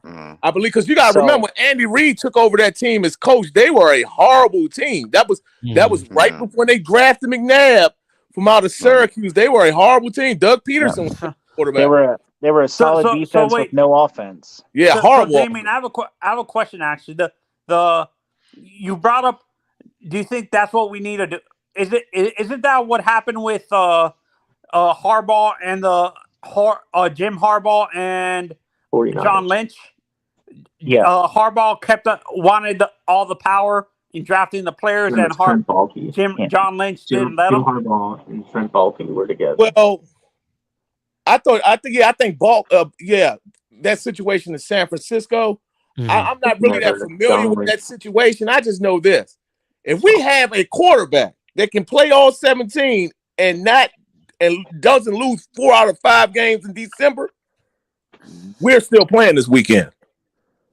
And I don't think McDaniel's hired because Tyrone says Greer and McDaniel are fired if Tua doesn't work out and we don't make the playoffs. I And Tyrone, I know agree with that. you made. I don't. Well, then I there's guess many they'll be people that fired by come week through 10 here. because we're not going to win Hold the on, first guys. 10 games. Hold on, guys. Hold on, God, listen, man, hold I'm on. right in the middle of talking. But I don't know if Tyrone, how long he's actually been watching the Fins tailgate. But this is one of those statements right here that I could literally verbatim re-upload from last offseason. Yes, And so, verbatim. And so I'm not trying to call out Tyrone for having that opinion. What I'm saying is it either was true last year and we still plan on doing it, or it's not going to be true next year either. And we're going to be saying the same Groundhog Day. thing again. I think it was true this year, and I think next year the stakes are raised. Miami. If it was true this year, then they are still It yet to wouldn't be be- fired. Well, Color, we'll Well, know they made the when playoffs. it's over Right. with. Next year they have to win a playoff game. Oh, I got you. Yeah, the make the playoffs Yeah, part. they but- made the but- playoffs. but- Next year but they have Ross to win. would have to be a complete fool not to see that it had nothing to do with us that we made the playoffs. Yeah, we had help. We definitely had help. If he wants to see this year as different than last year because a Yeah. team won to get us in rather than winning to keep us out, or vice versa. He's got to base his decision on when we had complete control of getting in the playoffs. But what I'm saying we didn't is, win. But what I'm saying is, if he just goes on semantics alone, then he's sticking his head in the dirt as Right. like an ostrich. And I don't know how the guy became a billionaire in the first place. Oh, okay, guys. Let's say True. let's say hypothetically. I know it won't happen. But hypothetically, let's say we're able to maybe convince Sean. I know Sean Payne's never going to happen. We don't have the one to give them. They want multiple ones. They really want multiple ones. We can't get them. We got don't to have- stick. We got to stick with McDaniel. We don't need Yeah, him. McDaniel's not the problem. Damian, one more McDaniel- time, I want to point out the language change that we heard this season when we hired McDaniel. For the last two coaches, it's we're putting together this powerhouse. We're going to do what it takes to win a Super Bowl.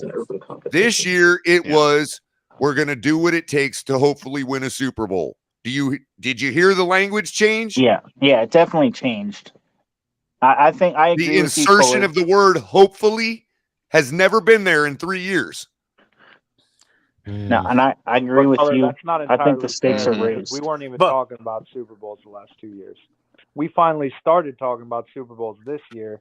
And yeah, I do No, agree with you. It was a TDR. I'm not talking about us. I'm talking about what Ross said out of his mouth the day he hired Ross Brian was saying. Flores.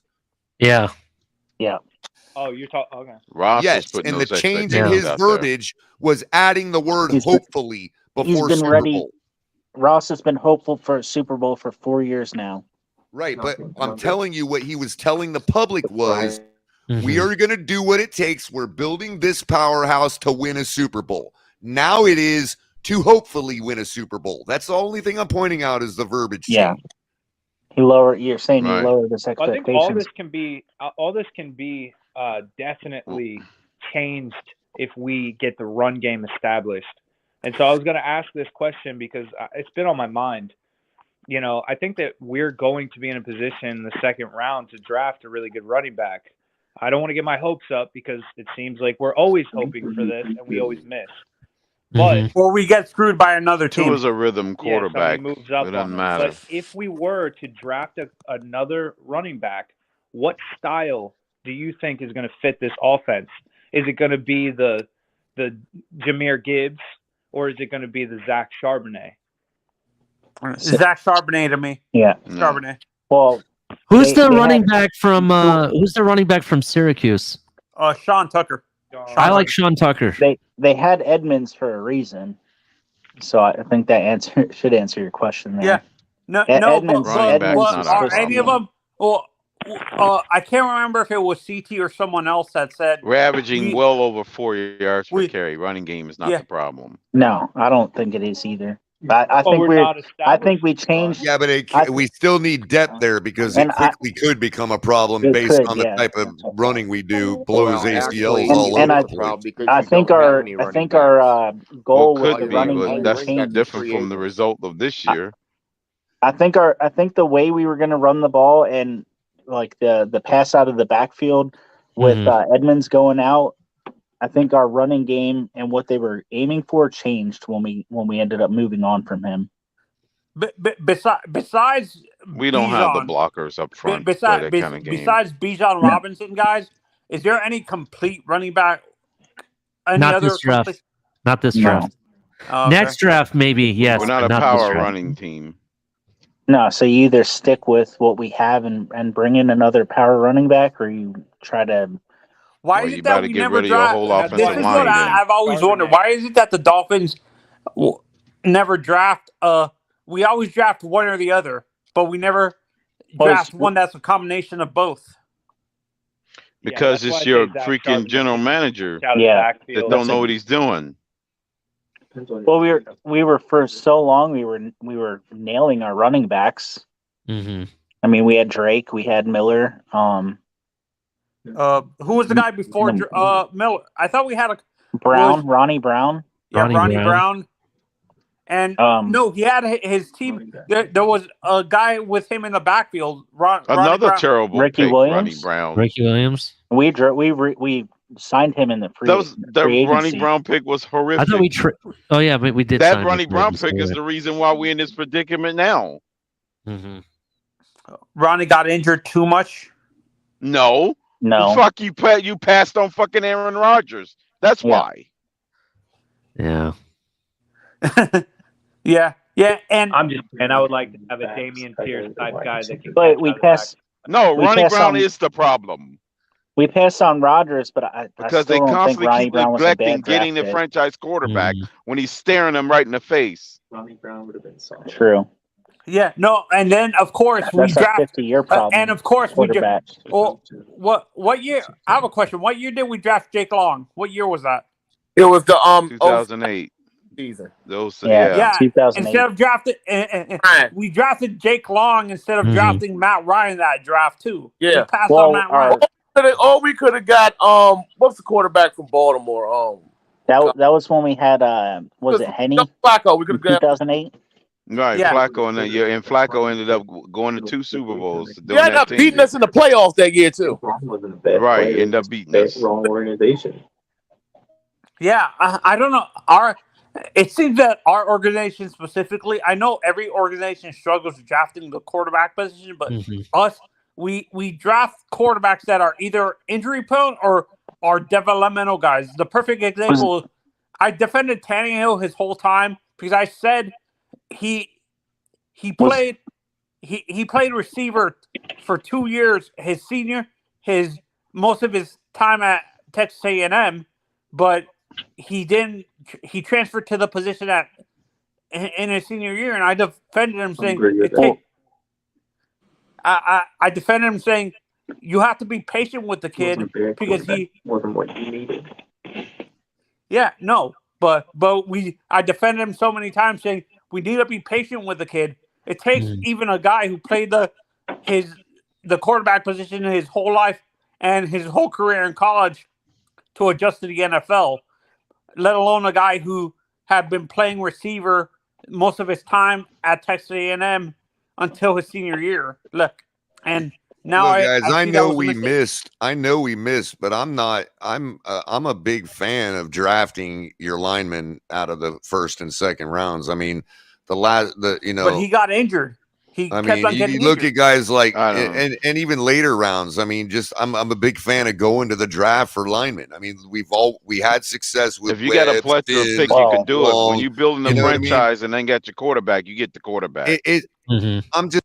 It's more of an anomaly that we missed on the couple linemen that we've drafted recently. You know what I mean? That's more of an anomaly. And Jake Long was a solid pick. Like this dude was making Pro Bowl. Yeah, sure. Sure, Damien. Yeah, we gave up somebody he else wasn't to the get guy him. at Like that we had a point. chance to get somebody that would have helped us better. But he still We've was a gotten solid linemen lineman. I mean, well after, we've gotten our goal in linemen that well draft after wasn't to Jake get a Long quarterback. that would have made the line good in front of Matt Ryan. Yeah, no, I agree. Matt Ryan was the pick. Quarterback wasn't our goal. Sure, but Jake Long still was worth the pick for somebody, is what I'm saying. No, and you guys brought up the Aaron Rodgers situation. You guys brought up the Aaron Rodgers draft. Other teams made that dumbass mistake too, passing on Aaron, not just the Dolphins. Yep. I agree with that completely, Tony. Going back to the running backs, I was thinking about this. There's another one, Larry Tunsil. Sorry, Oliver. No, it's okay. Being the fact that our owner Ross is very much a Michigan guy. Oh yeah. What do you think he'll stick his nose in and tell the Dolphins at running back they need to draft Corbin, their running back? Yeah. I thought he's going back. He's not. He's going back. Is he going back? Yeah, I thought he was. He's not coming in. He's not entering. No, he's a senior. He's a senior. No, I think. Hold on, let me look that up because this is on one of the. Redshirt. He's a redshirt. He's a redshirt senior. Damien. He redshirted his freshman year because he tore his ACL in high school and stuff like that, and unless he can, because of COVID they added. Yeah, I think he got another year eligibility because of COVID. I'm pretty sure he's going back. Yeah. You're right. You're right. I'm just looking at it right now. You're right. He's a redshirt senior, but he's going back. Wait. Hold on. Michigan National American.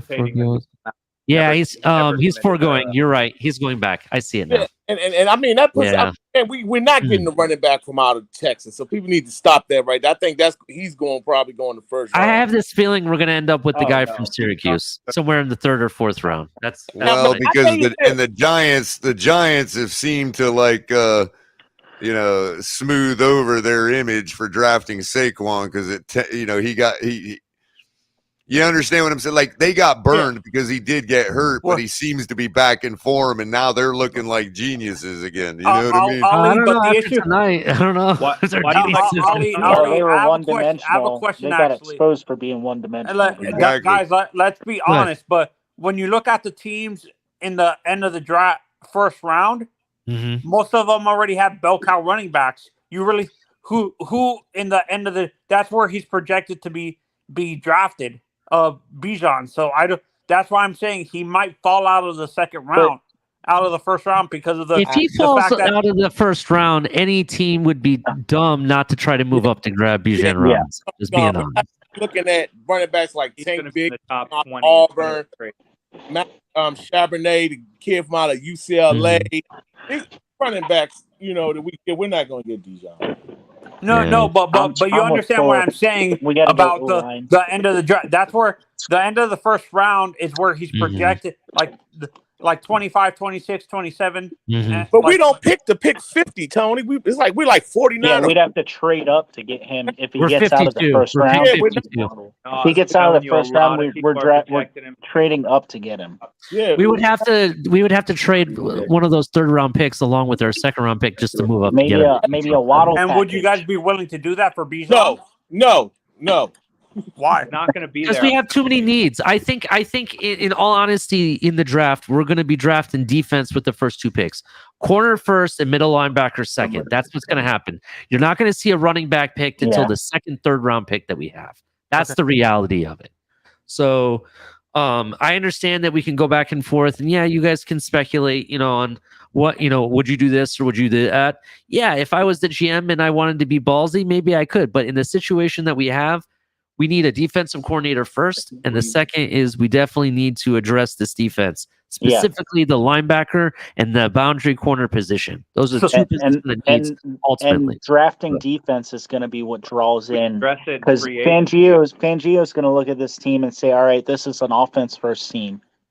But if you can say, you know what, you're going to get these draft picks, Fangio could probably say, all right, well, if you're going to give me some draft picks, especially if you stick with Tua.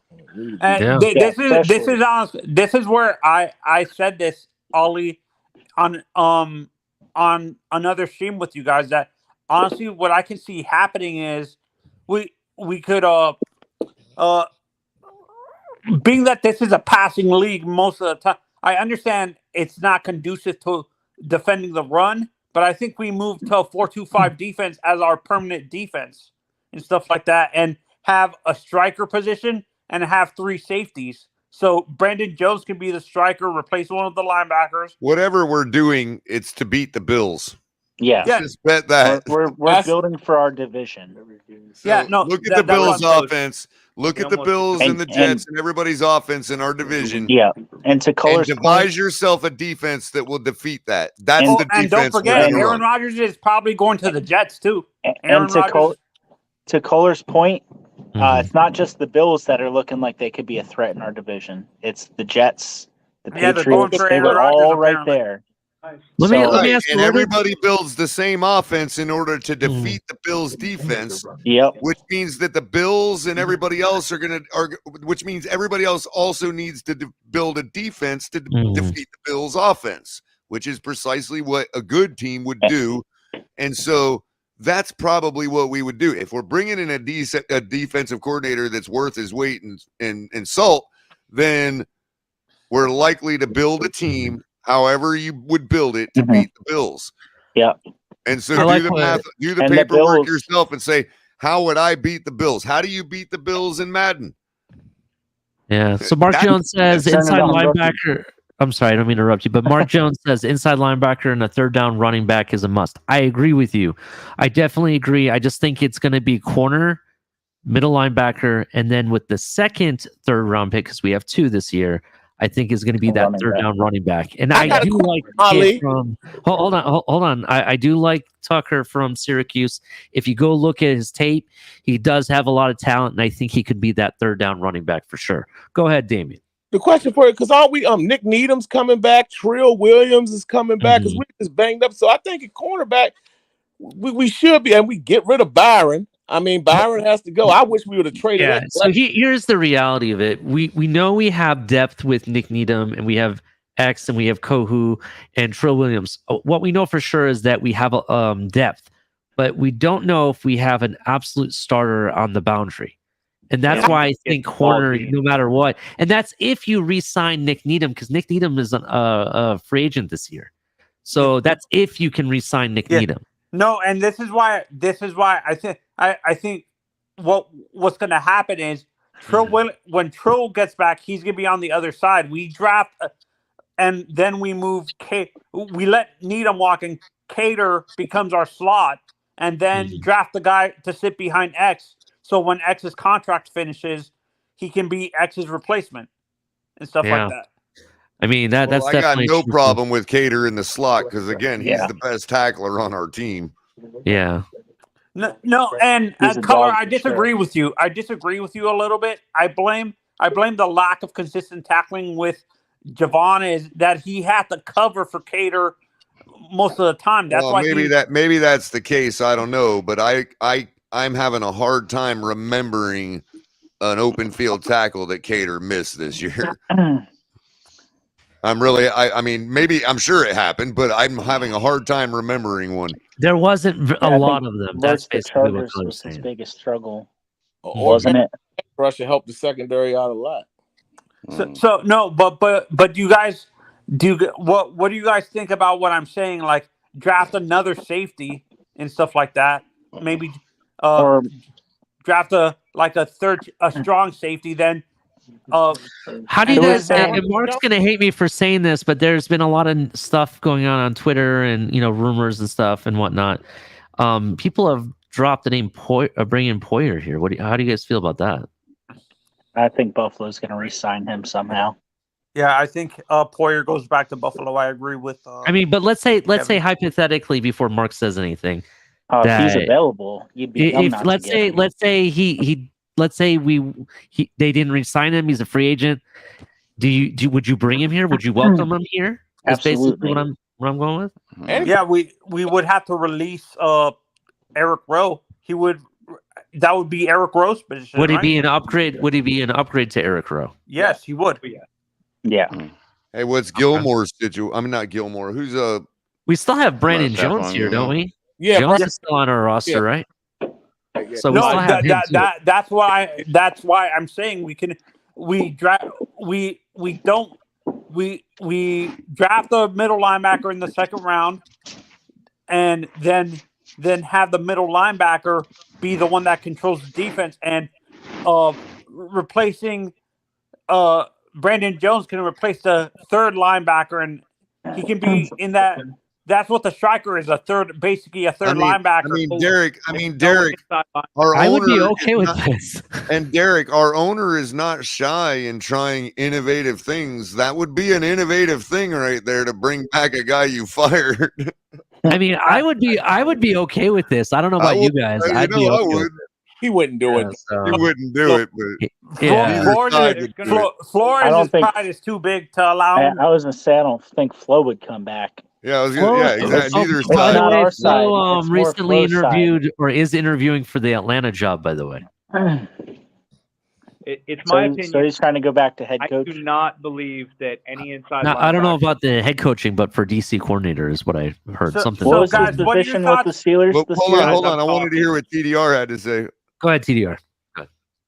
So I don't think there's any inside linebackers that are going in that area that are worth anything, especially not better than Channing Tindall. We got to pay him. We got to see DeMario Overshown from Texas. He's a middle Overshown? linebacker. Devon Overshown?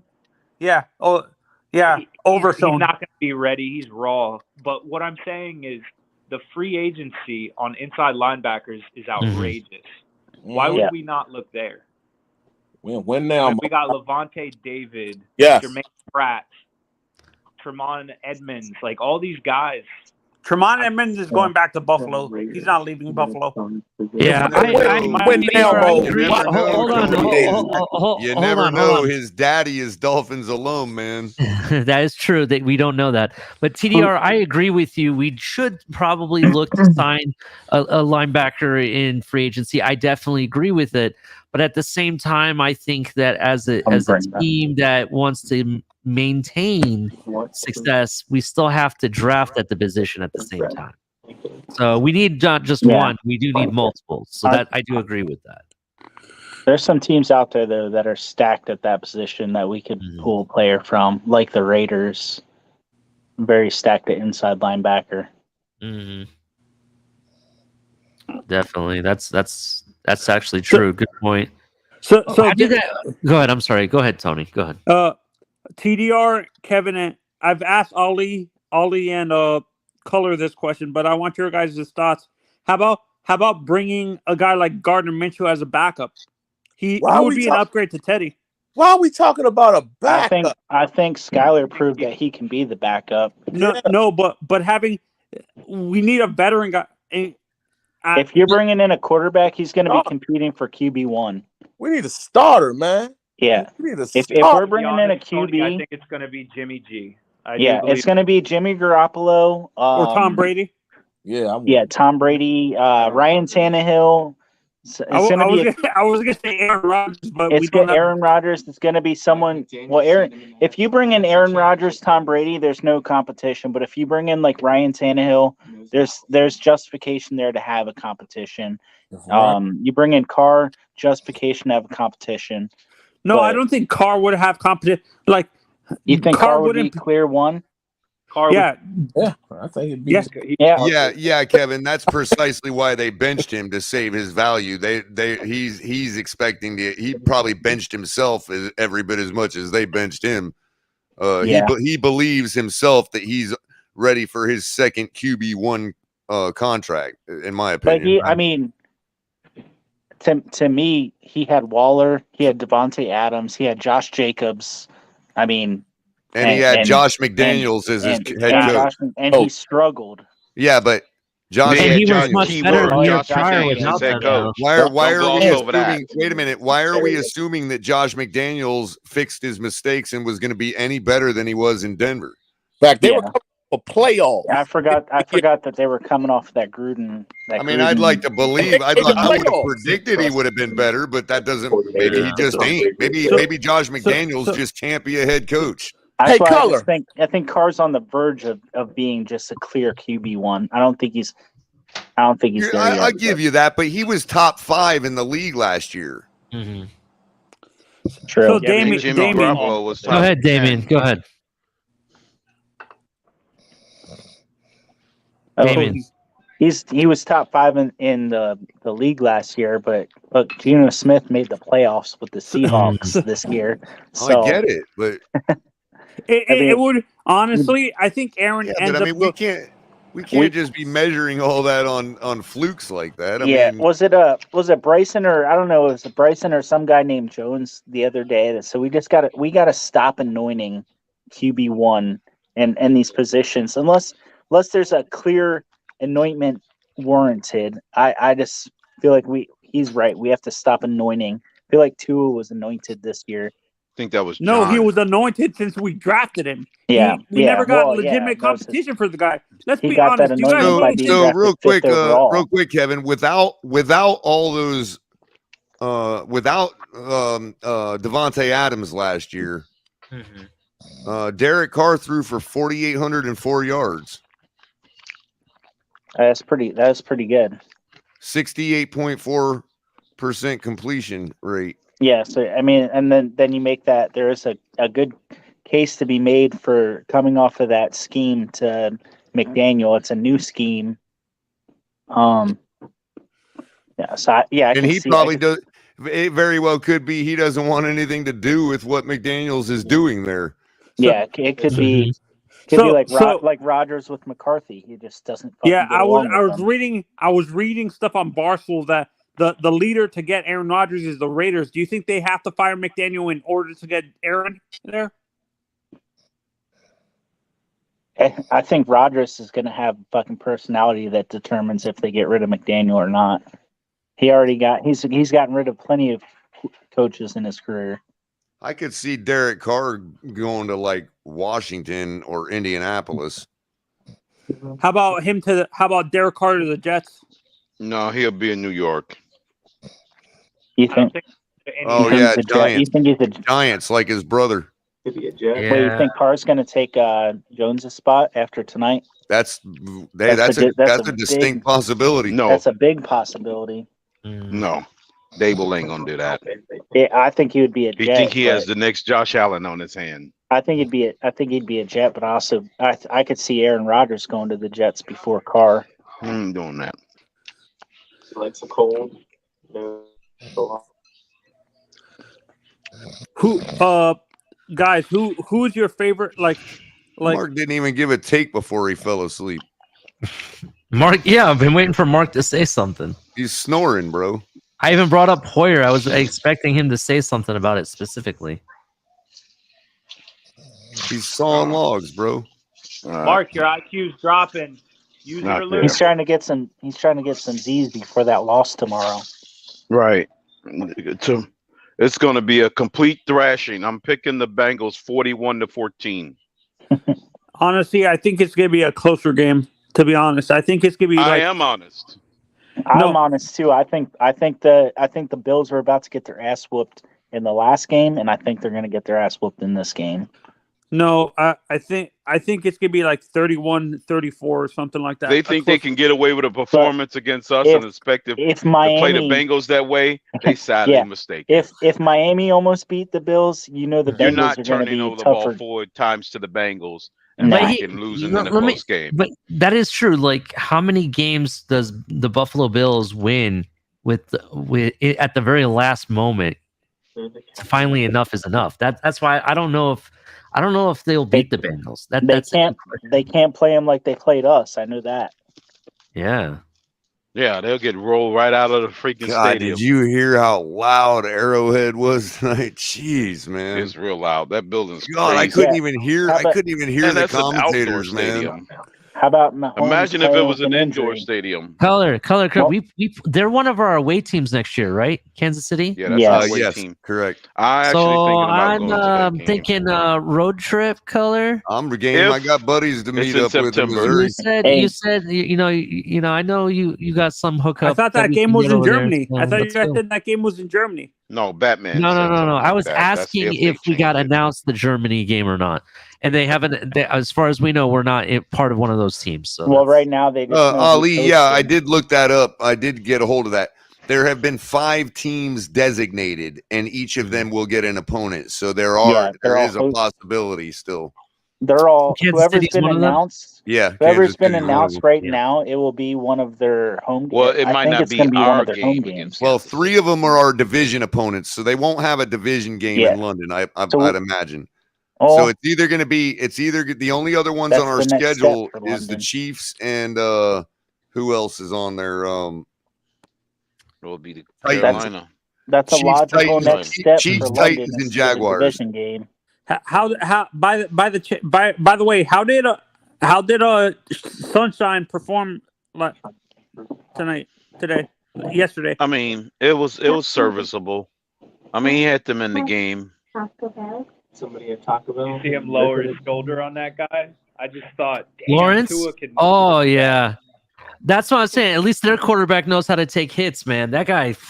Oh, he laid out Yeah, he did. Yo, did you all notice? Did you all notice how He played serviceable. what's his name? Pacheco. Did you notice how Yeah. he along the 7th round sideline pick color. like knocked a guy back and still picked up the first down? That's Yep. how you Yeah. play in the postseason. Mm-hmm. Yep. Yeah, Pacheco's a 7th rounder too. Thanks a lot, Greer, for passing up on that guy. We appreciate Versus, it. what was it? You don't play Agnew. like that in the postseason, you don't win. Versus Mhm. Agnew dropping the ball and fumbling it, and Pacheco's just knocking people 3 yards back. I was reading. the sideline. Did you guys see On that? the sideline. Did you guys see Morstead probably he's going to retire? No, We I don't- saw Morstead's going to play one more year for us.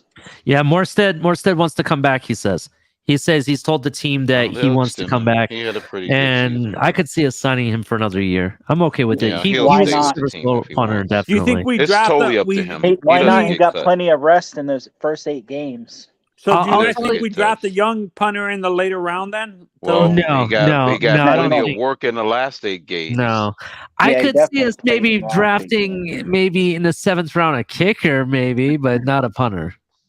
No, because I like the guy Michael Turk from I think it's USC or something like that. Matt Turk's son. We're just if Can we he's going to just get lick our drafted. finger and stick it in the air? I mean, it's a punter.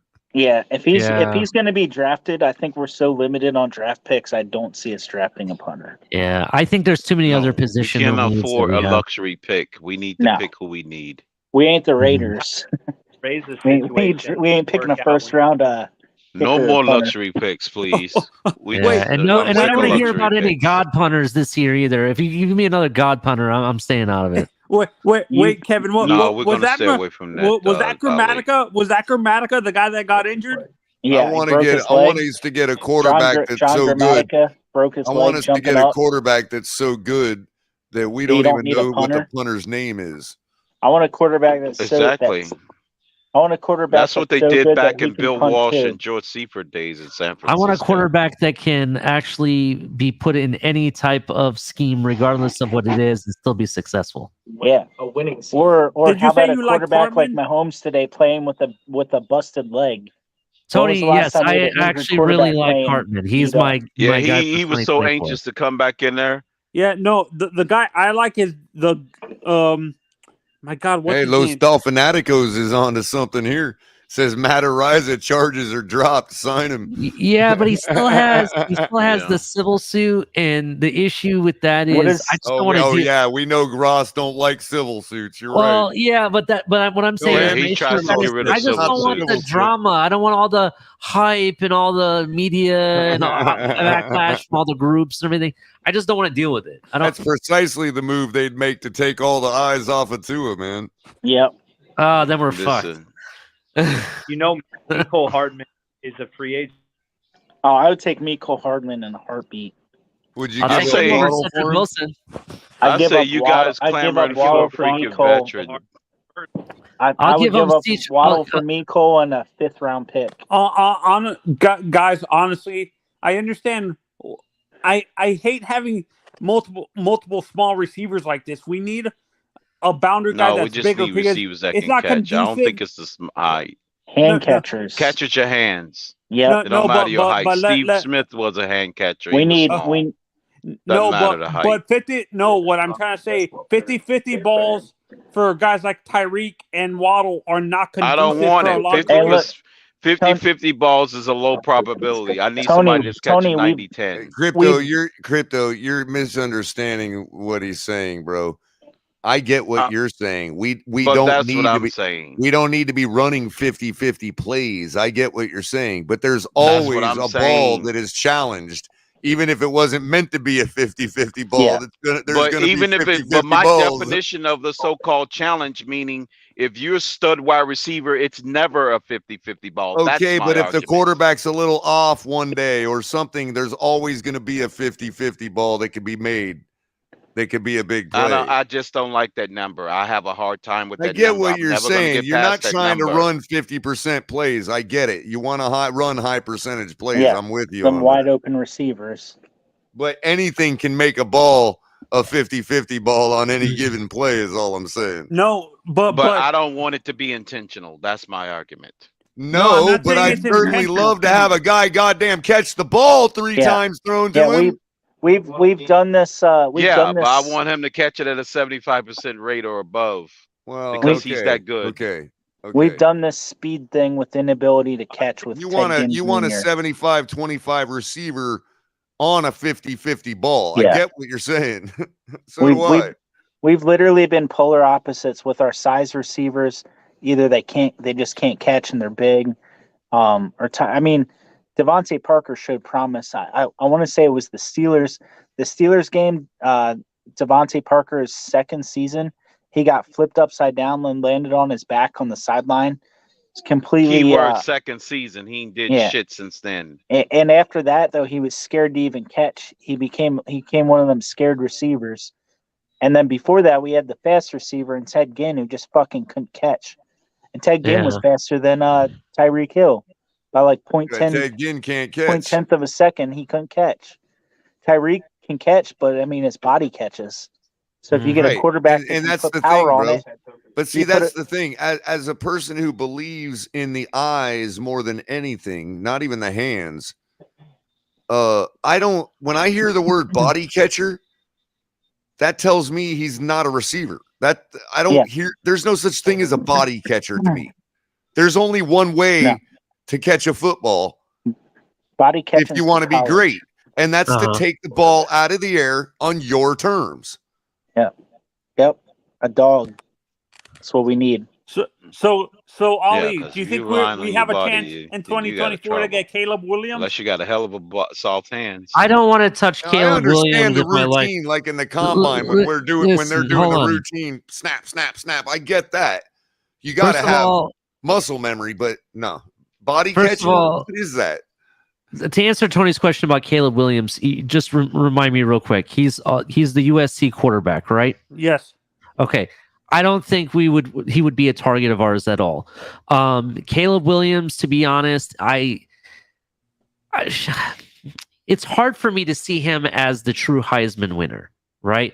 I felt there were other candidates that showed more promise, more stats, had a more complete season than what he did. And you think he got it because of Lincoln Riley? Is what you're saying? Because of their coach. I get the tingles, man. Say that again. Say that again, TDR. I said when I watch Caleb Williams, I get the tingles. The guy is elite, like super elite.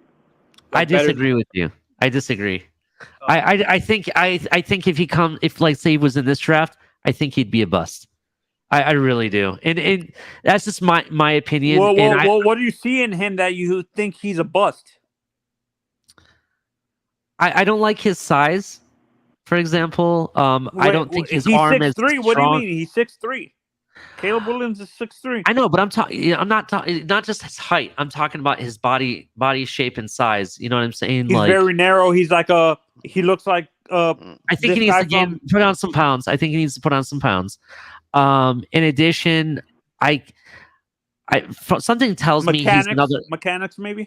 His mechanics are a little bit, kind of, but also something tells me that he might be another scheme quarterback. Do you understand what I'm saying? I could see that happening.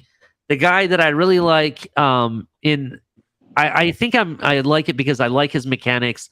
I like his progression of looking at the different receiving options. And when he throws the ball, he just makes it look so easy. And that's Sam Hartman. And that's why I like him so much. No, I have a better guy. I like Drake May from North Carolina. Drake. I have to look at his. I haven't watched. Ali, Derek says it perfectly. He says Waddle would have a reason to drop balls at the end of my practice. Bingo. And I know what he's saying. In other words, his hands would be so tired and beat up that he literally wouldn't be able to take it out of the air anymore. But that's the point, is that I think if you look at the double meaning of that statement, and maybe Derek didn't intend a double meaning, but there is a double meaning there. For me, the statement translates to Waddle would have a reason because it would be his choice to drop the football. You see what I'm saying? Yeah, but just going back to finish my statement about the USC quarterback, USC is now going to be playing in the Big Ten. How they play football, the style of football that they play, and the defense that he plays is going to be a lot more competition than what they saw in the Pac-12. So after next year, after this coming up year of college season, then I can definitely tell you yes or if I'm on or off of Caleb Williams. But I'm not a big fan of Pac-12 quarterbacks in general. And is it because of the lack of success of Lincoln Riley's quarterbacks in the NFL? Also, his track record of not Baker Mayfield not flaming out after a year or something like that, like these quarterbacks from. What he was under Jalen Hurts too, right? Jalen Hurts was under Lincoln Riley too. Yeah, Hurts is not too bad. I like what I've seen of Hurts this year, but it took like 3 years to get there. Do you understand? No, that's what I'm saying. Do you think? Are you hesitant about Lincoln Riley quarterbacks because of that? He got to the playoffs in the second season. Did he get to the playoffs last year? I don't know. I don't follow Jalen Hurts, bro. I don't know. I'm just saying, like, this season he's been out of his game last season and this season. I think this is the season he's really shown. He's really shown out. Oh yeah, he had a bigger improvement. Exactly. Last year. That's basically what I'm talking about. But go ahead, Tony. Ask again what you're asking. I'm sorry. Yeah, no. What I was saying, do you not? Is it because of the lack of consistent success with Lincoln Riley quarterbacks in the NFL that it's more Lincoln Riley that you don't trust than the actual the player? I don't want to say it's Lincoln Riley. It's not necessarily him. I think it's a combination of a lot of different things. I'm looking at for example, everybody likes to say the SEC is the big bad conference in college. Like nobody can compete with them, right? I look at the level of competition in the conference, who they've played, what their stats are, what they did in certain situations like how well they played against certain teams and whatnot. I take a lot of different things at it. I find the Pac-12 to not be a defensive conference, and because of that, it kind of you can say that about the Big 12 too. They're very offensive. They don't really have good defenses in the. There's only one quarterback that has come out of the Pac-12 recently that is good. I mean, that's Herbert technically. Or somebody Jimmy Garoppolo-esque. I don't think Greer and McDaniel get the luxury of drafting another quarterback. I think they have to bring in competition. I think they draft, or Greer at least has drafted. It depends what happens this year. This year will signal if they get another chance, because this is the reality of it. If let's say we roll with Tua and Tua ends up again. Yeah, the same thing happens again. I don't want to, but we addressed all the other position of needs, right? All the other positions were addressed properly, and let's say we rolled into the playoffs still. I don't know. I could see them maybe drafting a quarterback in 2024. It's possible. There's so much at risk if they just stick with Tua. If Tua gets hurt, jobs are at stake. If Tua doesn't make the playoffs, jobs are at stake. The team could get sued. There's so much at risk sticking with Tua. I definitely understand. And actually, this is some news. Let's actually talk about this, okay? So there's two pieces of news I want to give you guys that kind of, it's not really like confirmed news, but it's coming from somebody that you have to take it with a grain of salt, right? So first off, the Miami Herald contacted two different, I want to say they were concussion specialists. Yes. And they both said that they don't see any reason why Tua should retire. There's no proof that he actually had multiple different concussions. And the Tua Nears just took that and ran with it. Were those NFL? They was real those gleeful. NFL concussion experts, or were those just concussion experts? They're third party guys. They're third party people. So those are bought and paid for. I don't know if what information they are a preview to actually know what they're talking about has like any basis or legit statement, or is it just them saying based on what I know I've read in the media? It sounds sketchy. You know what I mean? It's kind of sketchy. So I don't know what to go by, but I'll tell you this: with a grain of salt. You're a multi-billion-dollar organization. You have to have 1,000,001 lawyers to be telling you, dude, you need to be careful with this decision. They got to be telling him. That's why probably have. Back. And here's where some people in the chat may disagree. That the people that called me a flip flopper earlier. This is why you also have to look at it and to be fair. They probably have those lawyers, and they probably also have more information than someone like you or myself about all of the medical side of Tua's injuries. Like, they have the up-to-date information. They probably know what the doctors have already told him, as well as told the team. They probably have all of the facts that we don't. So we don't know. We don't know what's really going on. There could be something completely different going on, and we're just not aware of it right now. I think they definitely know more about what's going on, and that's why here's the other at the end of the season. Yeah, I understand. So, I mean, I understand what what you guys are saying, that they may not have a chance, but to draft a quarterback, it depends on what happens. If let's say Greer did everything he could and signed all the appropriate players, we got the defensive coordinator and everything, and Tua still didn't finish the season. At that point, because would be the third year in a row you didn't finish the season, at that point I have to start moving off as an organization. But his comments hitched himself to, and I don't. The issue with that, Ollie, is the comments he made during that presser hitched himself to Tua. So what exactly did he say verbatim? What did he say verbatim? If the lawyers and doctors say Tua can't play, that's not gonna. That he's hitched to him, but they're gonna give him an out. And I can see where Ali's getting to where he could get that chance. And here's the other part of this is the conspiracy side of things, right? And I don't like to go into this, but we'll talk about it just briefly. One thing you know about Chris Greer is that he's Ross's right-hand man. Anything that Ross wants, Chris Greer is the yes guy for him, right? And with that being said, Chris Greer knows where all of the I'm using this as a term. Bodies have been buried. Exactly. Yeah. So if you're the Miami Dolphins like Ross, you're thinking, I don't want to fire you because you know all my secrets and you've kept them and you've been loyal. Let me go ahead and promote you to executive player personnel and bring in another GM. That's how that would happen. That's a big conspiracy, though. Like, look, Ross got caught this year tampering. I mean, what else? Yeah. What else could there be that would? I mean, maybe cooking the books.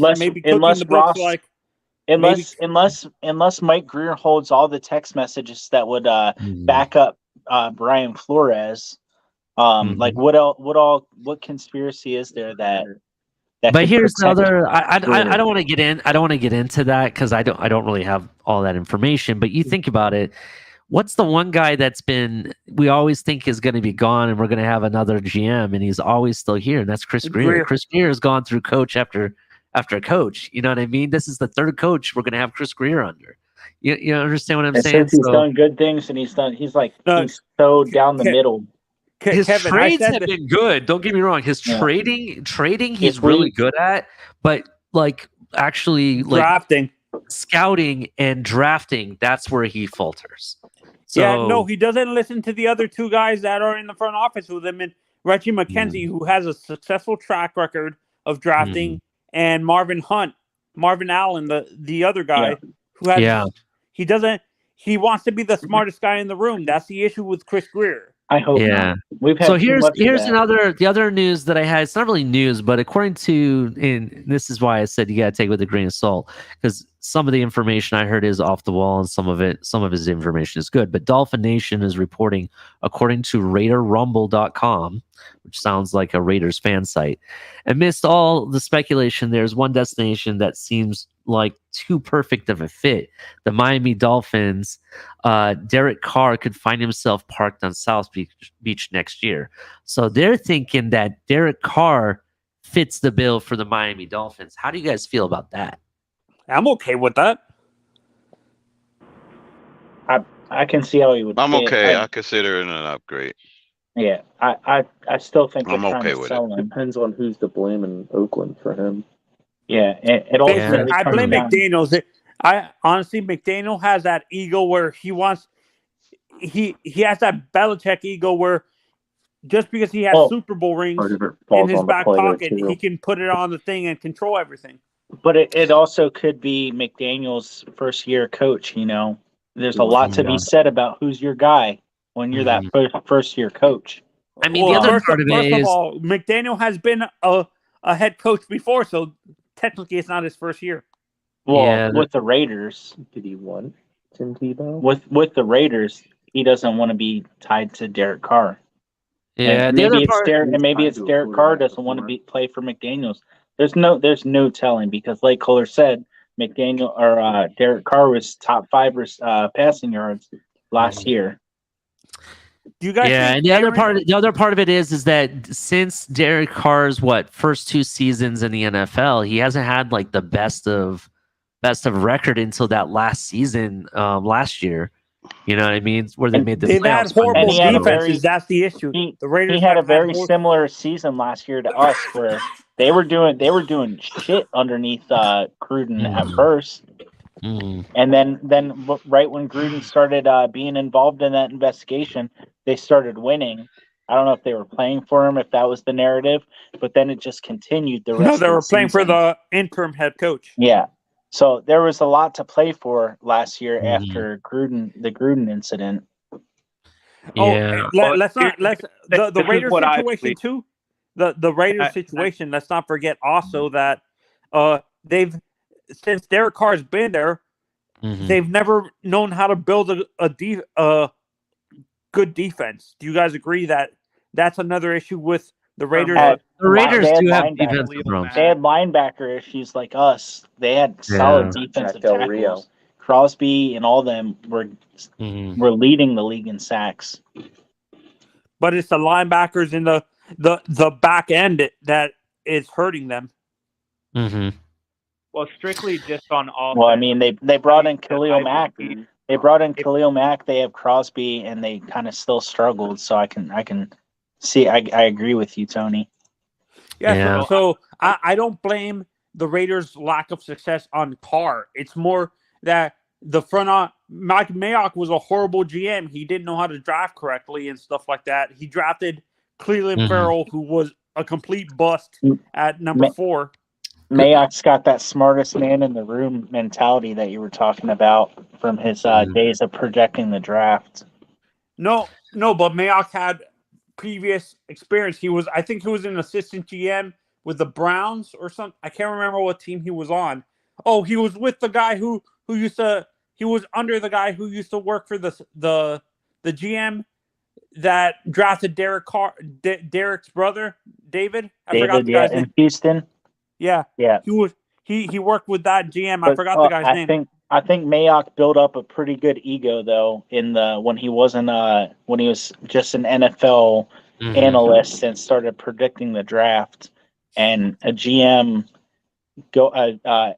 draft predictor going into a GM position, you would think like, all right, this guy's he was pretty accurate in his draft predictions. So I could see that whole smarter. Jeremiah is the more honestly mentality. with the draft. I think Jeremiah is more accurate than this guy, Mayock, Daniel Jeremiah.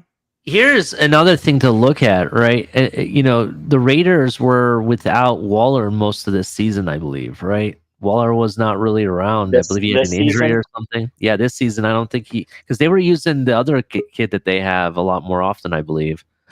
I would take Waller as a tight end on our team in a heartbeat. Unit did good. No, but he doesn't block. That's the issue. Like the offense that Kevin. The issue with that though is the offense that McDaniel runs. He would prefer an overall tight end who knows how to block and receive. Guys like Gesicki and Waller wouldn't be successful. Yeah, they wouldn't be as successful in this. Like Dalton Schultz is the guy, Tony. I'm telling you right now, he's the guy. Schultz is the perfect. He's not Kittle level, but if we go into the draft, how about Michael Mayer? How about Michael Mayer from Notre Dame? Yeah, Michael Mayer. But like they were saying earlier, I was one of the ones that said, we bring in Schultz and then we draft a tight end and develop them. But then we have Connor, who I agree. I mean, we have Hunter Long. Don't forget we have Hunter Long. Yeah. So we do need to develop. I don't know if we'll be drafting a tight end or if we'll be picking one up in free agency, but I know that's if Gesicki doesn't stay, which I don't think he is, I think that's a big position. Honestly, I think Gesicki ends up going back to he goes to LA or somewhere. No. I'll tell you where he's going to go right now. And he's already told everybody. That's what I keep telling people, but nobody wants to go watch the podcast. He's going to go to the Giants, bro. That's where he's going to go because they have him and his wife want to live in their dream house that they built in Jersey. That's why. Yeah, he's from that area, right? Yeah. Don't the Giants play a 2 tight end, kind of like the Patriots did? Yeah. Where he would fit. He would kind of fit perfectly. He'd be like the Hernandez to Gronk. No, but Evan, they would have 2 non-blocking tight ends. Ingram doesn't block at all either. Oh, he's not okay. Yeah, that would make no sense. Yeah, then that doesn't make sense. But maybe they're moving on from Ingram. Maybe Ingram's going to be available. I don't think that's going to happen. But everybody between the fullback. Yeah, I don't think Derek Carr. Derek Carr to Mike Gesicki for the touchdown in New York. Oh God! Color, hold it down for a moment for me, okay? Roger that, man. Yeah, I was just walking Chewy. He was about to poo on my foot. What's up, TDR? I don't know if you can gain up a little bit. You're really low. If not, I can also pull you up a little bit. Oh, my bad, man. There you go. No, Perfect. I disagree that Derek Carr is an upgrade to Tua. I think that if Josh Jacobs was in Miami, it'd be a different story. Yeah, I kind of agree and I with think TDR. that this gunslinger Tua, this year was all about Tua being this gunslinger, and I think it failed. So hopefully Mike McDaniel is smart enough to start caring more about the run game, and that's why I was kind of harping on it earlier. Bring it back to his Niner days. Well, look, if you're talking about, them going against a lot of the will of a good portion of the fan base and really running it back with Tua, I agree with you wholeheartedly, and I think we had the chance to do that this year. That's why I predicted a 13-4 record. And I actually, am on record as saying several times that given the same performance as last year, we should have gained a couple extra wins this year, and we didn't. So it's kind of disappointing. But also one other thing, we could be secretly whatever. We could be, looking for another quarterback, and that may just not pan out, and we're forced to go with Tua again. So there is always that too. Another thing that, to your point earlier, Color, the biggest thing we need to do is build for the teams in our division. And one thing that we proved this year is that we can run versus those teams in our division. See, that's the thing. I want the to be able Bills to and the Jets and the Patriots. I could argue the point about Tua by just saying, well, it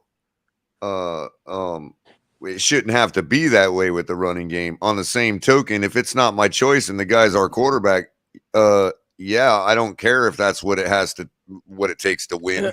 On the ball, guys, you know what I mean? Guys, and actually, I was watching a podcast recently that did a Tampa Bay sports podcast that was interviewing Tom Brady during the season, and he says he doesn't want to. He's too comfortable in Florida. His kids are here, and he wants to. He says he wants to stay in Florida. That's why I think Miami would get him. I think Miami would get him cheap. I don't think there's a lot of people that are saying that Tom Brady's son. Tom Brady didn't leave his family to finish 8 fucking games. He didn't leave his wife. He literally left his family, and people are saying, "Oh, he's done." He left his family. You think he left his family to play 8 more games in the NFL? No, he wants a ring. Yeah, and Brady doesn't want to admit it. Brady has nothing better to do. He's one of these idiot jocks that doesn't not idiot jocks, but he's like a guy who doesn't have a life outside of football. But if you go back and look at all of Tom Brady's photos from high school all the way back to a kid, he's got a football in his hand. Football is that dude's life. The most famous even his what he knows as a family, his family surrounded him as a football player. Yeah. That's family to him, is surrounding him as a football player. And I don't get I understand why people don't want Tom Brady to win us. It would be kind of weird to see him win a Super Bowl for us. It would hurt us in the heart after him beating us for 20 years, most of his time. It wouldn't hurt me. I want a Super Bowl. I don't care. I'm like you. I do not care. I do not care. At this point, Tom Brady's hurt us enough that we can't hurt anymore. Could win you a Super Bowl. At least, I mean, if you're still getting hurt by Tom Brady, then you know what? I don't think football's the game for you as a Dolphins fan, because that dude's hurt us for the last fucking 20 years. What else can he do? That's what I'm saying. Like, you need to move on. He's been in. How long has he been in Tampa? Was it? This was his 3 year. This was his 3rd year. Biggest slap. Yeah. No, that's what I'm saying. He's been in Tampa for 3 years. He hasn't been in our division. How about this? Tom Brady comes to Miami. Belichick leaves the Patriots and comes and defensive coordinates for Miami. And we just that ain't happening. But I already did put the broken take out there that he would reunite with Brady in Miami to go after Shula's record. I'm just pulling rainbows out of my ass, Kohler. It would be amazing. No, my rainbow was even bigger. I had him coming as head coach to reunite with Brady to go after Shula's record in his hometown. And then drop McDaniel back as offensive coordinator, learn underneath Belichick for a year or two. Belichick and Brady retire together, and then McDaniel takes over. I don't think you guys know that Brady and Belichick, they dislike each other strongly. They hate each other. I didn't know that they dislike. No, but they dislike each other. They don't hate each other. They dislike each other strongly. I mean, I dislike my dad, but he taught me a fucking lot. And if my dad could come back from the dead, I would take that in a heartbeat. Well, Brady made Belichick. Belichick never made Brady. He's the best quarterback ever. Well, I'd take that because Belichick was Belichick when Brady was not the best quarterback had a great defense. And you go back If to you the Giants. even if you go watch his documentary, Bill Belichick Brady has a had to losing give. record without Tom Brady. Do you know Yeah, that, Kevin? Jay. Yeah, but- Tony, can you be quiet for like one fucking minute? Real quick. Bill Belichick has a losing record without Tom Brady. Facts. That is facts, but He they were won kind one of young playoff and they were game, Bill Belichick, without Tom Brady. the In first all his 3 years years coaching. of That was in Brady's fucking Cleveland. the first So 3 wake years up, of respectfully, guys. the first 3 years of Brady's career was mostly defense that Yeah, I won agree him with those Super that. Bowls. And But I think they're yin and yang. I think Brady. Hold on, Mike. I think Brady wants a Super Bowl so bad that he would be willing to take the best of the best surrounding him, kind of like LeBron James when he goes to these different teams and just surrounds himself with the best chance to win a championship. I could see Brady, going somewhere and people just Taking following less him. money? You think he would take less money or something? We already lost a first-round pick for him, so I hope he would take less money. Well, if he wants to be protected, he better take less money because we need to get another offensive lineman. Okay, and we need an inside linebacker. So he'd probably come here and take $25 million per year on a 2-year deal. He Just knows as Miami. a response, go ahead, Kevin. I'll wait for I your was done. going to say he knows Miami's close, but there's some things that he would want as comfortability. Going to the dealership and picking out the car that you want to drive. You're not just gonna take the fast car. You're gonna want all the Gucci feet, the Gucci seats, whatever makes it comfortable for you. And I think Tom would take a cut to make a comfortable team comfortable O-line that he could play behind and win a Super Bowl. I'm gonna get crazy. How about Gronk coming out of retirement and coming to play in Miami? Well, we need a tight end, so it kind of fits. With respect to franchise Bills guy there that says we're over the cap, I don't think he realizes, I don't think he's cognizant of the fact the cap's going up. And moreover, Byron Jones, Gesicki, there's a lot of players that aren't coming back here. The cap's not a major issue. The It's cap somewhat of doesn't an mean issue. anything anymore. The Saints proved that this year.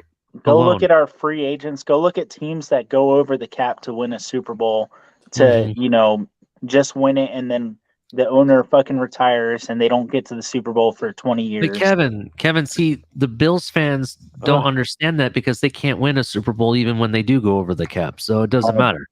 But anyway, that being said, that's true. That being said, what I wanted to comment on was with Color talking about Belichick and Brady coming here. When you have a player like Brady or a greatest of all time player, no matter the sport, it doesn't matter who the head coach is. They're going to find a way to win regardless who the head coach is. So that being said, if Tom Brady comes here and if it's McDaniel, it doesn't matter if it's, let's say we fired McDaniel, we hired Fangio, it doesn't matter. We have a chance to win a Super Bowl, or Payton. It doesn't matter. It could be, we could freaking go get, we could hire Studsville as head coach and we have a chance. Tom Brady could play for Peyton Manning by the end of it. If he's truly the greatest of all time, it does not matter. I also think Tom Brady wants a piece of an organization, and I think we're that organization he wants a piece of. His trophy case. I honestly really think his next step isn't going to be into broadcasting like most people think. I think it's ownership. He wants to be in an ownership position, and it sounds like Stephen Ross is it his daughter or his son? Tom Brady. They don't really want the team, is what I was reading last offseason. Maybe. Well, if we want new owners, go get me a football family. Go get the what do they call what's his name's family on the line? Go get the Manning family up here. I want a football family to be our owners. The Manning family. Peyton Go wanted get to the own the Manning family Broncos. because they tried They to buy want the it. Broncos, bro. They wanted the Broncos really bad. Yeah. Come here, come to Miami, buy us. You have homes here. You know what I Yeah. mean? We want Retirement home, Florida. Yeah, Florida's the perfect place to retire and own a team. That's a big. Can you that's a imagine, guys? Can you imagine though how crazy that was? Let's say Peyton and his family buy the team, but Brady's here coaching. And Not Belichick coaching. comes into coach. Or no, you said Tom Brady's here coaching. Belichick comes into coach. Brady wins us the Super Bowl. Brady takes over coaching. Mannings are owning the team. Holy shit! That would be. That's just pie in the What a sky. dream. I feel like I'm. We're No, living I in think we're, you we're know who living in I. fantasy land though. Yeah, It's a no, lot I of think shit to the Mannings happen. end up buying the Tennessee Titans because Peyton went to college in Tennessee and stuff like that. I think he would rather. He's more of he would rather be in Tennessee and stuff like that. Super Bowl. No, I don't agree with that. I don't think Yeah, he'd I rather think- be in Tennessee. I think he'd rather be somewhere where he's going to win a Super Bowl faster. No, but I'm saying his personality wise, I think Peyton, his personality fits better in Tennessee than in Miami. Is what I'm saying. Oh, Miami? No, the Mannings are used to that. The whole Eli going to New York, they're used to being in that prime time position, and Miami used to be a prime time team. Miami's not. I mean, they're not far. 49 years, yeah, but they're not that far separated from where like Miami was happening. Monday Night Football.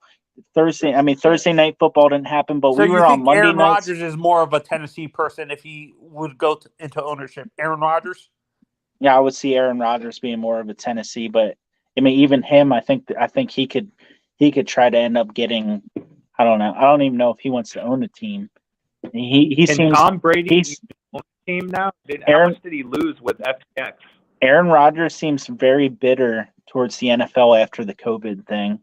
That I could see where Aaron Rodgers doesn't even want anything to do with the NFL after he separates as a player. Really good point. That is definitely a good point. We're coming up to the 4-hour mark, so I'm going to do the rundown real quick, guys, and then we'll start getting final takes, okay? All right.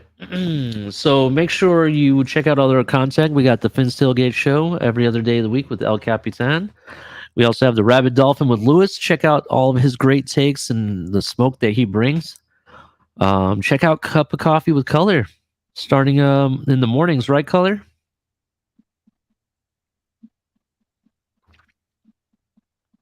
Yes, sir. Working towards Monday, man. If I can get Mondays? myself all squared away with the new apartment, I'm there. All right, rock and roll. Also, check out Dolphins Debrief with DTA. You know, he also has the shorts whenever we got news dropping. He's giving you guys an update. And then every Saturday night, you have Late Night Exhale with myself. And also, you have Broken Takes that will be doing some pre-records throughout the off season. So definitely check that out. We also, if you'd like to donate to the channel, we definitely appreciate Cash App, Venmo, Super Chats. We definitely appreciate it. Make sure you hit like and subscribe, turn on notifications. So thank you. And we also have memberships. We forgot to bring that up earlier, Color. We also have memberships. So if you'd like to, want to get notified quicker or get extra content, become a member of the channel. We'd really appreciate it. There's 3 different options. We have Familia, Amigos, and MVP. Each level gives you different types of stuff, and definitely check that out. So definitely appreciate it. Also, shout out to our sponsor. New seasons, new gear. Show the world what it means to be a fan in 100% authentic gear. Fanatics, officially licensed everything. What's up, Broken? Yes, so shout out to Fanatics. Make sure you use the link below. Helps out the channel. So definitely appreciate that. We also check out Backroom Collections. They got some pretty cool artwork. Color showed it earlier in the show. Use the link below. Also, if you use the code #TFTG at checkout, you can save 10% off your Backroom Collection purchase. Some cool stuff that they do there. Also, check out our merch store. We got tons of stuff. Hoodies, t-shirts, activewear, mugs, tumblers, all that stuff. We have stuff for the kids now. Different stuff. We got t-shirts, tank tops, flip flops, hats, all different kinds. So they come in different colors and stuff too. So definitely check that out. Still, this is the best part, I think. I have this flag. It's freaking awesome. I'm going to get another one soon. But definitely check that out. We really definitely appreciate it. Color, before we continue with final takes, you got anything else that I missed? No. No, that's pretty much it. All right. I think so. So let's go around the room. Let's start off with that Dolphin Realtors, man. Tell us what's your final thoughts, man. What do you got for us? Well, I'm just going to say this. I think recently you guys have really stepped up and become like the heart and soul of us fans, and so that's pretty awesome. I would say I want to see more shorts. I see you guys are doing some shorts every now and again. I like them. And then also, man, it's hard for me, DDR. It's hard. Can you imagine Color condensing himself to a minute? Hey, man. I'd have to put out like 50 of them to say one thing. Days of our lives with Color. Well, so do you guys think that maybe we can do joint live mock draft? A couple of those over the off season, some fun stuff like that. That's actually a good idea. I'm going to be doing some mock draft shows, and so is Color. So definitely, yeah, that'd be a good idea. Yeah, awesome. That's awesome. All right, so I mean, my final take would just be, I think that our little experiment has failed. It sucks. It hurts. I don't think that Tua can sustain 12.3 yards down the field all season next year. And so I'm really hoping that we get a run game. And, there's some free agents. I'd like to get Mike McGlinchey in here just to kind of take a look at him, maybe solidify that right tackle position, tight end, and then work on the defense. And I think that we could definitely run for the Super Bowl next year if we do the right thing. So definitely, I really appreciate the thought, and definitely, I definitely agree with you. We definitely do need to look at the position of need and address a lot of that in the offseason, specifically in free agency. And Mike McGlinchey is actually a good option. That's actually somebody I didn't think about before. So yeah, I really like him. I mean, I think he's the top right tackle in free agency right now. So maybe kind of pricey though. I mean, but then again, right tackles happen. don't make as much as left tackles, isn't that right? Their market value is a lot lower usually, right? Absolutely. Yeah, so that might be an option. But thank you. I cool, man. appreciate Well, definitely. Yeah, definitely, man. You're definitely welcome anytime. So thank you. I appreciate it. All right. Let's see if Mark's awake. Mark, are you awake? Mark swallowed his tongue. Yeah. Mark went into that coma that the Buffalo Bills are going to have tomorrow or today. Mark is dreaming about the win that they're not going to have tomorrow. Well, if I could speak for Mark, I mean, it has been a long day out here in San Diego. I mean, the weather's so brutally rough. I've had to fall asleep on you guys. Sorry about that. Oh, it's okay, Mark. So how bad are you guys going to be? Color. Let me ask, Mark, how bad are you guys going to lose tomorrow?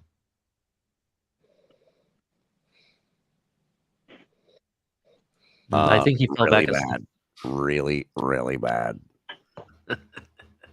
Sorry to tell you guys. All right, Color.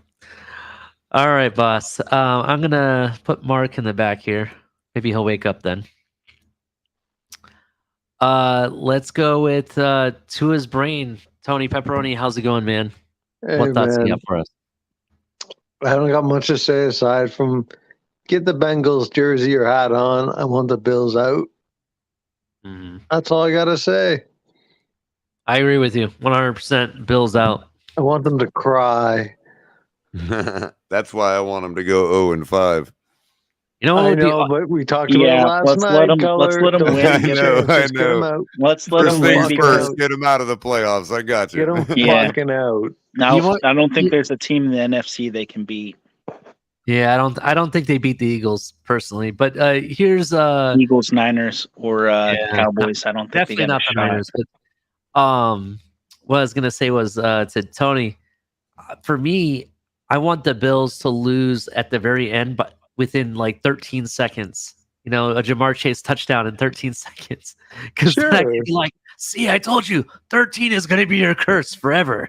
You know? What I Yeah, mean? they'll cry. They cry like the Music City Miracle, like last year. They cry. They talk all this smack from an organization that's never won a Super Bowl, and their best player is a serial killer.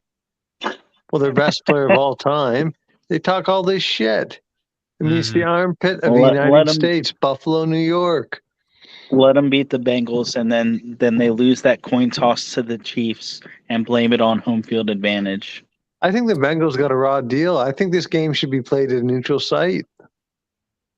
I still think the Bengals will beat them. Is Diggs out? I heard that from someone on here. Is he out? He missed practice yesterday. I haven't heard. Yeah, the he got. latest. I think he got vet rest. He'll be in then. Yeah, The he'll probably NFL they want the Bills in KC, so the refs are going to be against Cincinnati. Go look at the clock during the Dolphins game and tell me that the NFL doesn't want the Bills versus the KC team. Oh, I know. I agree with you I wholeheartedly. went back and watched that game because I forget who it was saying go look at the clock. I went and looked at the clock and holy fuck. Go look at the clock. I have no reason, Kevin, not to believe McDaniel when he said we were told it was a first down. I have no reason. I don't believe that he's lying. I watched the clock get down to 12 seconds with time to the snap, and then all of a sudden it reset to 40 with the Bills under center. Yeah, I you know what, the game to some extent, I don't know the degree or extent it's fixed. We saw this in the NBA. There's a ref that bet on games. He went to the penitentiary and he came out. I forget his name. I can Google it. You can Google it. And he said that this is prevalent in the NBA and it's in other sports. So why would it not be in the NFL? We have the evidence last year on microfilm. Let's just call it this. Remember that play? I forget what game it was, but they were like, let's just say he pass interfered, or let's just say it was holding, whatever it was. We have proof that the refs control the outcome of a game. And then if the refs control the outcome of the game, that means that the NFL in New York controls it. So there you go.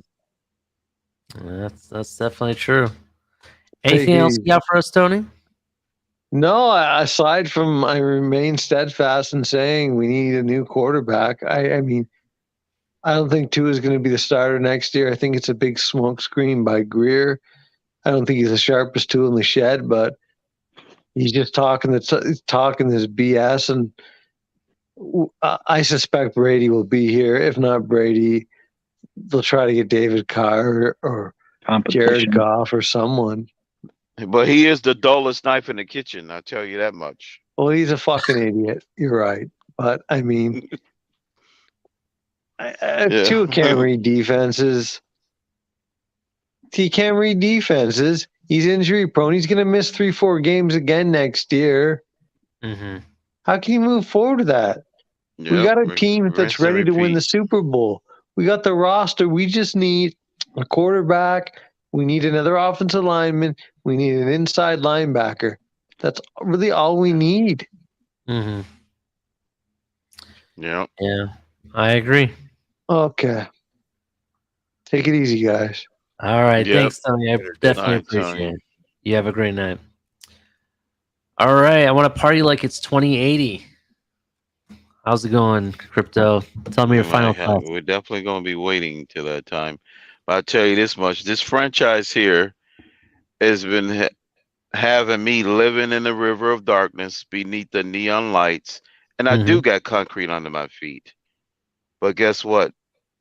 The concrete is really not as solid It's still kind of mushy. It hadn't dried up yet. So I don't know, man. Ali, it's Perfect time for a hot dog and some water. Exactly. Oh man. Oh No, man. I hear Yo, you. Crypto, we definitely got to get you on a segment, man, like bathtub takes, where you just like you come on where you're sitting in the bathtub, right, with a rubber ducky floating and a hot dog in one hand and a glass of water in the other. We call them glizzies in Hawaii. A hot dog is a glizzy on the West Coast. A glizzy? Yep, glizzy gliders. Yeah, yeah? Jay-Zan, we've heard that What is it? recently, Jay-Zan. I don't know why, because I mean, maybe I'm just, maybe I never heard of that one. I guess me living on the east side. Subscribe. I mean, if he likes it, if he likes East my content Coast. that much. You're East Coast Crypto. Where are you from? No, I was born and raised in Chicago, but I live in Maryland now. I'm outside of DC. Kevin, you're in Hawaii? Washington, DC. I'm in Hawaii. I'm from Philly. Okay. In Hawaii. Are you in the So you out there service? Are with you Mountie. stationed in Hawaii, or are you Mountie's you in just live Hawaii. there? Mountie Fins, you know Mountie Fins, right? No, I'm literally have been like solo he's out on there. my Dolphin support until this year. Yeah, And it's I like, went from a there's got to nobody be to other a people that mastermind support behind the whole Dolphins. operation. Ali. Yeah, Mountie Fins is in Hawaii. I'll talk later. I'm sorry. I know. Sorry, Kevin. Bryce, Shelby Jordan we always chat about Hawaii. I don't know if it's he or her. I think it's he. He loves Hawaii. He keeps saying he can't wait to get back here. I'm about to be leaving here. I can't wait to leave. You leaving too? My sister goes to Hawaii to see her sister-in-law and stuff quite a few times. I've never been to Hawaii, so. You on it's the a mainland? beautiful place. You don't want to. You on the big island of Hawaii, or you on the other one? Like I'm Honolulu? I'm on Oahu, not the big island, the main So one. Honolulu? Honolulu. Oh, okay. It's not bad. I don't know. And that one's got an interesting spoonerism. Lana Yeah. Hoo Hoo. Yeah, I learned something interesting about Hawaii.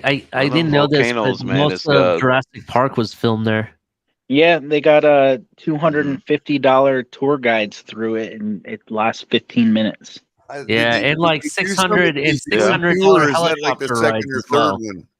I thought they did like the third one in New Zealand or something. No, the first one was primarily the big one, the big island. Yeah, the first one was primarily all in Hawaii for the most part. And I was watching this it's YouTube all film. visuals. Hawaii is wide. Yeah, I was watching this film today that this guy went to every scene, like the actual location of where it was filmed and the actual like scene, and compared it to the movie and where he was standing. And most of them he got to go to, but there's a lot of private land that's in Hawaii that a lot of people that they filmed a lot of it at that you can't go to. But, everything's private island. You want to go on it if you go on social media and look up half of these hikes that people post, like of the great hikes in Hawaii.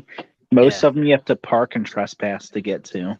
Like that. I mean, that's a great thing. People should own fucking land in the United States. It's starting to get to the point where the government owns shit. But I mean, I'm glad that they kept Arizona too, with a lot of the old movie studio. Like there's two main movie studios that a lot of the westerns were done, and even some non-westerns. But that's where one's outside of Tucson, and actually they're both outside of Tucson. One's in Mescal, and the other is in it's called Old Tucson Movie Studios. I'm not trying to age you, but I'm going to ask a question because I'm trying to see if this spaghetti westerns. Well, I was about to ask, weren't they filmed in Italy? Is that why they call them spaghetti westerns? I don't know, but I know that a lot of them are like Sergio Leone and all that. A few of them were filmed in Spain. So the reason why they're called spaghetti western is because when that was going on, most directors that had an artistic viewpoint were coming from Italian descent. So they call them spaghetti western because you had Italian directors directing western movies in Arizona and whatnot. Spain, my brothers a lot my of them brothers were done are in Spain. filmmakers. Like a few of the Clint Eastwood films were done in Spain. Yeah. But Yeah, he did a Old bunch of Tucson them Movie in the Great Studios is where they Plains. filmed Tombstone. So they've done more than just spaghetti westerns there. Yeah. They also filmed Three Amigos there. And that's a great fucking movie. And most of like the last Short, 3 short. seasons of Little House on the Prairie were done there too. Yeah. That's interesting. Tombstone's if you guys get to Arizona, Tombstone's a must visit. Yeah, and one of that's the best things I they did in didn't film- Arizona. There wasn't one bit of that movie that was filmed in Tombstone. Yeah, it was the new Tombstone. Old Tombstone burnt down. No, it was filmed at Old Tucson Movie Studios up in Tucson. Oh, really? I thought some of it's filmed. If you go to this movie see the movie studio does tours. Like you can come in, it's like a theme park too. Yeah. And you can go in there and see all the movie sets and the buildings they use and all that. And they have a little mock Boot Hill graveyard. You know what I mean? Or Boot Hill graveyard. They got like a little mock-up of it there. Yeah. But the real one still exists in Tombstone with its original tombstones. Yeah, definitely. Yeah. If you guys get to Arizona, Tombstone's a must visit. It's my favorite place to go. I have to go there every time I go out there, Arizona. It's a great place. There you go. I'd highly suggest going during one of the theme times. Like they have like Doc Holidays and like Wyatt Earp days, and then they have 1 week we were there. The entire week was devoted to memorializing the Buffalo Soldiers. So they had like these biker clubs from all around the country, all Buffalo Soldiers from different chapters, did a big parade through the middle of the street. And then kind of like the whole, a lot of the history they're pumping out to the public during those days is about all that, because Fort Bowie ain't too far from there. Yeah, we talked about the other day, Fuller, remember I said I was about to be moving out of the bases that I was offered. I was offered 2 in New Mexico. One's in Cannon and one's in Holloman, which is Alamogordo, and where Breaking Bad was shot. So I might get a chance to do that hike we were talking about that you went on as a kid. That's in New Mexico? Well, he hiked, was it the northern wall of the Grand Canyon in Arizona? So if I'm down there, I'm definitely going to try to do that hike that he was talking about. He said his mom planned it. I'm going to definitely try to plan something and at least do it once. I'm going to be there for 5 years. I better be able to get it done. My wife's cousin just got transferred to New Mexico. He's in the service as well. And for anybody in New Mexico or Eastern Arizona, I highly recommend anywhere in the White Mountain region. Anywhere, New Mexico or Arizona side.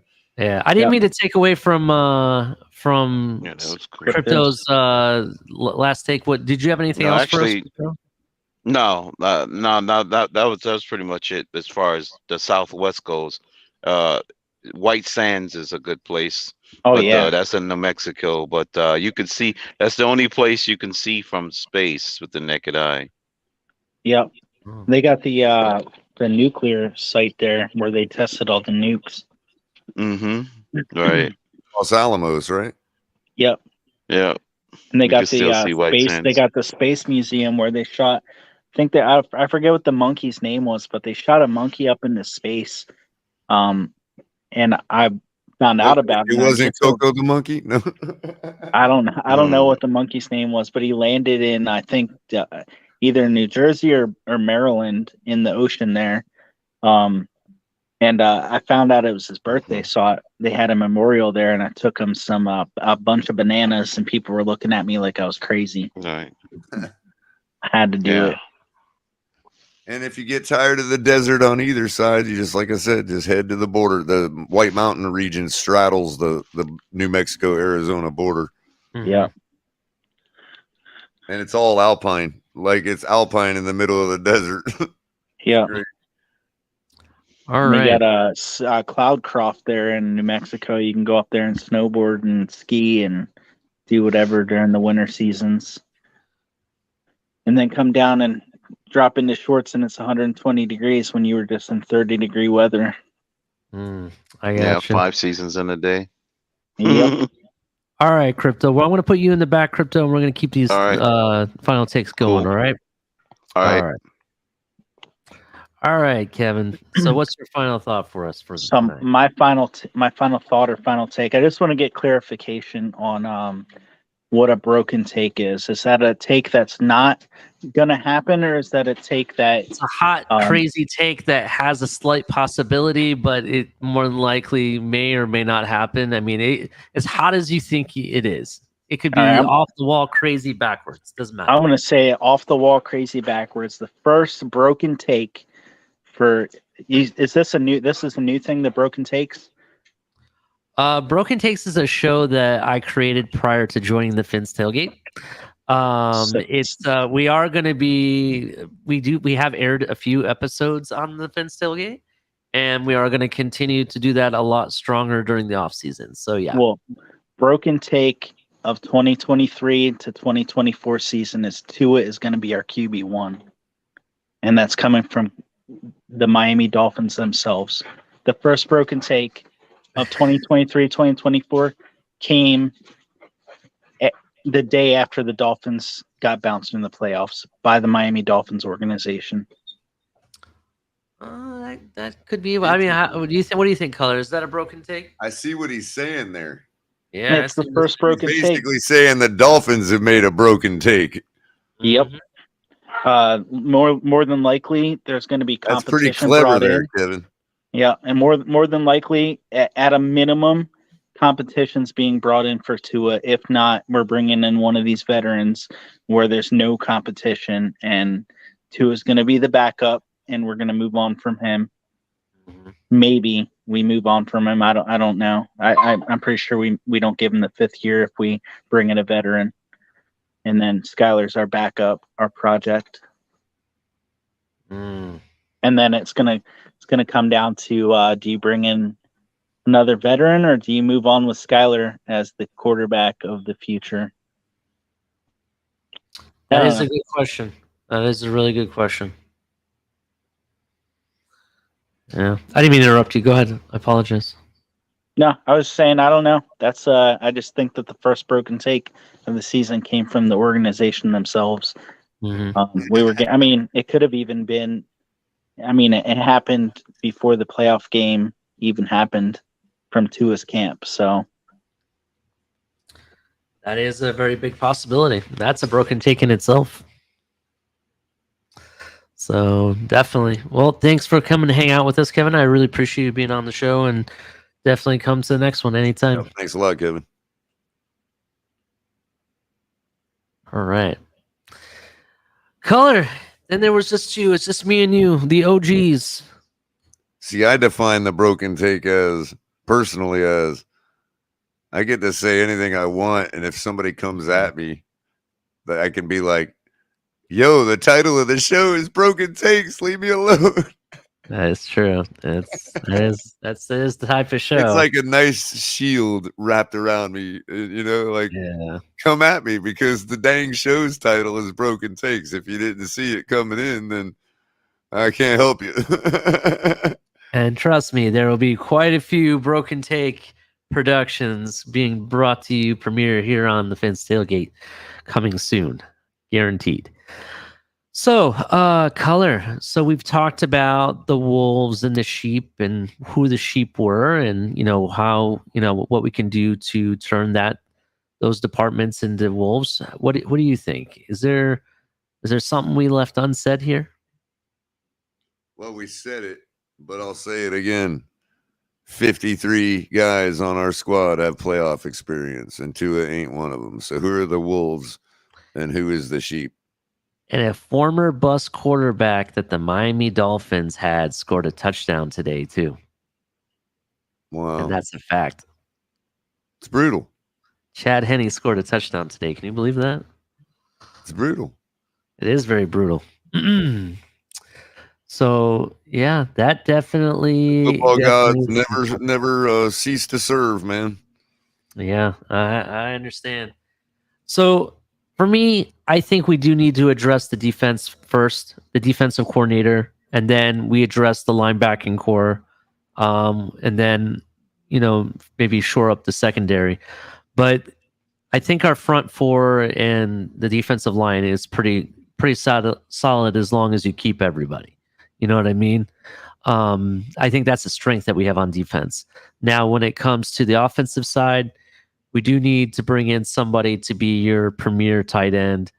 You do need to, bring in the people we need for running back, definitely. But beyond that, I think it's left guard and right tackle with no question. You fix those problems, then the team is completely balanced and it's a solid team altogether. And again, we just got to focus on depth beyond that. Depth, because that's really our issue. And I mean quality depth, because that's when you find out that somebody that's a backup is better than your starter, or whatever. But at least you're not hung out to dry, falling into the playoffs like we always do, because so-and-so was injured or whatever. I mean, we could have done a lot of great things if Byron Jones plays this year. We could have definitely done great things. We could have made the playoffs without any problem. There's a lot of different things we could have done. Not just him, but also the laundry list of others. You know what I mean? Mm-hmm. Oh, yeah. I definitely know what you mean. Let me ask this one last question to you, Color. I meant to bring it up earlier, but I had not thought about it at the point. Do you feel that when Agba had to leave the game injured, do you think our defensive line seemed to have started playing better when he wasn't there? Whenabouts did he go out? I think it was after the Buffalo game, I think. Then I'd say yeah, because we've been a stout run stopper on the front four all season long. It just seemed like after he was out of the rotation, the front I was a lot more comfortable without any problem. It looked a little bit more solid. You know what I mean? Mm-hmm. You could say that. You could say that. We obviously didn't miss him, if that's at the very least. It's not like we missed that having a Byron Jones there. It wasn't like that. Right. So, yeah, I definitely agree with you. What's your final thoughts? Any final thoughts for us, Color? Other than, man, you know what it's been all year, mid-level tackling. We got to get tackling linebackers. That's all we got to get. Mm-hmm. Teams gashing us for 13 yards on 3rd and 7. We had no coverage in the middle of the field whatsoever. And even when we did, nobody could tackle. You got the guys standing around watching the play happen. All that's got to stop, or we don't have a chance no matter who we bring in. Yeah, I agree with you. I definitely. But there's a long way to go till next season. So it, ultimately all that kind of little stuff you would hope is a distant memory by the time we're snapping the ball in game 1. You know what I mean? Mm-hmm. I definitely, I will say, just like Miami Dolphins fashion, we're in for a roller coaster ride of an off season. It's going to get kicked off very fast and running, with Boyer already being let go. You have a lot to do and you have to do it quickly. I would say we probably would. I think we're going to hear who our new DC is by mid next week. That's what I think what's going to happen. We're going to start figuring out who the real target is at that point. Yeah, we have a lot to do. The laundry list is very long. We have a lot of laundry to clean up this off season, and we have a lot to do. And I hope Chris Greer makes the right decision and actually addresses the needs properly. Listen to the people in the scouting room. Listen to McKenzie and Hunt and other people in that room with him. Listen to what they say and take their advice. Bring Dalton Schultz to Miami. Make this tight end group a better group again. Make Miami use them and again. mainly use them. We can bring in 1,000 tight ends if we ain't gonna reuse them. What good are they? Yeah, I think it's primarily the scheme fit of what they wanted to do with the tight ends. The tight ends could not execute properly, like Smythe was, but he got injured early. Hunter Long did for a minute. He got injured. Tanner Connor was injured for several games, or out for several games. So I mean, I understand we got hit with the injury bug quick and fast, but I think if we actually get the guy, the people we need in those certain positions, and we execute, I don't think there's any reason why we should have anything to worry. But I want to make Miami Dolphin an apex. I want to make the Miami Dolphins an apex predator in this league, and I want people to fear playing us. Like they used to. I don't want to sit here and be the sheep of the NFL that can just be herded and keep kicked around like the Bills have been doing for the past 2 or 3 seasons. You know what I mean? I'm sick of that. So. You know what, Chris Greer, I'm going to tell you this. I'm going to end my show this way. Make Miami great again. Let's do it. Let's run it back to the playoffs, but let's actually make it a win for Miami next season. And with that, I got to say, have a good night.